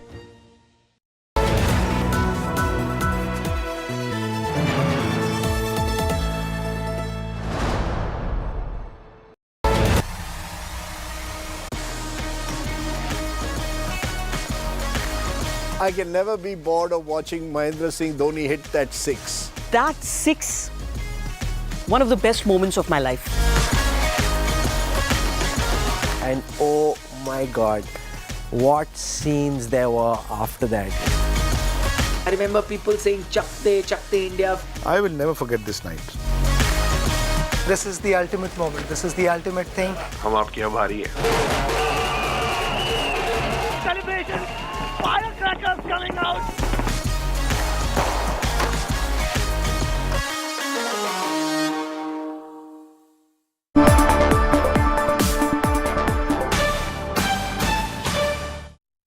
A very warm welcome to everyone here and a very warm welcome to Smriti Irani ji. Thank you very much for taking out the time, not just in Mumbai traffic, but flying all the way from Delhi to be here. And I know you have a packed schedule even after this. But I want to begin by sort of asking you about a question that I posed to other panelists earlier on. Being a woman and a powerful woman, but in the profession of politics, how tough has it been? Firstly, politics is not a profession. Because if you talk about politics from a perspective of a vocation, then you would put a price on public service. The fact that you can serve a country of 1.4 billion people is in itself a privilege. So I do not look at it as a profession, because I also think I belong to the media fraternity and I oscillated between media and politics. So I know the standards and the framework of what we call a profession. And I would rather that politics not be looked upon from a perspective of profit, from a perspective of competition amongst peers. I would rather that it be looked upon as a platform where multiple voices can converge for a greater good. That being said, when you call women powerful, how would you define power? Okay, I'm going to relate an incident, and I know I'm interrupting you to define what Smriti Irani is all about. I was on the campaign trail when she was in Amethi in 2019, and a big wildfire broke out. Her cars were caught in it, so was our car, and a big ember came and fell on her right foot. You know what she did? She just took off that chappal. I had a bottle of Bisleri water in my hand. She poured it over her foot and kept walking on. Isn't that a powerful moment? No, I think that's every woman.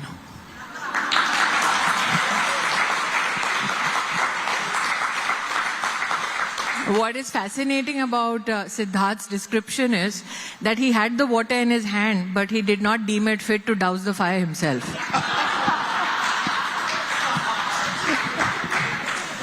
Typical man. Doesn't know what to do when there is an emergency. It always rests upon the woman to give a solution with alacrity. Okay, I know I set myself up for that, but I'm glad all of you are having a good laugh.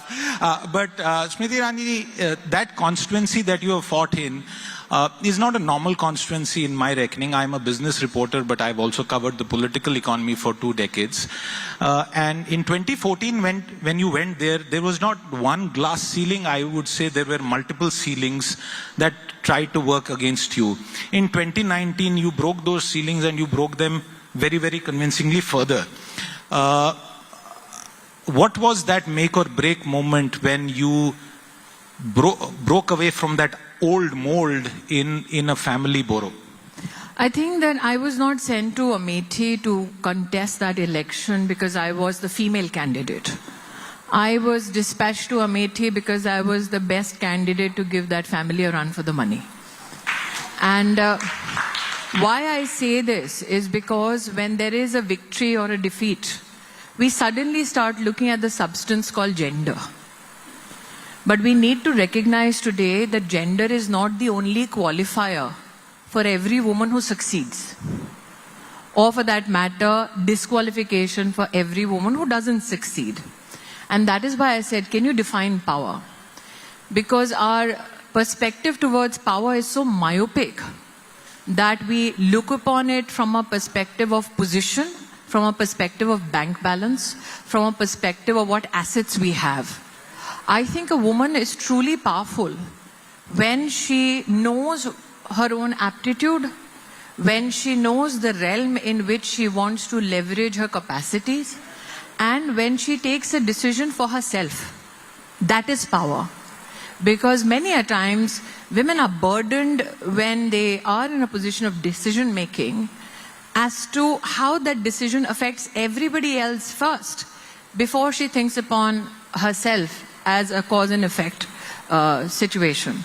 So for me, power is when you have the audacity to take a decision because that decision best suits you, without bothering about how you will be judged.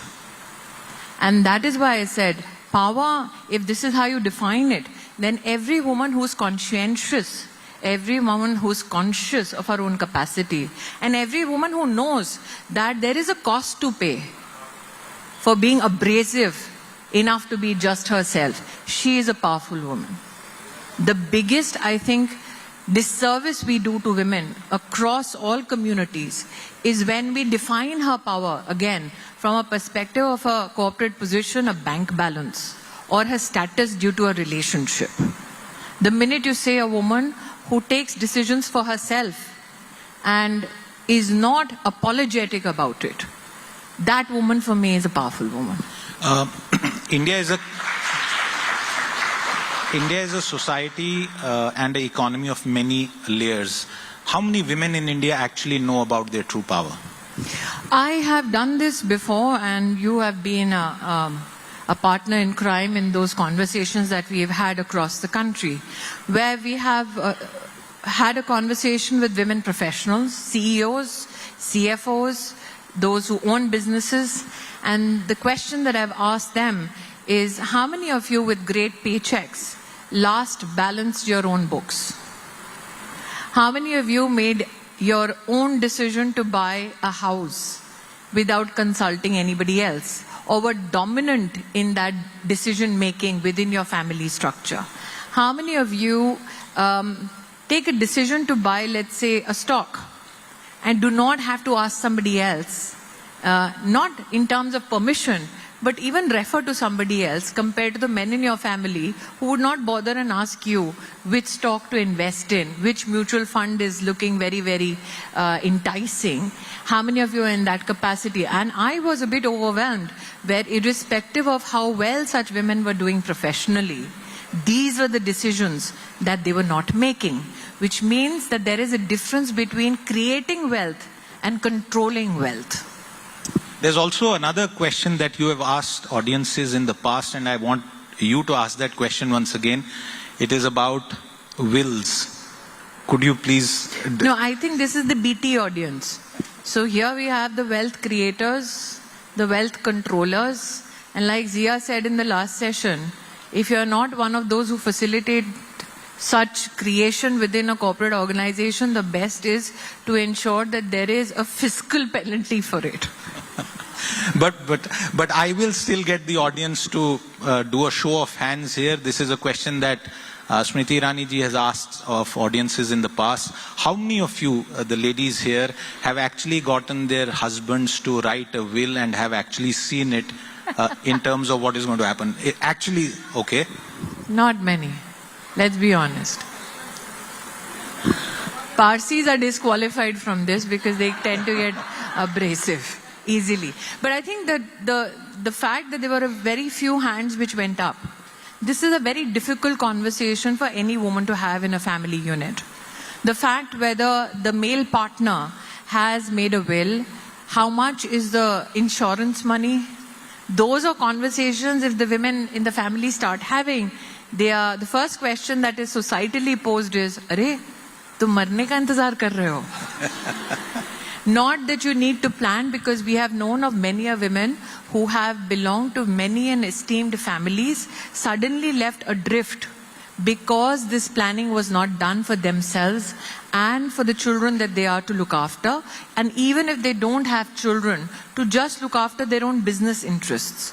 So I think that these are the uncomfortable conversations that need to be had, because these are conversations that protect families, not only individuals. And till such time we do not make these conversations comfortable in our own family drawing rooms, I don't think we can speak about complete empowerment or emancipation. And I believe that it begins from the teenage life of a young girl. When you talk about financial literacy, and Arundhati ji is here somewhere in the room, when you talk about financial literacy, there was a time where financial literacy was knowing about what is the banking system. I think we've gone way beyond that. Now is the time not only to teach about mutual funds, not only to teach about the stock exchange, but also how many of us educate young girls to say that your first ambition should be to buy your own house, to create a capital asset by the time, let's say, you're 25. So if those aspects become a part of our financial literacy engagements, including make a will, including how do you approach the issue of insurance, which includes not only personal insurance, insurance for your family, insurance for your business. I think that those are the aspects that need greater reflection and conversation around. India is the startup capital of the world, but my question is not a question for the boardroom audience. Are homemakers not powerful women? They are, but I think that if you tell me that how I am as a homemaker needs to be quantified financially, that means you will tell me whether my love is good enough as a mother to tell me how many rupees should it be slotted under. So there is a different opinion I have on this particular issue. When we say let's quantify what is the contribution of a homemaker. Let's quantify how much monetary value can you attach to the love a wife has for a husband. Let's quantify how much money is good enough for you to be denoted as a good mother or a bad mother. So I think that those concepts which have been, let's say, discussed in Europe may not be concepts which are acceptable to women here. If I'm admonishing my child, क्या आप वो पैसा भत्ता काट लोगे? Now, those are the complications that you need to address. But when you look at the latent talent, you're talking about the startup ecosystem, you're talking about, let's say, unicorns. Those are very progressive economic initiatives. But let's look at the base of women that we have today and how are they economically franchised. You have over 400 million women today in our country who are in the age group of the workforce, out of which 300 million women are in the unorganized segment. But when we look at even the organized segment, and I was listening to the panel just before mine, what are the 2-3 challenges that we have? Apart from the fact that we are looking at boardrooms, one of the issues that we need to look at is what are the negotiating skills that we teach young women when they get into a corporate entity? Because that again becomes a qualification whether a woman will rise in the corporate ladder or not, and what is the substance to the woman who seeks to be at that negotiating table. How many women were at the threshold of promotion will sit and compete with a man but then quiver when she has to ask for more money and settles for less so that she gets to keep the job or she gets to get the promotion vis-a-vis a man that she's competing with. Those are issues also that need, I think, discussions in the corporate world, because we are told that the glass ceiling per se, as you call it, and that again is a marketing addict, will only be broken if we have more women in the boardrooms. The issue that also needs to be added to this substantially is how many women who are in middle management get equal pay, or somebody who's, for instance, I've been a professional in the media business. When I entered the media business, I used to get roughly $1,800 a day, as compared to the male actor who was in the project, who was getting $10,000. But by the time I finished my first year contract, I knew they could afford to let the guy go, but not me.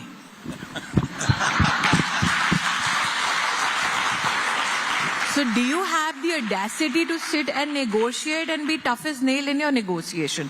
Do we teach that to young girls? And not be cantankerous in your negotiation. Be very, very cognizant of what you bring to the table. And companies that value talent and competitive talent and talent which comes and saves on time in terms of your productivity, they would love to keep such an individual. The issue is how many companies help women recognize that capacity. How many of us end up doing the job for our male colleague and say, "Acha, theek hai, mujhe jana hai, tum kar do." Right. And how many of us become the good talent in a company because we've stayed beyond the working hours, because we've worked during holidays where our male counterparts will not work. So I think that that young girls, especially at the age of, let's say, 15, 16, 17, need to be taught that instead of finding a good boy, the first thing you need to do is find a good house and a bank loan that can service it. The second issue is when we look at the corporate structure, apart from looking at boardrooms, let's look at negotiating skills for women when they talk about contracts, when they talk about promotions. If we can assist women in that, I think we will do a great service to the female kind in businesses. I want to steer the conversation away to more contemporary issues. Like you said, This is contemporary. Okay. I should have said more news related. This is essential. This is essential. It may be boring for you, but this is genuinely needed. Absolutely. This is the 20th edition It may not be a headline grabber. No. Okay. Yeah, you have me there. So let me come to the point straight away. You've broken the political glass ceiling many times over. Yet, please tell us, when the Congress attacks you, as has happened in the recent past, is it because of your political position? This is a headline grabber and it's a very boring question. Yes. Is it because you're a politician or is it also because you are a successful woman? It is because I'm not apologetic about the fact that for the first time in Indian democratic history, the sitting national president of the Congress party was defeated in his family borough.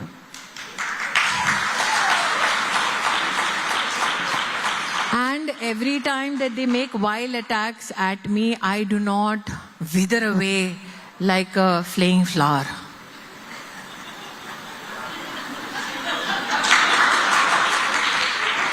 I don't care how many vile sexist attacks they mount, because they don't define me. I define me. I don't seek their validation or anybody else's validation for being who I am today. The only thing I seek is votes from my voter once every 5 years. And I do so not because I need the vote because I'm the female candidate, not because I need the vote because I've been once upon a time Tulsi. I get that vote or I go to that vote on the basis of work that I have done in my constituency. For instance, my constituency for 40 years was promised a medical college. 40 years we had a family in power, that medical college never got made. I've been an MP only for 4 years. What did not happen in 40 years, I have got that medical college going now. There was a bypass which was promised 30 years ago, which did not get made. I got that bypass made in the past 3 years. I'm the first MP who has a house in my constituency. I'm the first MP who's gone to every Nyaya Panchayat. There are 2,000 villages. I have gone to every village in my constituency. I'm the first MP who got the Zilla Parishad elected for the BJP. I'm the first MP that made sure that we have a dialysis center in Amethi which did not exist. Amethi did not have a chief medical officer's office. I got that office made. Amethi did not have a district magistrate office done. I got that made. Amethi did not have a police line. I got that made. That is why I go to my voter. और स्मृति जी, क्या यही कारण है कि लगातार कांग्रेस आप पे हमले करती है? Now you're grabbing the headline for Aaj Tak. Yes. And Kali is smiling there. क्योंकि आपने एक शब्द और इस्तेमाल किया और मुझे लगा आपने कहीं ना कहीं उसमें इशारा किया. आपने शब्द कहा डिस्क्वालिफाइड. आपने डिस्क्वालिफाइड शब्द होता है, मैं धड़ल्ले से बोलती हूँ, मुझे इशारा करने की जरूरत नहीं है. तो जो डिस्क्वालिफाइड सांसद हैं और उनकी पार्टी है, एक्स सांसद ऑब्वियसली, लगातार आप पे हमले करते हैं. कहीं ना कहीं ये आपको पर्सनली चोट देता है क्या ये? बिल्कुल नहीं, और मैं इसलिए कह रही हूं क्योंकि देखिए वो जिस धरा पर हैं, एक बहुत ही प्रतिष्ठित राजनीतिक खानदान से हैं, उस लेगेसी का अपना एक बर्डन होता है, एक एक्सपेक्टेशन होती है। मैं एक साधारण परिवार से हूं। जब जन्मी तो मेरे माता पिता के पास 150 रुपए से ज्यादा पैसा नहीं था। मेरी पहली नौकरी जो थी 1998 में, जब मैं फेमिना मिस इंडिया की फाइनलिस्ट रही, तब यहाँ मुंबई में बांद्रा में मैकडॉनल्ड्स देश का पहला खुला था, वहां मैं पोछा मारती थी 1500 रुपए के लिए महीने में। To lose to such a woman, as they used to call me, a chit of a girl, that must really smart that gentleman.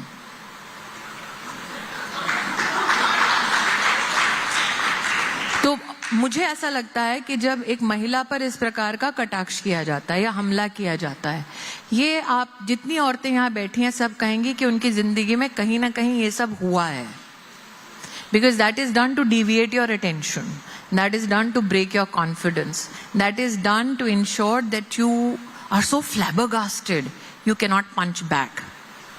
The only difference is every time I'm hit, I make sure they lose another seat.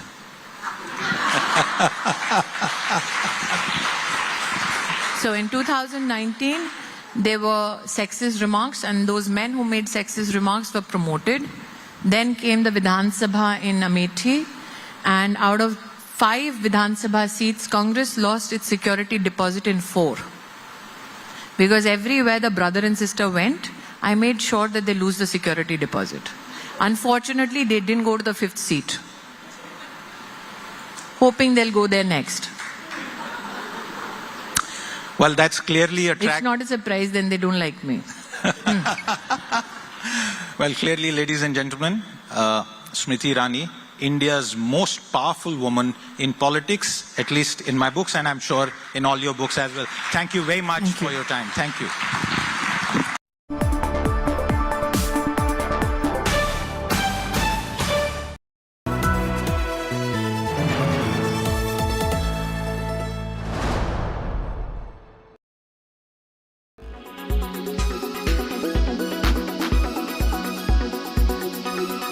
Chetan, what's the latest in what's been a long-drawn saga with regards to Ashok Hotel?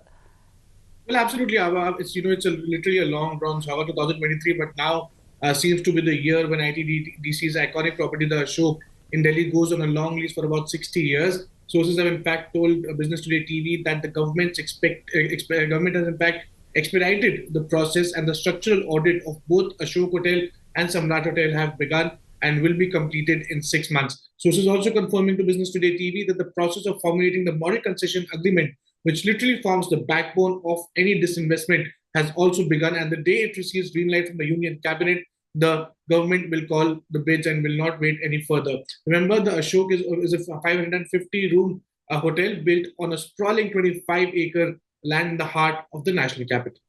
All right, Chetan, thanks so much for that. Now, will electric vehicles become cheaper given that prices of key battery inputs like lithium, cobalt, copper are all coming down? Chetan also sat down with Akshay Singhal, founder and CEO at Log9 Materials, on future EV price trends. Listen in. We've been observing that as the benchmark minerals, in fact, there has been a fall in lithium prices by nearly 20%. We are seeing cobalt prices more than down by 50% and copper prices down by 18%. What does it entail for India's electric vehicle manufacturing story, and especially the batteries, who form the most critical part for these 3 items? See, the point is, in particularly, and always a pleasure talking to you, Chetan.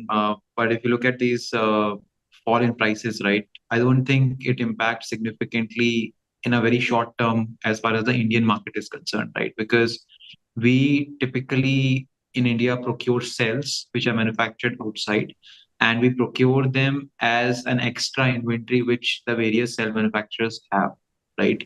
We are not at a scale in the Indian ecosystem where we have dedicated orders with the cell manufacturers so that the recent drop in price or change in prices gets affected into the cell procurement cost.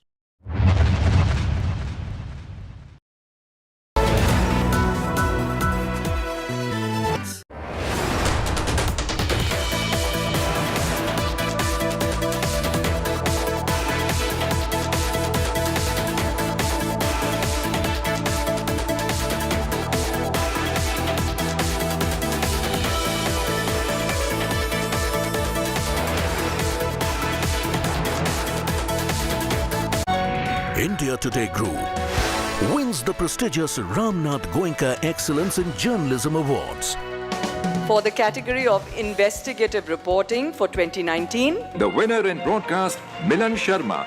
in the category of reporting on politics and government for 2019, The winner in broadcast is Bipasha Mukherjee from India Today TV. in the category of Hindi for 2019, In broadcast, Ashutosh Mishra from Aaj Tak. Shines bright with 5 awards. India Today Group, the gold standard in journalism.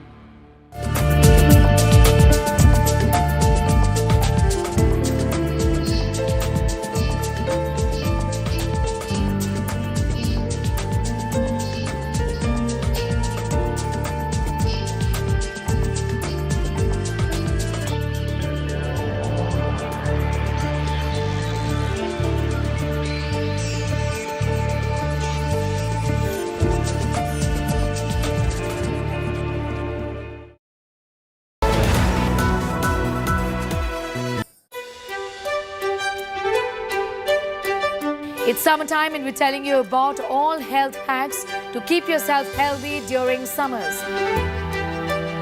How do you take care of yourself and how do you ensure your safety while you take that splash in the pool? What about Ayurvedic solutions to keeping your body cool during the peak summers? We're telling you about all that and much more in our latest episode of Health 360. Watch the show at these times only on India Today TV.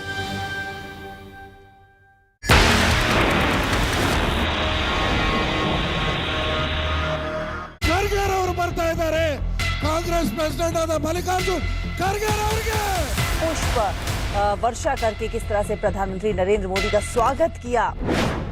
As state of war Karnataka begins, all hail the state's 5 big gladiators.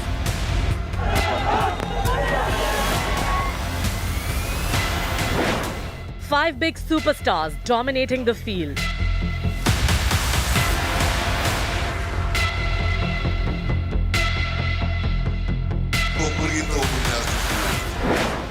From old warhorse Yediyurappa to chief challenger Siddaramaiah.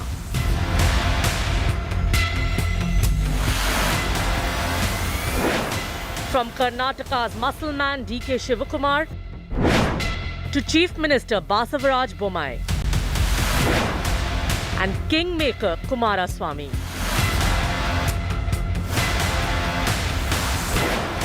Five personalities in a Game of Thrones. Karnataka's gladiators. Welcome, you're watching our Karnataka Election special with me, Nabila Jamal, right from Ground Zero, Karnataka's Bengaluru. In this special here, I'm going to take you through a few key people of Karnataka who really define this electoral space here. We're going to call them gladiators. So in our special, first up, our first gladiator here is the Lotus King, B.S. Yediyurappa. B.S. Yediyurappa has very recently resigned from electoral politics, which means he's not going to be contesting from a BJP ticket anywhere, but he's still really the face of the BJP here. He is the key factor in these polls for the BJP to get to the finish point with a win. Let's take you through exactly the reasons to why we say that. Karnataka is the only southern state where the Bharatiya Janata Party has ever formed a government. But Karnataka is doubly special for the BJP because Karnataka is the first state where the party formed in 1980 first got the taste of power as the ruler. And if there was one man who played a very crucial role in establishing the BJP in this state, Then it had to be B.S. Yedurappa or BSY, a seasoned and wily politician who would come up with a much discussed political strategy called Operation Lotus. It is no wonder then that every time that the BJP formed a government in Karnataka, it was BSY who became the chief minister till 2021. 4 times the BJP staked its claim to govern Karnataka, and 4 times BSY took the chief minister's oath of office.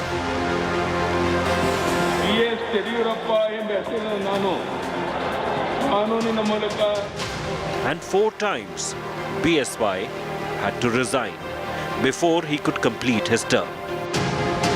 Twice Chief Minister Yedurappa resigned because the BJP could not ensure the confidence of the House. Ironically, the remaining 2 times, Yedurappa had to resign because he himself lost the confidence of the BJP. It was on 26th of July 2021 that 4-time Karnataka Chief Minister announced his resignation.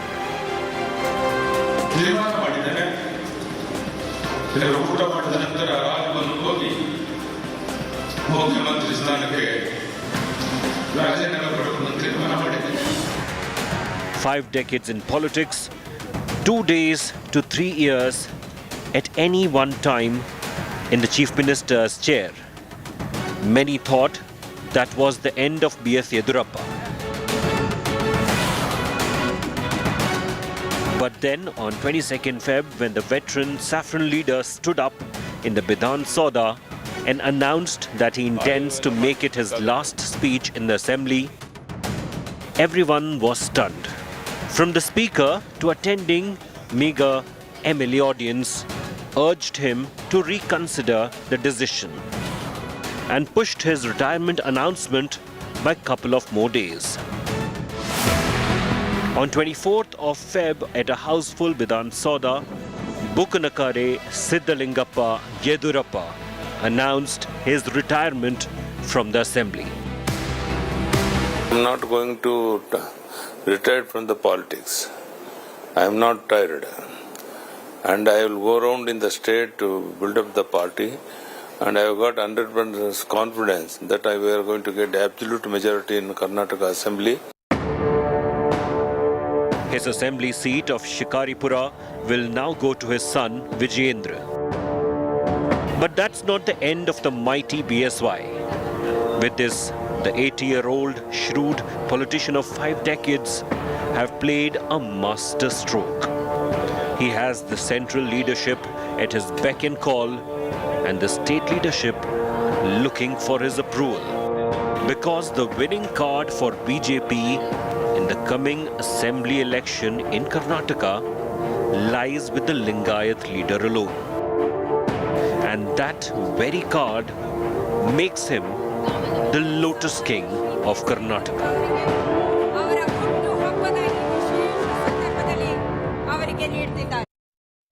If there is a befitting counter to political heavyweight B.S. Yedurappa, it has to be Congress's Siddaramaiah. He, in fact, is the second Chief Minister of the state who's managed to complete his full term. And this time around, he vows to come back with a vengeance before he actually quits from electoral politics. These are his claims. Let's have a look.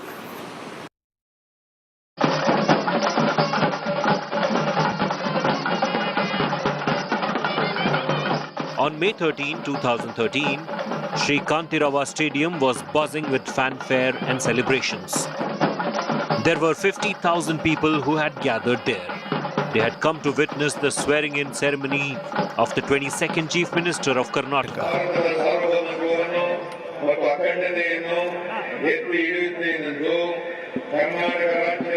The one who would lead the state after the Congress swept to power with a comfortable majority.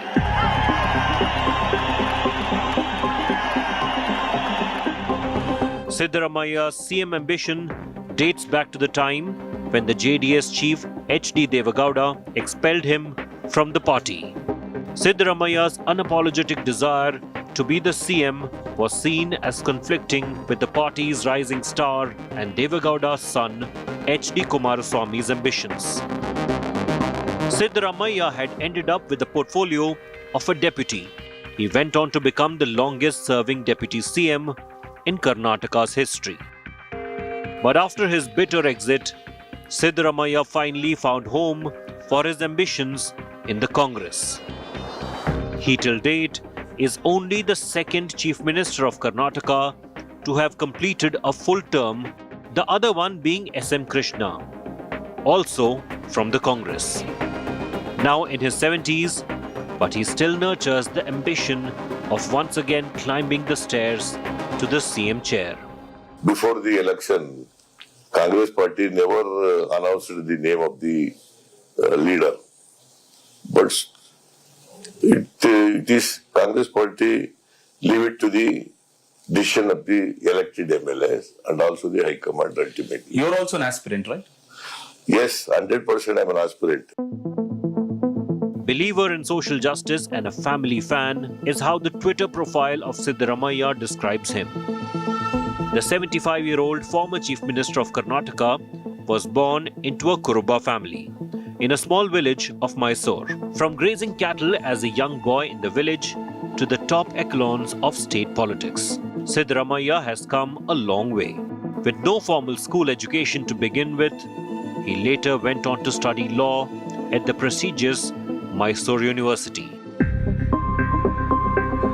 Siddaramaiah is hardly ever seen with his wife in public.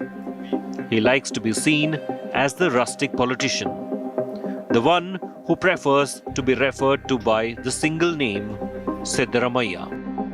Always attired in traditional white local dress, the Congress leader is also a self-confessed agnostic. In his rise to political prominence, Siddaramaiah had positioned himself as a leader of the backward classes, and it helped that he belonged to the powerful yet backward Kuruba community. Today, when the state is facing a major challenge over brewing discontent on reservations extended to Lingayats and Vokaligas, he promises better solution. See, reservation is already there 56%. 10% the EW is reservation. 66 total. 66% is Correct. there. They should have enhanced this, relaxed this ceiling. They should have given to Lingayats and Vokaligas. There was no problem at all. Will you revoke it and come back when you come back to power and redo it? You will have a re-look into the entire reservation. Over the years, Siddaramaiah's politics was shaped by Lohiyite ideas and Ambedkarite Dalit movements. For him, the 2023 Karnataka Assembly election is the last match before he retires from electoral politics.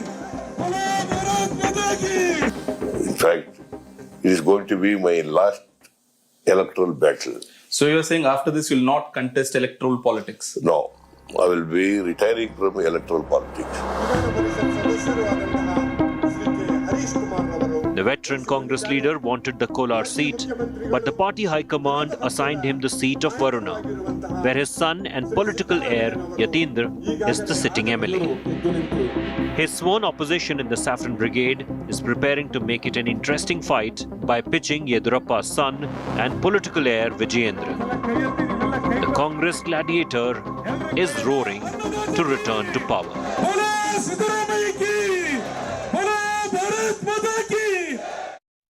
Standing between the two is this gladiator, incumbent Chief Minister Basuraj Bommai. Basuraj Bommai in the last 2 years or so has really weathered the storm, both good and bad. But I should say here, more than good, Basuraj Bommai as a Chief Minister has really faced, he's in fact been marred, his government and he has been marred with corruption allegations and charges, putting this gladiator at a back foot right during the election season. 63 years old incumbent Chief Minister of Karnataka, Basuraj Bommai, faces the toughest challenge in this election ring.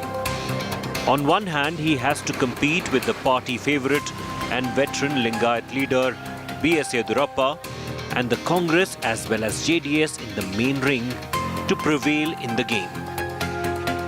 This Sadar Lingayat leader is the torchbearer of his father and former Karnataka Chief Minister S.R. Bommai's political legacy. It made him a fearless leader who risked meddling with caste-based reservation system right before the poll bugle was sounded.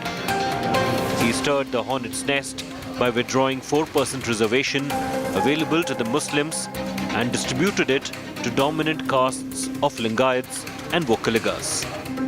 But what stung his government more are changes in quotas for the Dalit groups. A scheduled caste subgroup, Banjaras, protested. ಕಾಂಗ್ರೆಸ್ನ ಪ್ರಚೋದನೆ ಇದೆ ಇದರ ಹಿಂದೆ. ಅಲ್ಲಿಯ ಸ್ಥಳೀಯ ಕಾಂಗ್ರೆಸ್ ನಾಯಕರು ಪ್ರಚೋದನೆ ಇದೆ ಇದರಲ್ಲಿ. ಎಲ್ಲ ರೀತಿಯ ಸಾಮಾಜಿಕ ನಾಯಕ ಕೊಟ್ಟಾದ ಮೇಲೆ ಅವ್ರಿಗೆ ತಡ್ಕೊಳ್ಳೋಕ್ಕಾಗದೆ ಈ ಥರ ಹಿಂಸೆಗೆ ಪ್ರಚೋದನೆಯನ್ನು ಕೊಡ್ತಾ ಇದ್ದಾರೆ. ಈ ಪ್ರಚೋದನೆಗೆ ಬಂಜಾರ ಸಮುದಾಯ ಒಳಗಾಗಬಾರ್ದು. ಬಂಜಾರ ಸಮುದಾಯವನ್ನು ರಕ್ಷಣೆ ಮೊದಲಿಂದನೂ BJP ಮಾಡ್ಕೊಂಡು ಬಂದಿದೆ, ಮುಂದೂ ಕೂಡ ಮಾಡ್ಕೊಂಡು ಬರ್ತೇವೆ. ಈ ಥರ ತಪ್ಪು ದಾರಿಗೆ ಎಳೆಯುವಂಥ ಪ್ರಯತ್ನಗಳಿಗೆ ಅವಕಾಶವನ್ನು ಮಾಡಿಕೊಡಬಾರ್ದು ಮತ್ತು ಕಾಂಗ್ರೆಸ್ನವರು ಮಾಡುತ್ತಿರುವಂಥ ಈ ಕುಕೃತ್ಯಕ್ಕೆ ನಾನು ಖಂಡನೆ ಮಾಡ್ತೇನೆ. A mechanical engineer by profession, he is an agriculturist as well as an industrialist. His was the first state government in the country to implement National Education Policy 2020. The Bommai government passed the Anti-Conversion Bill in December 2021, prohibiting forcible conversion of religion from one to another by fraud, allurement or marriage. The sitting Karnataka Chief Minister's Raita Vidyanidhi scheme benefited farmers, tribals, weavers and fishermen. In Feb 2023, Bommai, along with Prime Minister Narendra Modi, inaugurated Asia's largest helicopter manufacturing facility, HAL, in Tumkur. The Basavaraj Bommai government increased pension for widows and financial assistance for disabled from 600 rupees to 800 rupees per month. Old age pension under Sandhya Suraksha scheme increased from 1,000 rupees to 1,200. 7,000 CCTV cameras have been installed in Bengaluru under Safe City project during his chief ministership. In October 2021, he revived the Chief Minister's dashboard, Pratibimb, an online portal to review development works designed in line with that of the Prime Minister's office. With Bommai at the helm of affairs, Karnataka attracted foreign direct investment of 1.63 lakh crores or 38% of total investments in the country and contributed $25.87 billion in terms of exports. Yet Basavaraj Bommai faces a big challenge. Karnataka so far has never voted the ruling party back to power. After the advent of Narendra Modi ji, the whole trend about election performances is concerned has changed. Most of the polls were won on anti-incumbency earlier. For the first time, Narendra Modi has set a trend, new trend, where polls can be won with pro-incumbency. And I am in the second category. I am quite confident that we will have a comfortable and more majority this time with the blessings of people of Karnataka, and will come back to power in thumping majority. Biggest allegation against the Bommai government has been corruption. State Contractors Association wrote to the Prime Minister complaining that they have to pay a 40% commission to ministers and legislators. It rocked the government. Allegations of Bitcoin scam, PSI recruitment scam, which saw AGDP rank officials being arrested, has put his government in the dock. In September 2022, his posters with the phrase "Pay CM" written above were spotted across Bengaluru. The Chief Minister alleged the opposition for dirty politics in response. ಇದು dirty politics, ಕಾಂಗ್ರೆಸ್ಸಿನ dirty politics. ಯಾವುದಾದ್ರೂ ವಿಚಾರ ಇದ್ದರೆ ನೇರವಾಗಿ ಮಾತನಾಡಬೇಕು, ದಾಖಲೆ ಕೊಡಬೇಕು, ತನಿಖೆ ಆಗಬೇಕು.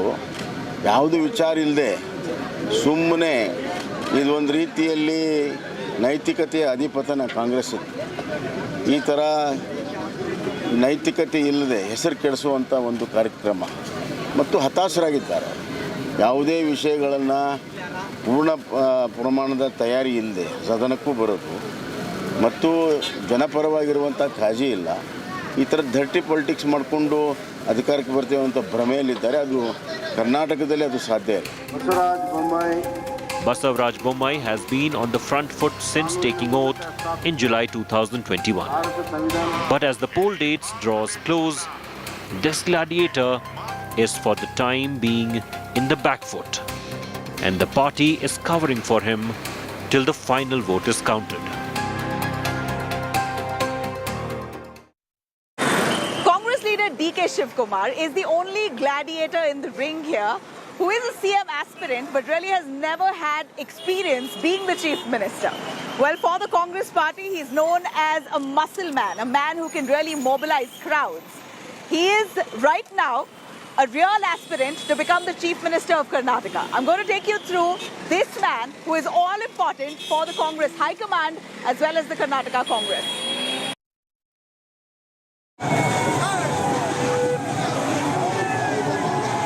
On 15th May, the Karnataka Congress President DK Shivakumar would turn 61. The question is whether it would also be the day when he can be declared as the top boss of the state government. Is DK Shivkumar going to be the CM in Karnataka if Congress wins? Let us not discuss on the CM. May 10th is a day for a change. May 10th is a day to root out corruption. May 10th is a day for the good governance of Karnataka, for a better Bengaluru, for a global Karnataka, and it will be for a change. I think the double engine has failed, and a new engine for a prosperous and a progressive Karnataka will come on May 10th, and that I wish that the people of Karnataka will use the new engine. But right before the poll dates were announced, Congress muscleman was embroiled in a controversy over a video going viral where he was seen throwing cash at a rally. Unperturbed, the Congress state chief counterattacked and hit back at the BJP for its alleged corrupt practices. There was a video that's come out of yours throwing some cash at people. Bommai has accused that this is Congress's nature. What would you say? Bommai, I don't know, he has to tell about 8 crores of money seized in his own MLA. That he has to answer. He has not answered. The Prime Minister has not answered. He has to answer on 40% commission. He has to answer on PSA scam, which he was the Home Minister. He is the father of corruption in Karnataka. This Vocaliga leader of the Congress has pan-Karnataka appeal and grassroots organizational capabilities. In this crucial game of electoral battle, the grand old party is depending on this gladiator to energize the cadre and the party with a victory on 13th of May. And then there is the other gladiator, who could be the kingmaker or the king himself, all depending on how really Karnataka finally decides to vote.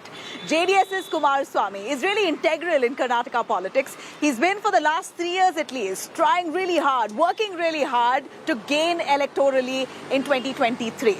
And for this kind of legwork, he's really hoping that this time around, he reaps the kind of benefits he hopes to.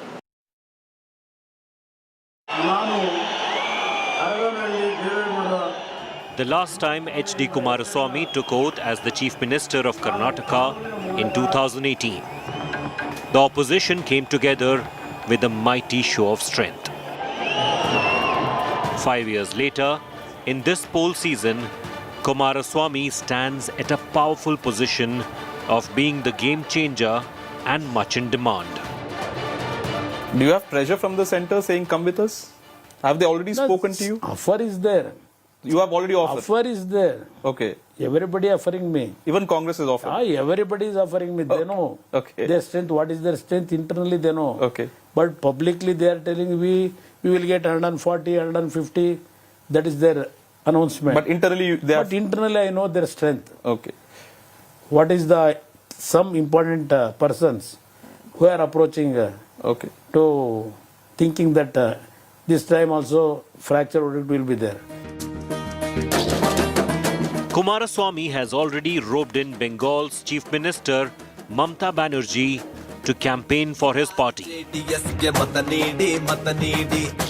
The Janata Dal secular chief knows his worth and claims to have worked hard to consolidate his support base in Mandya and Mysuru region, while he has been supervising the spread of party footprints in the north. According to me, whatever I worked very hard work for 18 hours a day, how the people's response, I have full confidence that our government will be formed by the blessings of these Karnataka voters independently. I know my strength now. From last 3 elections, where we lapsed our working style, because why we failed, all those things, we worked it out. How to solve those problems, how to set it. On that basis, I am telling you, in this election, because of 2 national parties' attitude, people want a regional party. This time they were going to choose Janata Dal to form the government on their own. This is my impression wherever I am going throughout the state. Both BJP and Congress blame the other for reaching an understanding with the JDS.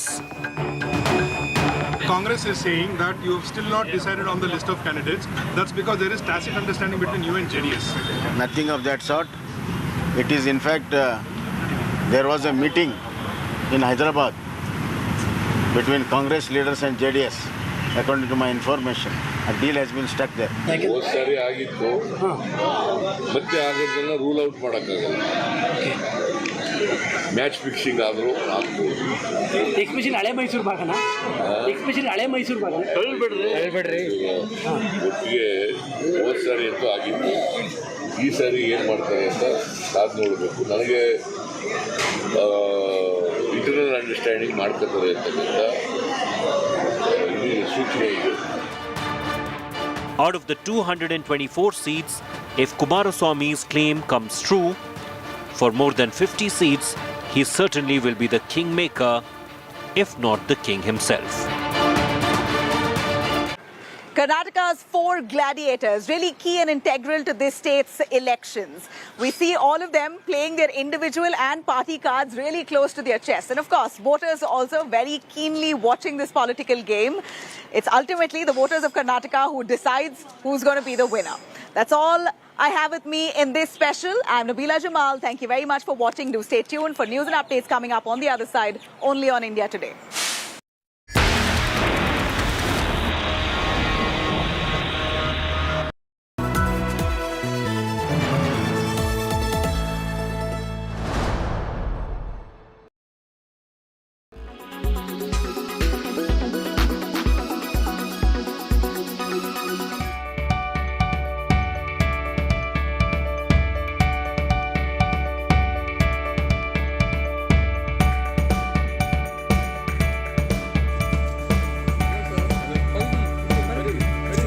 With 2 back-to-back sightings in Mumbai, Aam Aadmi Party MP Raghav Chadda and Bollywood actor Parineeti Chopra's sightings have set the gossip mills churning. While the AAP MP has been coy amid questions over his relationship status with the actress, क्या इस पर आप हमें बताएंगे? आप मुझसे राजनीति के सवाल करिए, परिनीति के सवाल ना करिए। लेकिन जो परिणीति के सवाल कर रहे हैं उनको आप क्या जवाब देंगे? आपको देंगे जवाब। आपकी मुस्कुराहट से और कयास लगेंगे। Thank you sir. Parineeti Chopra's latest visit to trousseau designer Manish Malhotra's residence has all but confirmed that wedding bells are ringing. Social media is abuzz with this new relationship, and it has even found a mention amid Rajya Sabha proceedings. You already have been in, you occupied enough space in social media. This may be a day of silence for you. But it is this congratulatory tweet by another AAP MP that has cemented wedding rumours. Sanjeev Arora took to Twitter to congratulate Raghav and Parineeti for the union. Parineeti and Raghav have been friends for many years now. Their friendship dates back to their time at the London School of Economics, and they have a shared love for travelling along with a mutual friend circle. There is no doubt that the two make for a power couple, with one being the youngest member of parliament and another a Bollywood actress belonging to the Chopra clan. Entertainment Bureau, India Today.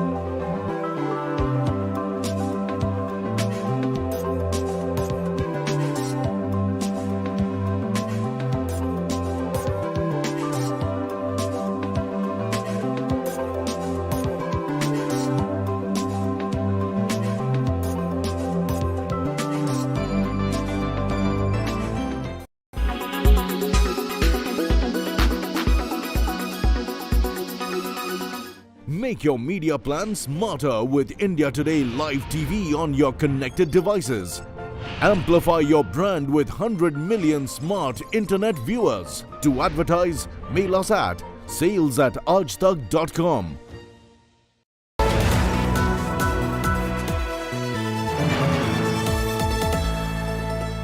Good evening, viewers. Let's take a look at the weather report across the major cities this evening.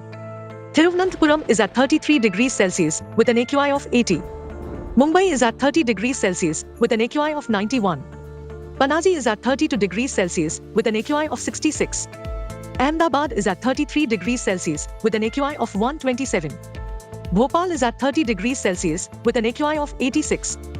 Jaipur is at 27 degrees Celsius with an AQI of 62. Delhi is at 25 degrees Celsius with an AQI of 115. Srinagar is at 16 degrees Celsius with AQI being 39. Lucknow is at 27 degrees Celsius with an AQI of 105. Patna is at 29 degrees Celsius with an AQI of 171. Kolkata is at 28 degrees with an AQI of 99. Hyderabad is at 33 degrees Celsius with an AQI of 85.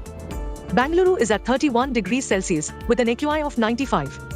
Chennai is at 33 degrees Celsius with an AQI of 106. This is all we have for you in this segment. Hope wherever you are, you find favorable weather around you. Keep watching India Today for news and updates. मेरे लिए motivation थी कि मैं इस देश के लिए world cup जीतना चाहता था. Cricket heals India. सबने यही कहा, just go out there and lift this cup.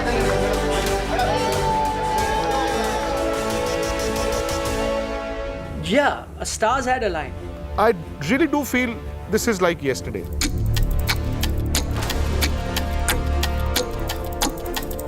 We have this confidence, that we can lift the cup. We always had that belief. This was the moment when it came together. They were the children of destiny, the men of destiny. Nothing could pin them down.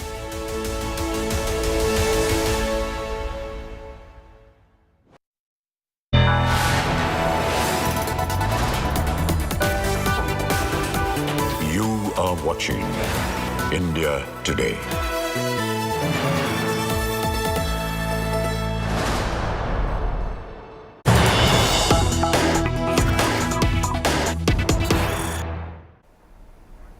News coming in right now. Fresh violence in Sasaram and Bihar Sharif. 6 injured in Sasaram violence after bomb blast. 3 injured in Bihar Sharif firing, and curfew has now been imposed in the area. So fresh violence now, which is being reported after the violence that both areas in fact witnessed during Ram Navami.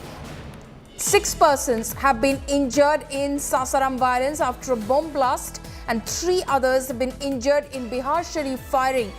Curfew now has been imposed in Bihar Sharif in Nalanda district. So both the areas continue to be extremely sensitive despite prohibitory orders which has been imposed in both areas of Rohtas and Nalanda districts respectively.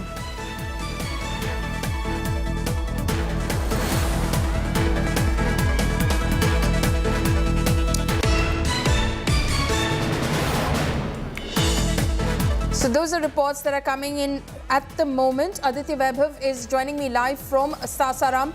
Aditya, some disturbing news that's coming in from Sasaram at the moment. 6 persons who've been injured after a bomb blast. Tell us what happened. The information transpiring from informed sources is concerned, as many as 6 people have sustained injuries after an explosion took place outside a mosque in the same area that was technically affected by the violence post-Ram Navami. Interesting to note here is the fact that when we went ahead and talked to the local civil surgeon concerned, Dr. K.N. Tiwari, who happens to be Rohtas civil surgeon, categorically said that all the 6 blast victims had marks of explosive bombs. And interesting to note here is the fact that all the 6 patients have been referred to Banaras Hindu University for superior medical attention, and this is the information transpiring from informed sources. And we've been told that the entire district apparatus is now moving towards that particular area, and let us see what transpires next. Okay, so basically you're telling us that there was an explosion outside a mosque in the same area which in fact witnessed the previous violence and disturbance. Is that what happened? Exactly, Pauline. This is what has happened, but then the cause of the violence and the nature of the violence is still unconfirmed. What actually led to the violence, who used the explosive on whom, which side was involved. So this is something that the investigation will reveal. But as far as the information transpiring from informed sources by now is the same fact that an explosion took place in the same affected region of Sasaram in Rohtas district, injuring as many as 6 people who have now been dashed to BHU for superior medical attention. Okay, Aditya, stay on with us. Rohit Singh is also joining us from Bihar Sharif. Rohit, tell us what happened in the area.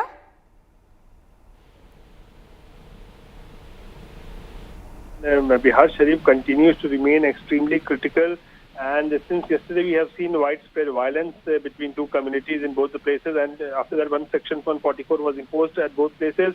Throughout the day there was no incident there that took place, but later in the evening we saw that a huge violence was reported from 3 places in Bihar Sharif. One is the Paharpur area where 12 rounds of firing took place between the 2 communities. And after that, another incident was reported from the Kashi Takia area in Bihar Sharif, where a half a dozen round firing took place between the 2 groups, and another incident took place in Sohsarai. So after these incidents and the firing that took place, 3 people were injured in the firing, and all of them have been sent to hospital for treatment. And after that, as the law and order situation continued to remain extremely grim, the district magistrate was forced to impose curfew in the Bihar Sharif. So the news that we are breaking is that after Section 144 failed to yield desired result, now curfew has been imposed in Bihar Sharif, and a public announcement is also being made across the town through loudspeakers and mics, asking people not to venture out, not to come out of their houses. And now curfew has been imposed, and now the administration is hoping that after curfew has been imposed, the situation will return back to normal. But the situation in Sasaram as well as Bihar Sharif continues to remain extremely critical. Okay. Rohit and Aditya, thank you so much for bringing us those latest late-night developments that are taking place in Sasaram and in Bihar Sharif. Both areas continue to be extremely tense. Fresh violence being reported from both Sasaram and Bihar Sharif. Violent clashes over Ram Navami festival mars West Bengal, while Bengal police imposed Section 144 in Howrah to bring the situation under control. Political blame game erupts between the BJP and the TMC. Here's a report.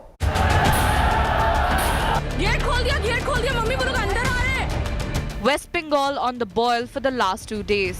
Stone pelting, arson and violent clashes.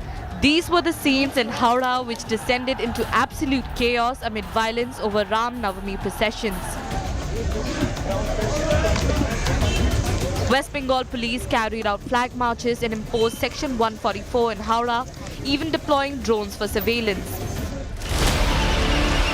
The police have arrested over 30 people and the search is on to find other suspects. देखिए हालात सामान्य हैं, चीज़ें control में हैं, GT road में traffic normal है और हम लोग यहाँ पे आसपास के एरिया में 144 का अनाउंसमेंट भी करवा रहे हैं। पुलिस का पेट्रोलिंग है, रेगुलर एरिया डोमिनेशन चल रहा है, जिससे लोगों में कॉन्फिडेंस है और जो एक वातावरण 2 दिन में जो तैयार हुआ था वो पूरा नॉर्मल हो जाए, इसलिए एरिया डोमिनेशन एक्सरसाइज और पेट्रोलिंग। अभी तक 38 लोग अरेस्ट हुए हैं, 2 केस हुए। Meanwhile, the clashes have sparked a massive political war between the ruling TMC and the BJP.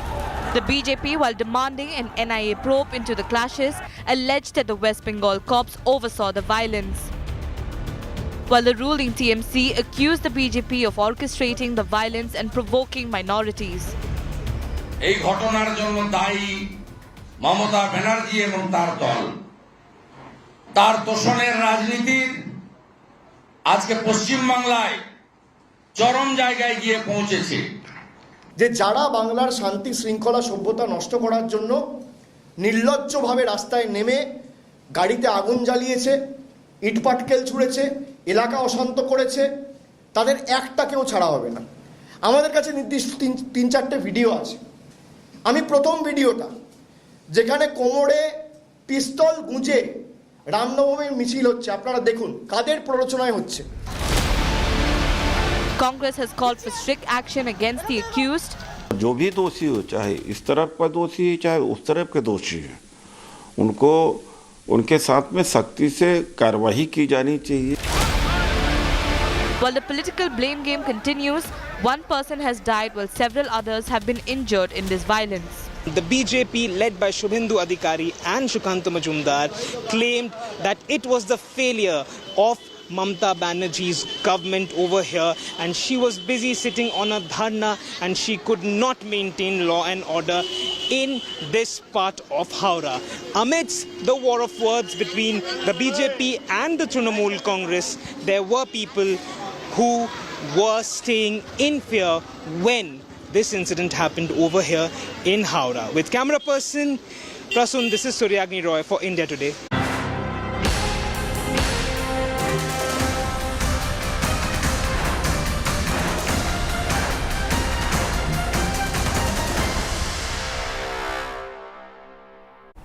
Karnataka Dangal intensifies. Rahul Gandhi's Satyamev Jayate Yatra, which was scheduled to take place on April 5th, has now been postponed to April 9th. That would now coincide with Prime Minister Modi's Project Tiger event, which is scheduled for the same day.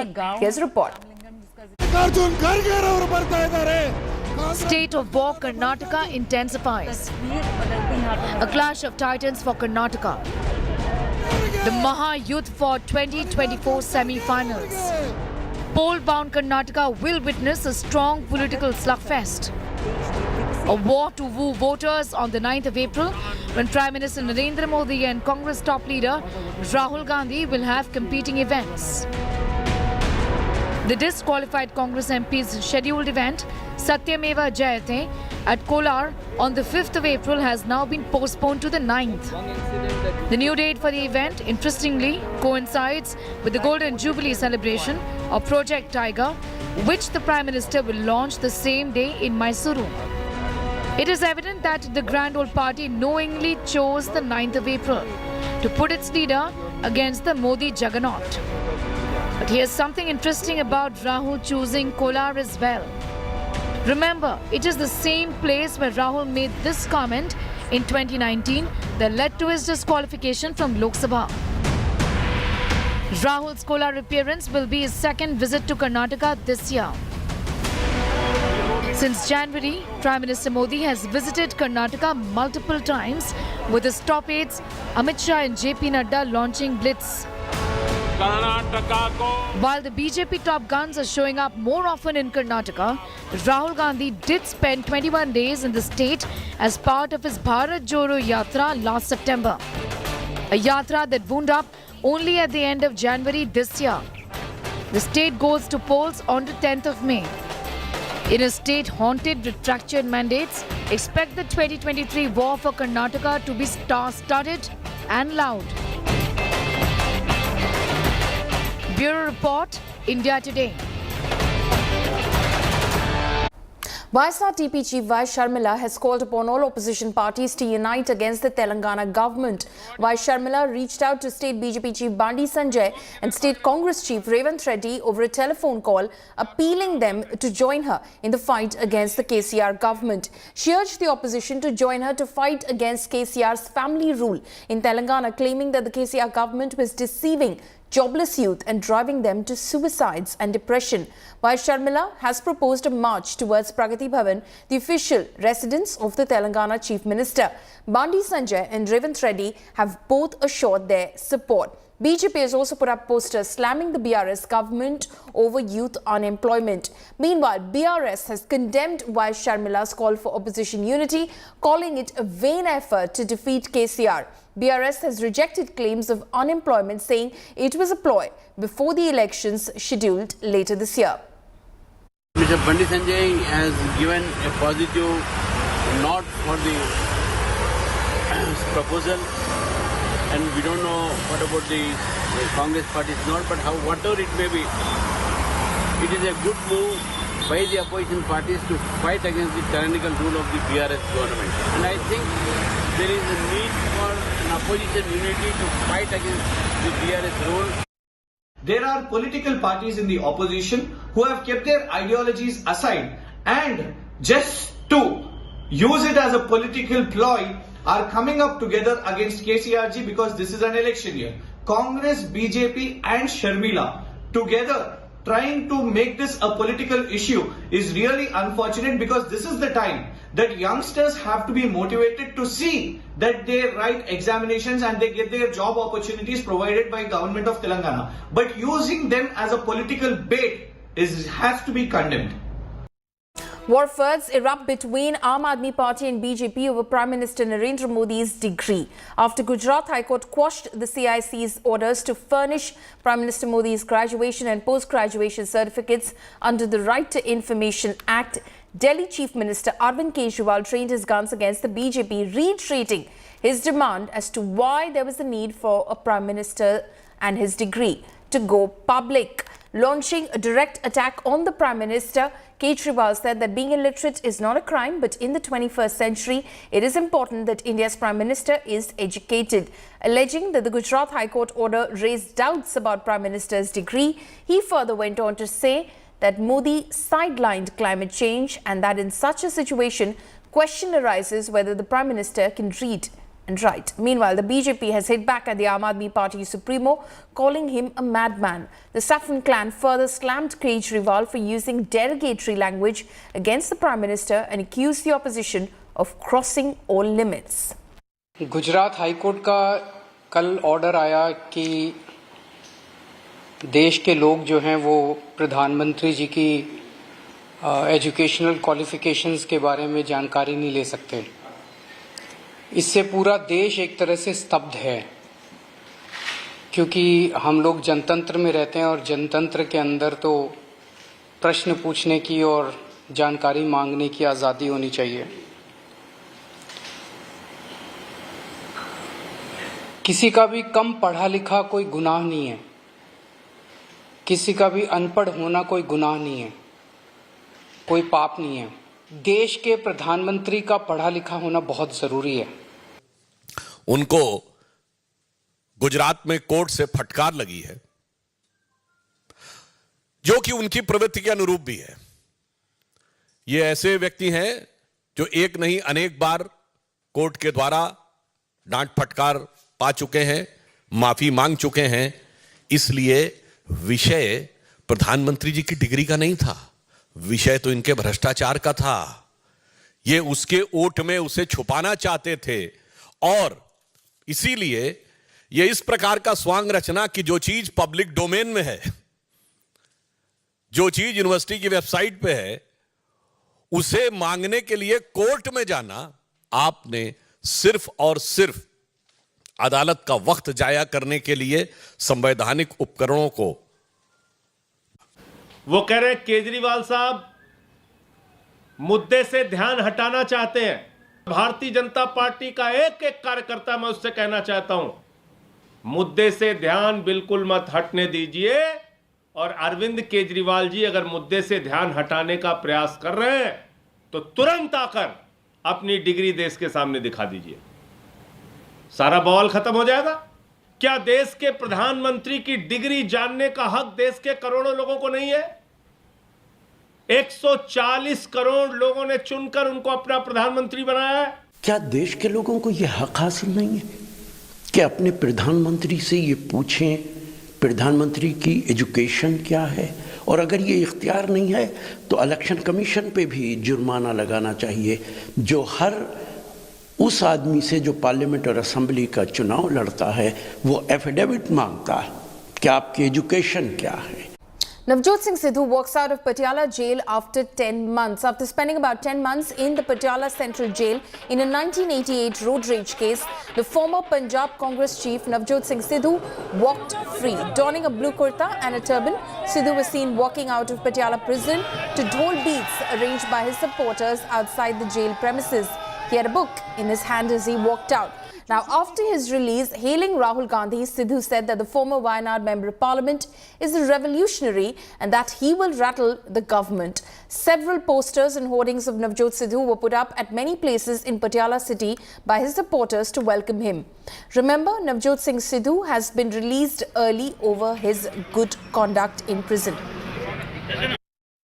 Rahul Gandhi आज लोकतंत्र की बेड़ियां काट रहा है, संस्थाओं की बेड़ियां काट रहा है। आज शेर की तरह एक दहाड़ है, पूरे देश में दहाड़ है। उस सत्य की आवाज को दबाने की कोशिश की जा रही है और जब शेर दहाड़ता है तो अमेरिका, जर्मनी, पूरी दुनिया में वो आवाज हर तरह से गूंज रही है। अगर मेरा छोटा भाई भगवंत मान भी सुन रहा हो तो ये उसके लिए भी है।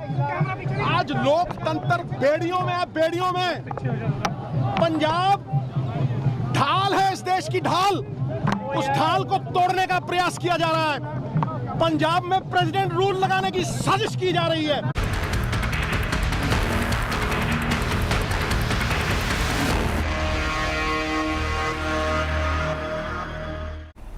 It's been more than 2 weeks, but Amrit Pal is still missing. Now, new CCTV footage has surfaced in which the Khalistani leader's aide Papalpreet Singh can be seen in Punjab's Hoshiarpur. The video is from March 29. Notably, this is the first time that Papalpreet has been seen without Amrit Pal.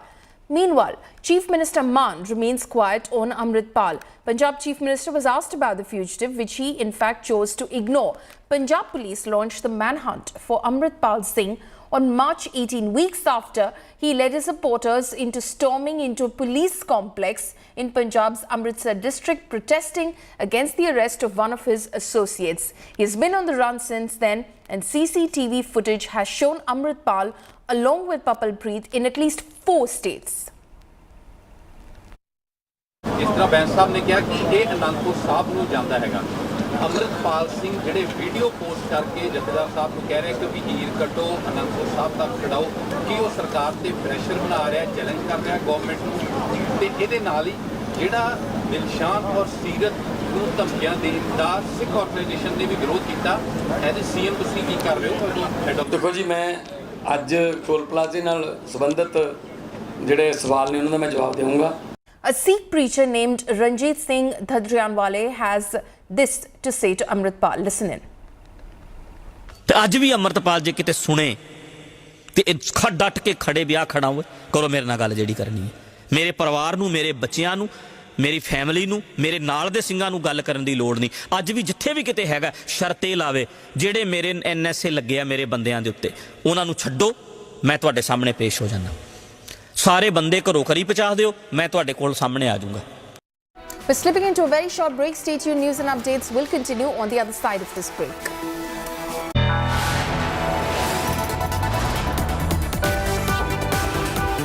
You are watching India Today.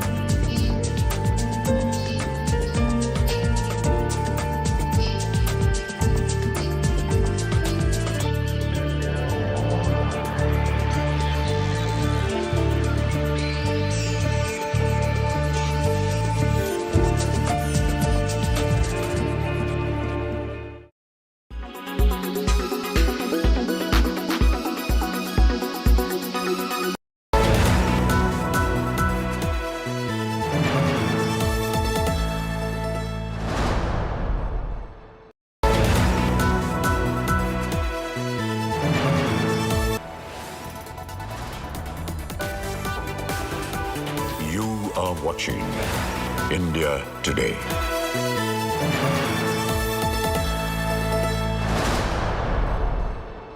In the second game of IPL 2023, Punjab Kings defeated Kolkata Knight Riders by 7 runs on DLS method. Bhanuka Rajapaksa scored a half-century and Arshdeep Singh picked 3 wickets for 19. Kolkata fell for 7 runs short, in fact, of the pass score when the rain stopped play. Here's how the action panned out. Put in to bat first after Kolkata Knight Riders won the toss, Prabsimran Singh took on both Umesh Yadav and Tim Saudi. But Saudi had the last laugh as Prabsimran edged one to the keeper. Conceded 14, is fought back with a wicket. Shikhar Dhawan and Bhanuka Rajapaksa then took the attack to Kolkata. And it's even better. It was Rajapaksa who played the role of the aggressor, and he smashed his first half-century of the season in quick time. Half-century. Umesh Yadav then struck for Kolkata by removing Rajapaksa, who holed out in search of a glory shot. Sunil Narine was expensive on the day, but he managed a wicket in the final over of his spell. Shah Rukh Khan and Sam Curran then hit a few boundaries as Punjab finished their innings on 191. After a slight delay due to a floodlight failure, Remunullah Gurbaz came out all guns blazing in the opening over. The other shot as well, deftly off his pads. Arshdeep Singh, however, struck twice in his first over and sent back both Mandeep Singh and Anukul Roy. Straight to the man at short mid-wicket. Nathan Ellis then struck on his second ball of his over as he cleaned up the danger man Gurbaz. Impact player Venkatesh Iyer and skipper Nitish Rana steadied the ship for Kolkata, taking the team across the 50-run mark. Finds the gap again. The duo then took on the impact player for Punjab in Rishi Dhawan and smashed 15 runs off his over. One of the shots of the day, I think. It's not as if... But Sikandar Raza struck for Punjab as Rana hit one straight to point. On the onside. Russell smashed the Punjab bowlers all round the park as Kolkata somehow stayed alive in the game. 2 balls left. But Curran got the wicket of Russell as he was trying to hit one out of the park. Is that the game for the Yet Arshdeep threw another spanner in the work, getting his third wicket of the day as Venkatesh Iyer departed. What a good bouncer that is. It's over. Sunil Narayan then hit a six to keep Kolkata in the hunt, but rain spoiled the fun as the match was called off and Punjab were declared winners via the Duckworth-Lewis turn method. A little bit heavier. Sports Bureau, India Today. Yeah, quite heavy. The inauguration of Neeta Mukesh Ambani Cultural Centre in Mumbai was a star-studded affair. The centre opened on Friday in Mumbai. The evening was made special with the musical theatre Civilization to Nation. The dramatic showcase boasted over 700 performers and features art forms such as dance, music and puppetry. More in this report.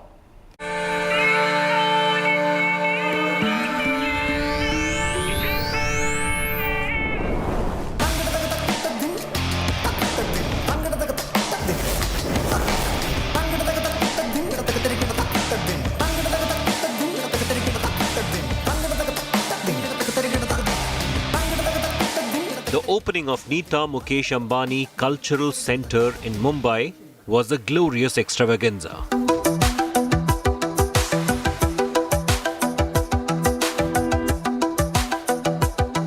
A massive multidisciplinary space, NMACC is aimed at promoting Indian arts. NMACC is an ode to our country, to the rich legacy and heritage that we all have inherited. I hope the spaces here nurture young talent, not only from the metros and cities, but from small towns and remotest villages. I hope it becomes a home for the art, for the artisans and the audience. Yeah, and we hope to get the best of India here and welcome the best of the world here. The best in the world were indeed all there. From supermodel Gigi Hadid to YouTube star Emma Chamberlain, both dressed in Rahul Mishra, to Priyanka Chopra, Nick Jonas and Deepika Ranveer. My heart is full. I'm at a loss for words, but I think Mukesh and me had dreamt about